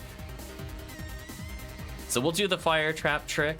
So you might notice the slimes spawn in the corners of the arena. As long as you fire trap the corners of the arena, which are very easily indicated by those little dots, it'll actually instantly kill the slimes regardless where they are, because that's their normal spawn point. So you might have noticed that even though we're not anywhere near a slime, we killed all of them. It's not very fair, but, you know, just hashtag PSO things. When you just fire trap at random corners of the room, because that's where they came from and they die. Tell them to get good. Hey, Worm Boss. I'm ready for you. Ooh, invincibility again. That's what I want to see. Not fair, but fun. Exactly. Fire traps always having a use in the late game, even if you don't use them for DPS. They can be used for DPS. There are strategies in solo play where it matters. But, nah.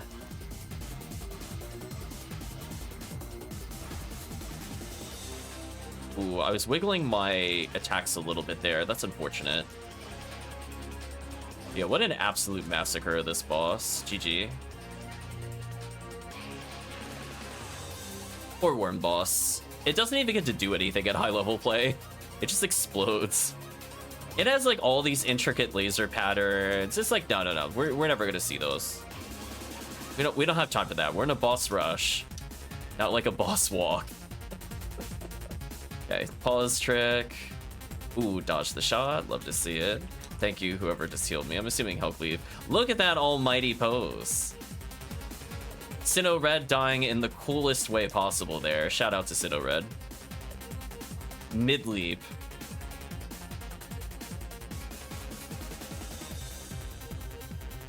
I'm thinking, do I want to switch to Charge Arm now? You know what? I want to see what happens if I switch to Charge Arm over my normal one. No, I still turned the wrong way for it. Never mind. I gotta figure out a better strat. Either like walk slightly left or whatever. so I don't target behind me. I'll let HellCleave go in first. Everybody's 102, nice. I'm just gonna spin in circles for a little bit, don't mind me.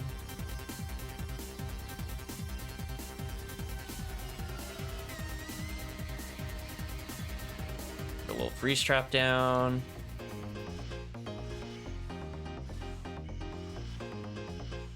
Oh, this is one of my favorite songs from Streets of Rage 1 remixed. I'm gonna leave a little happy freeze trap down for the group, and then I'm gonna go deal with the Barans. I could picture the elevator sound effects playing during this.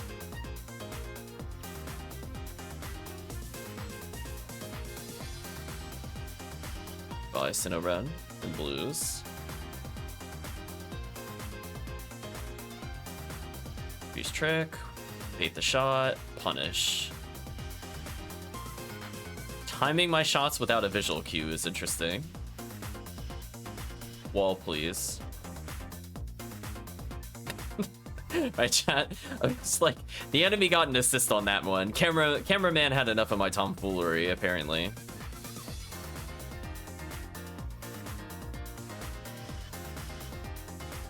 Oh, it didn't. It barely didn't kill. Alright, what we're gonna do, there's gonna be a lot of enemies here. Chat needs to safely get to the boss, so we're gonna put down a lot of freeze traps, so that way chat can get in there. I think that worked.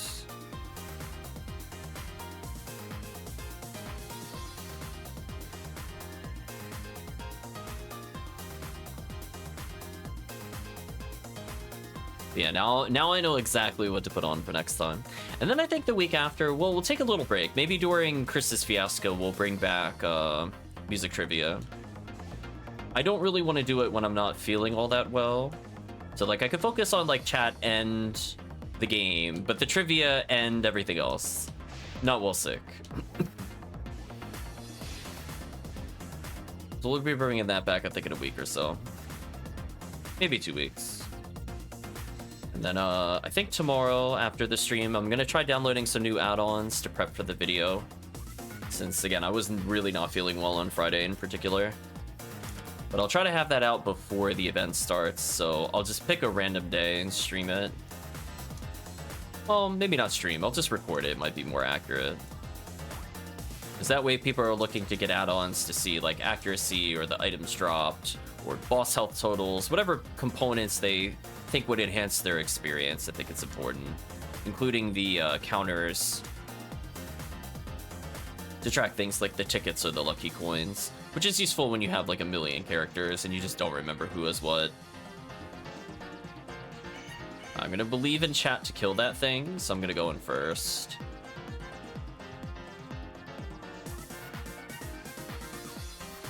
Yeah, see that? Oh, it didn't behave again. It was close. Might have to go back to the zigzag strat on that, to be honest. Because the zigzag is consistent, it's just slower. I'm not sure what messed up his movement there. He went slightly more left than he's supposed to.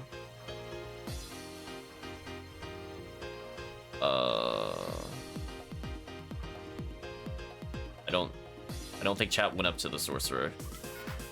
Maybe that's what happened. Everybody just went the one way.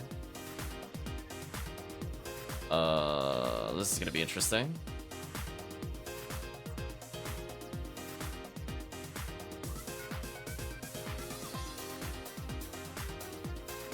Yeah, so basically what happens is in the room we were in previously, there's an elevated platform.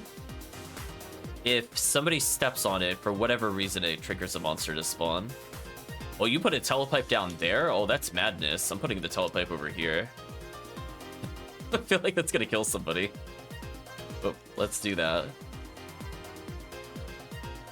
Yeah, there we go. Yeah, those indie Belras are ready to murder.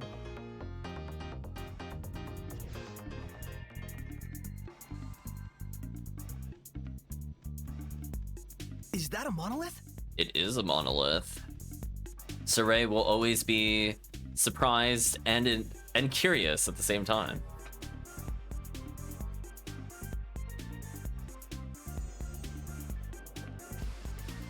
Ooh, I don't know what that emote is.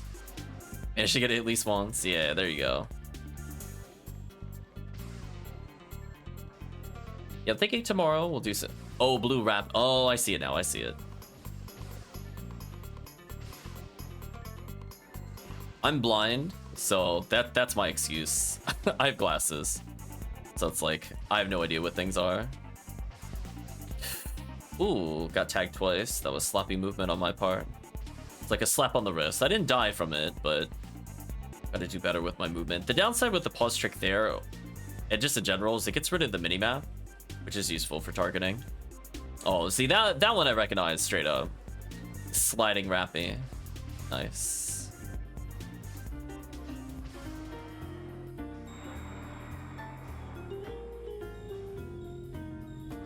Just casual semi-jazz as we murder the boss. Gotta do it with style, chat.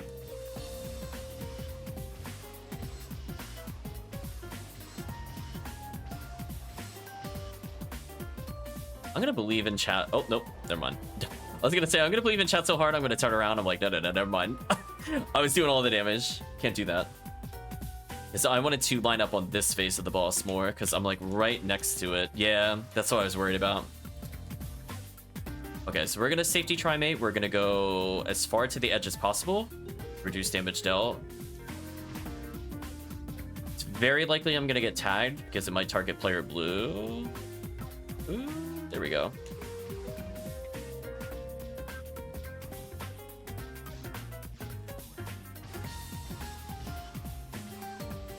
Okay, I got one sacrifice shot off. That was kind of worth it. Got another one here.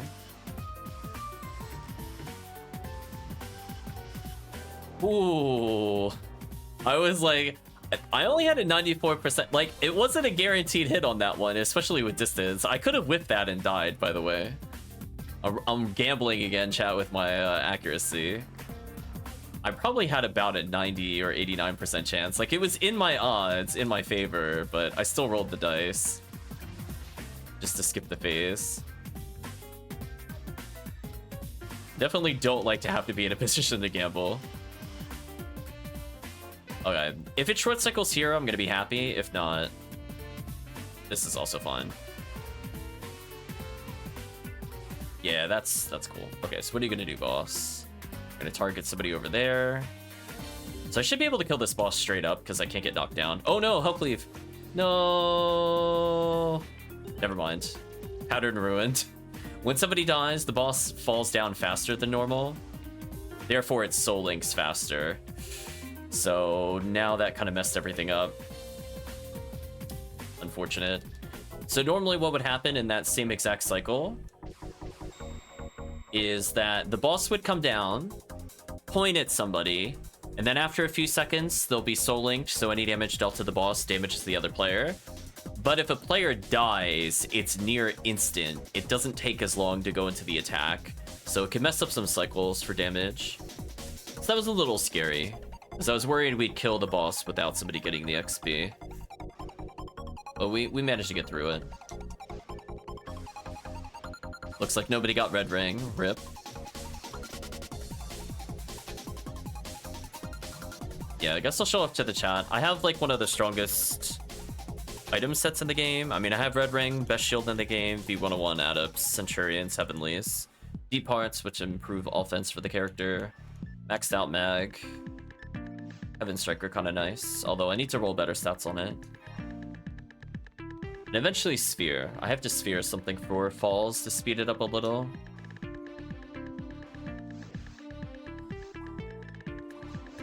Yeah, nicely done overall.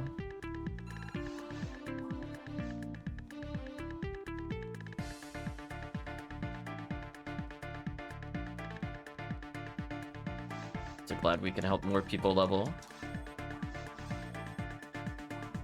Was this the final boss music? I didn't recognize the intro at first, but now it kind of sounds like it.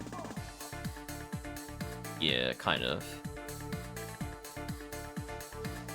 I think we're good here.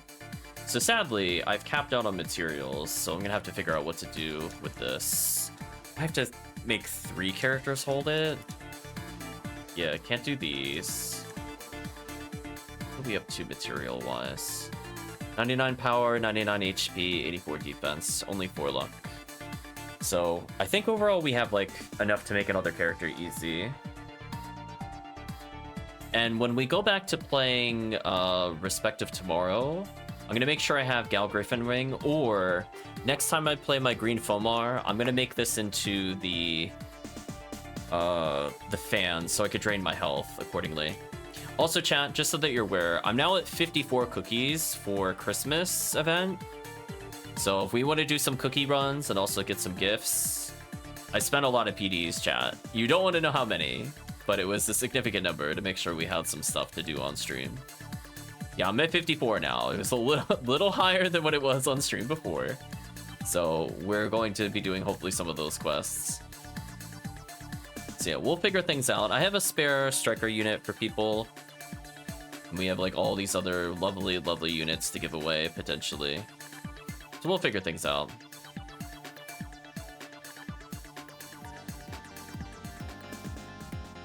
Yeah, I don't think I need any of these.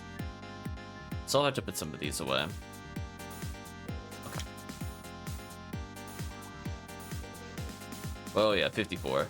Plus, I'm not sure how many Chris has. So between Chris, potentially Vayne, HellCleave, Promethean, we might have like a near... I'm not going to call it 24-hour cookie stream, but it'll be like 12 solid hours. So regardless of time zone, I think you would be able to join it. Because I imagine it's going to go on for at least 6 to 7 hours, which is pretty good. I think you had 13. Well, that's still like adding in like another half hour or so. More like 40 minutes. So that by itself is already quite a significant contribution.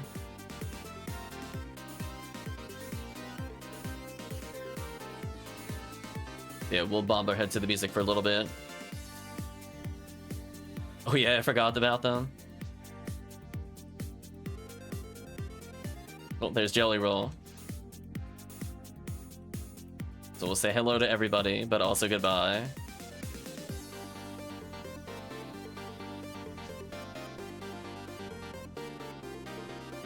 Let's chat. So we are done with PSO for the night. So as I said before, I recommend people, if they're in my Discord, we have people that are active, not gonna say every possible hour, but we have people that are active from like a good 10-12 hour range. So definitely if you're just looking for some help with multiplayer, there's a lot of people that are leveling some new character, well, new to Ultimate, but newer characters plus other things. And I think we're getting to the point where everybody's levels are starting to get to, I'm not gonna say like a hard carry standpoint, but to the point where they can basically hold their own. So we're just gonna keep focusing on that for the next week or so. Tomorrow, we're gonna try to do more varied runs. We did a mix of some episode 4, some episode 1, showcase technically a little bit of episode 2. But yeah, we're gonna take a look at what items the chat is looking for that would benefit from drop rate. So that's typically not boss rushes. And see if we can pick up some of those items, whether it's a spread needle or Heaven Striker or whatever endgame. Wasn't trying to get where I was today, but I think I might need to grab help. Sure. So if you're around Spidey tomorrow, I can probably do stuff either on stream or off stream potentially to help you. We do some rushes for XP. So if it's simple 4, if you want to just kind of go through there, we can definitely get you straight out of normal in like a few hours. Since basically just clearing about 2 episode 4 quests would get you to 20, then about 7 or 8 will take you to from hard mode to very hard mode. So if you ever just wanted to pump the difficulty, that's up to you. But again, generally speaking, when that occurs, the assumption is that you'll have a decent mag. So that's why it's not always the best to power level. That's why you always gotta ask. You're 21 right now? Okay. So yeah, we don't mind doing that because honestly, I'll be real with you, episode 4 drops are relevant no matter what the difficulty is. Episode 4 is dumb. Like, if you don't believe me, look at how many ways you can get photon crystals, ignition cloaks, like all that nonsense, Jayas. most of that's impacted by drop rate, except for the Rappy drops. So I'm like, oh no, I'm still getting endgame items. You got me. So yeah, we'll probably do that with the faux Newman. And depending on where people are, we might do more Pew Pew Laser. Pew Pew Laser's fun. We gotta rotate that in a bit more. May look at it if you're still up. So yeah, just let me know. I mean, I'm gonna get some rest because I usually stream in the morning. But yeah, if you happen to be around tomorrow, even if it's post-stream hours, I could probably put a couple hours to helping you level. Since I'm looking for some general things. Crmzntears says I gotta try laser. Yeah, as long as you have like a Ramarl, it's really fun. Ramar is okay, and then I don't bother with casts. Not tired, but need to walk away from PC. Totally fair. But I think from our standpoint, you know, I don't think we got any of the crazy rares today. We got kind of like okay rares. Nothing with like crazy high hit percents. Nothing that's like build defining for the most part. We did get a decent number of photon drops at least. So we're slowly recovering from this 60 plus photon drop trades that I was doing the past couple of weeks. So we'll see where we go with it there. And as I mentioned before, we have a lot of items for newer players. So definitely Spidey, reach out to me at some point. I'm really tired now, so I'm not going to say literally right this minute. But definitely any other day that's not after 1 a.m. We can probably give you some items to help boost you up a bit. As I said before, we have a lot of spare materials. I need to get rid of some power materials, so I could probably put in some towards whatever character you'd like. So I think the goal of the PSO is not for necessarily my characters to hit the endgame goal. It's more for the community to have fun. So as long as somebody is getting progression, somebody is enjoying the game, I think that's ultimately what I'm looking to achieve with the streams. Oh, you're still fighting a cold? Yeah, I'm feeling it again. The medicine makes me a bit drowsy, which doesn't help. That is sadly the side effect of it, amongst other things. But anyway, chat, I don't think there's anything else I really want to add for the YouTube portion of the stream. So if you'd like to all give a fond farewell, a goodbye, the shoutouts to YouTube. So if you did watch to this point in the video or the VOD, I'd just like to say thank you again for watching, and hope to see you again next time.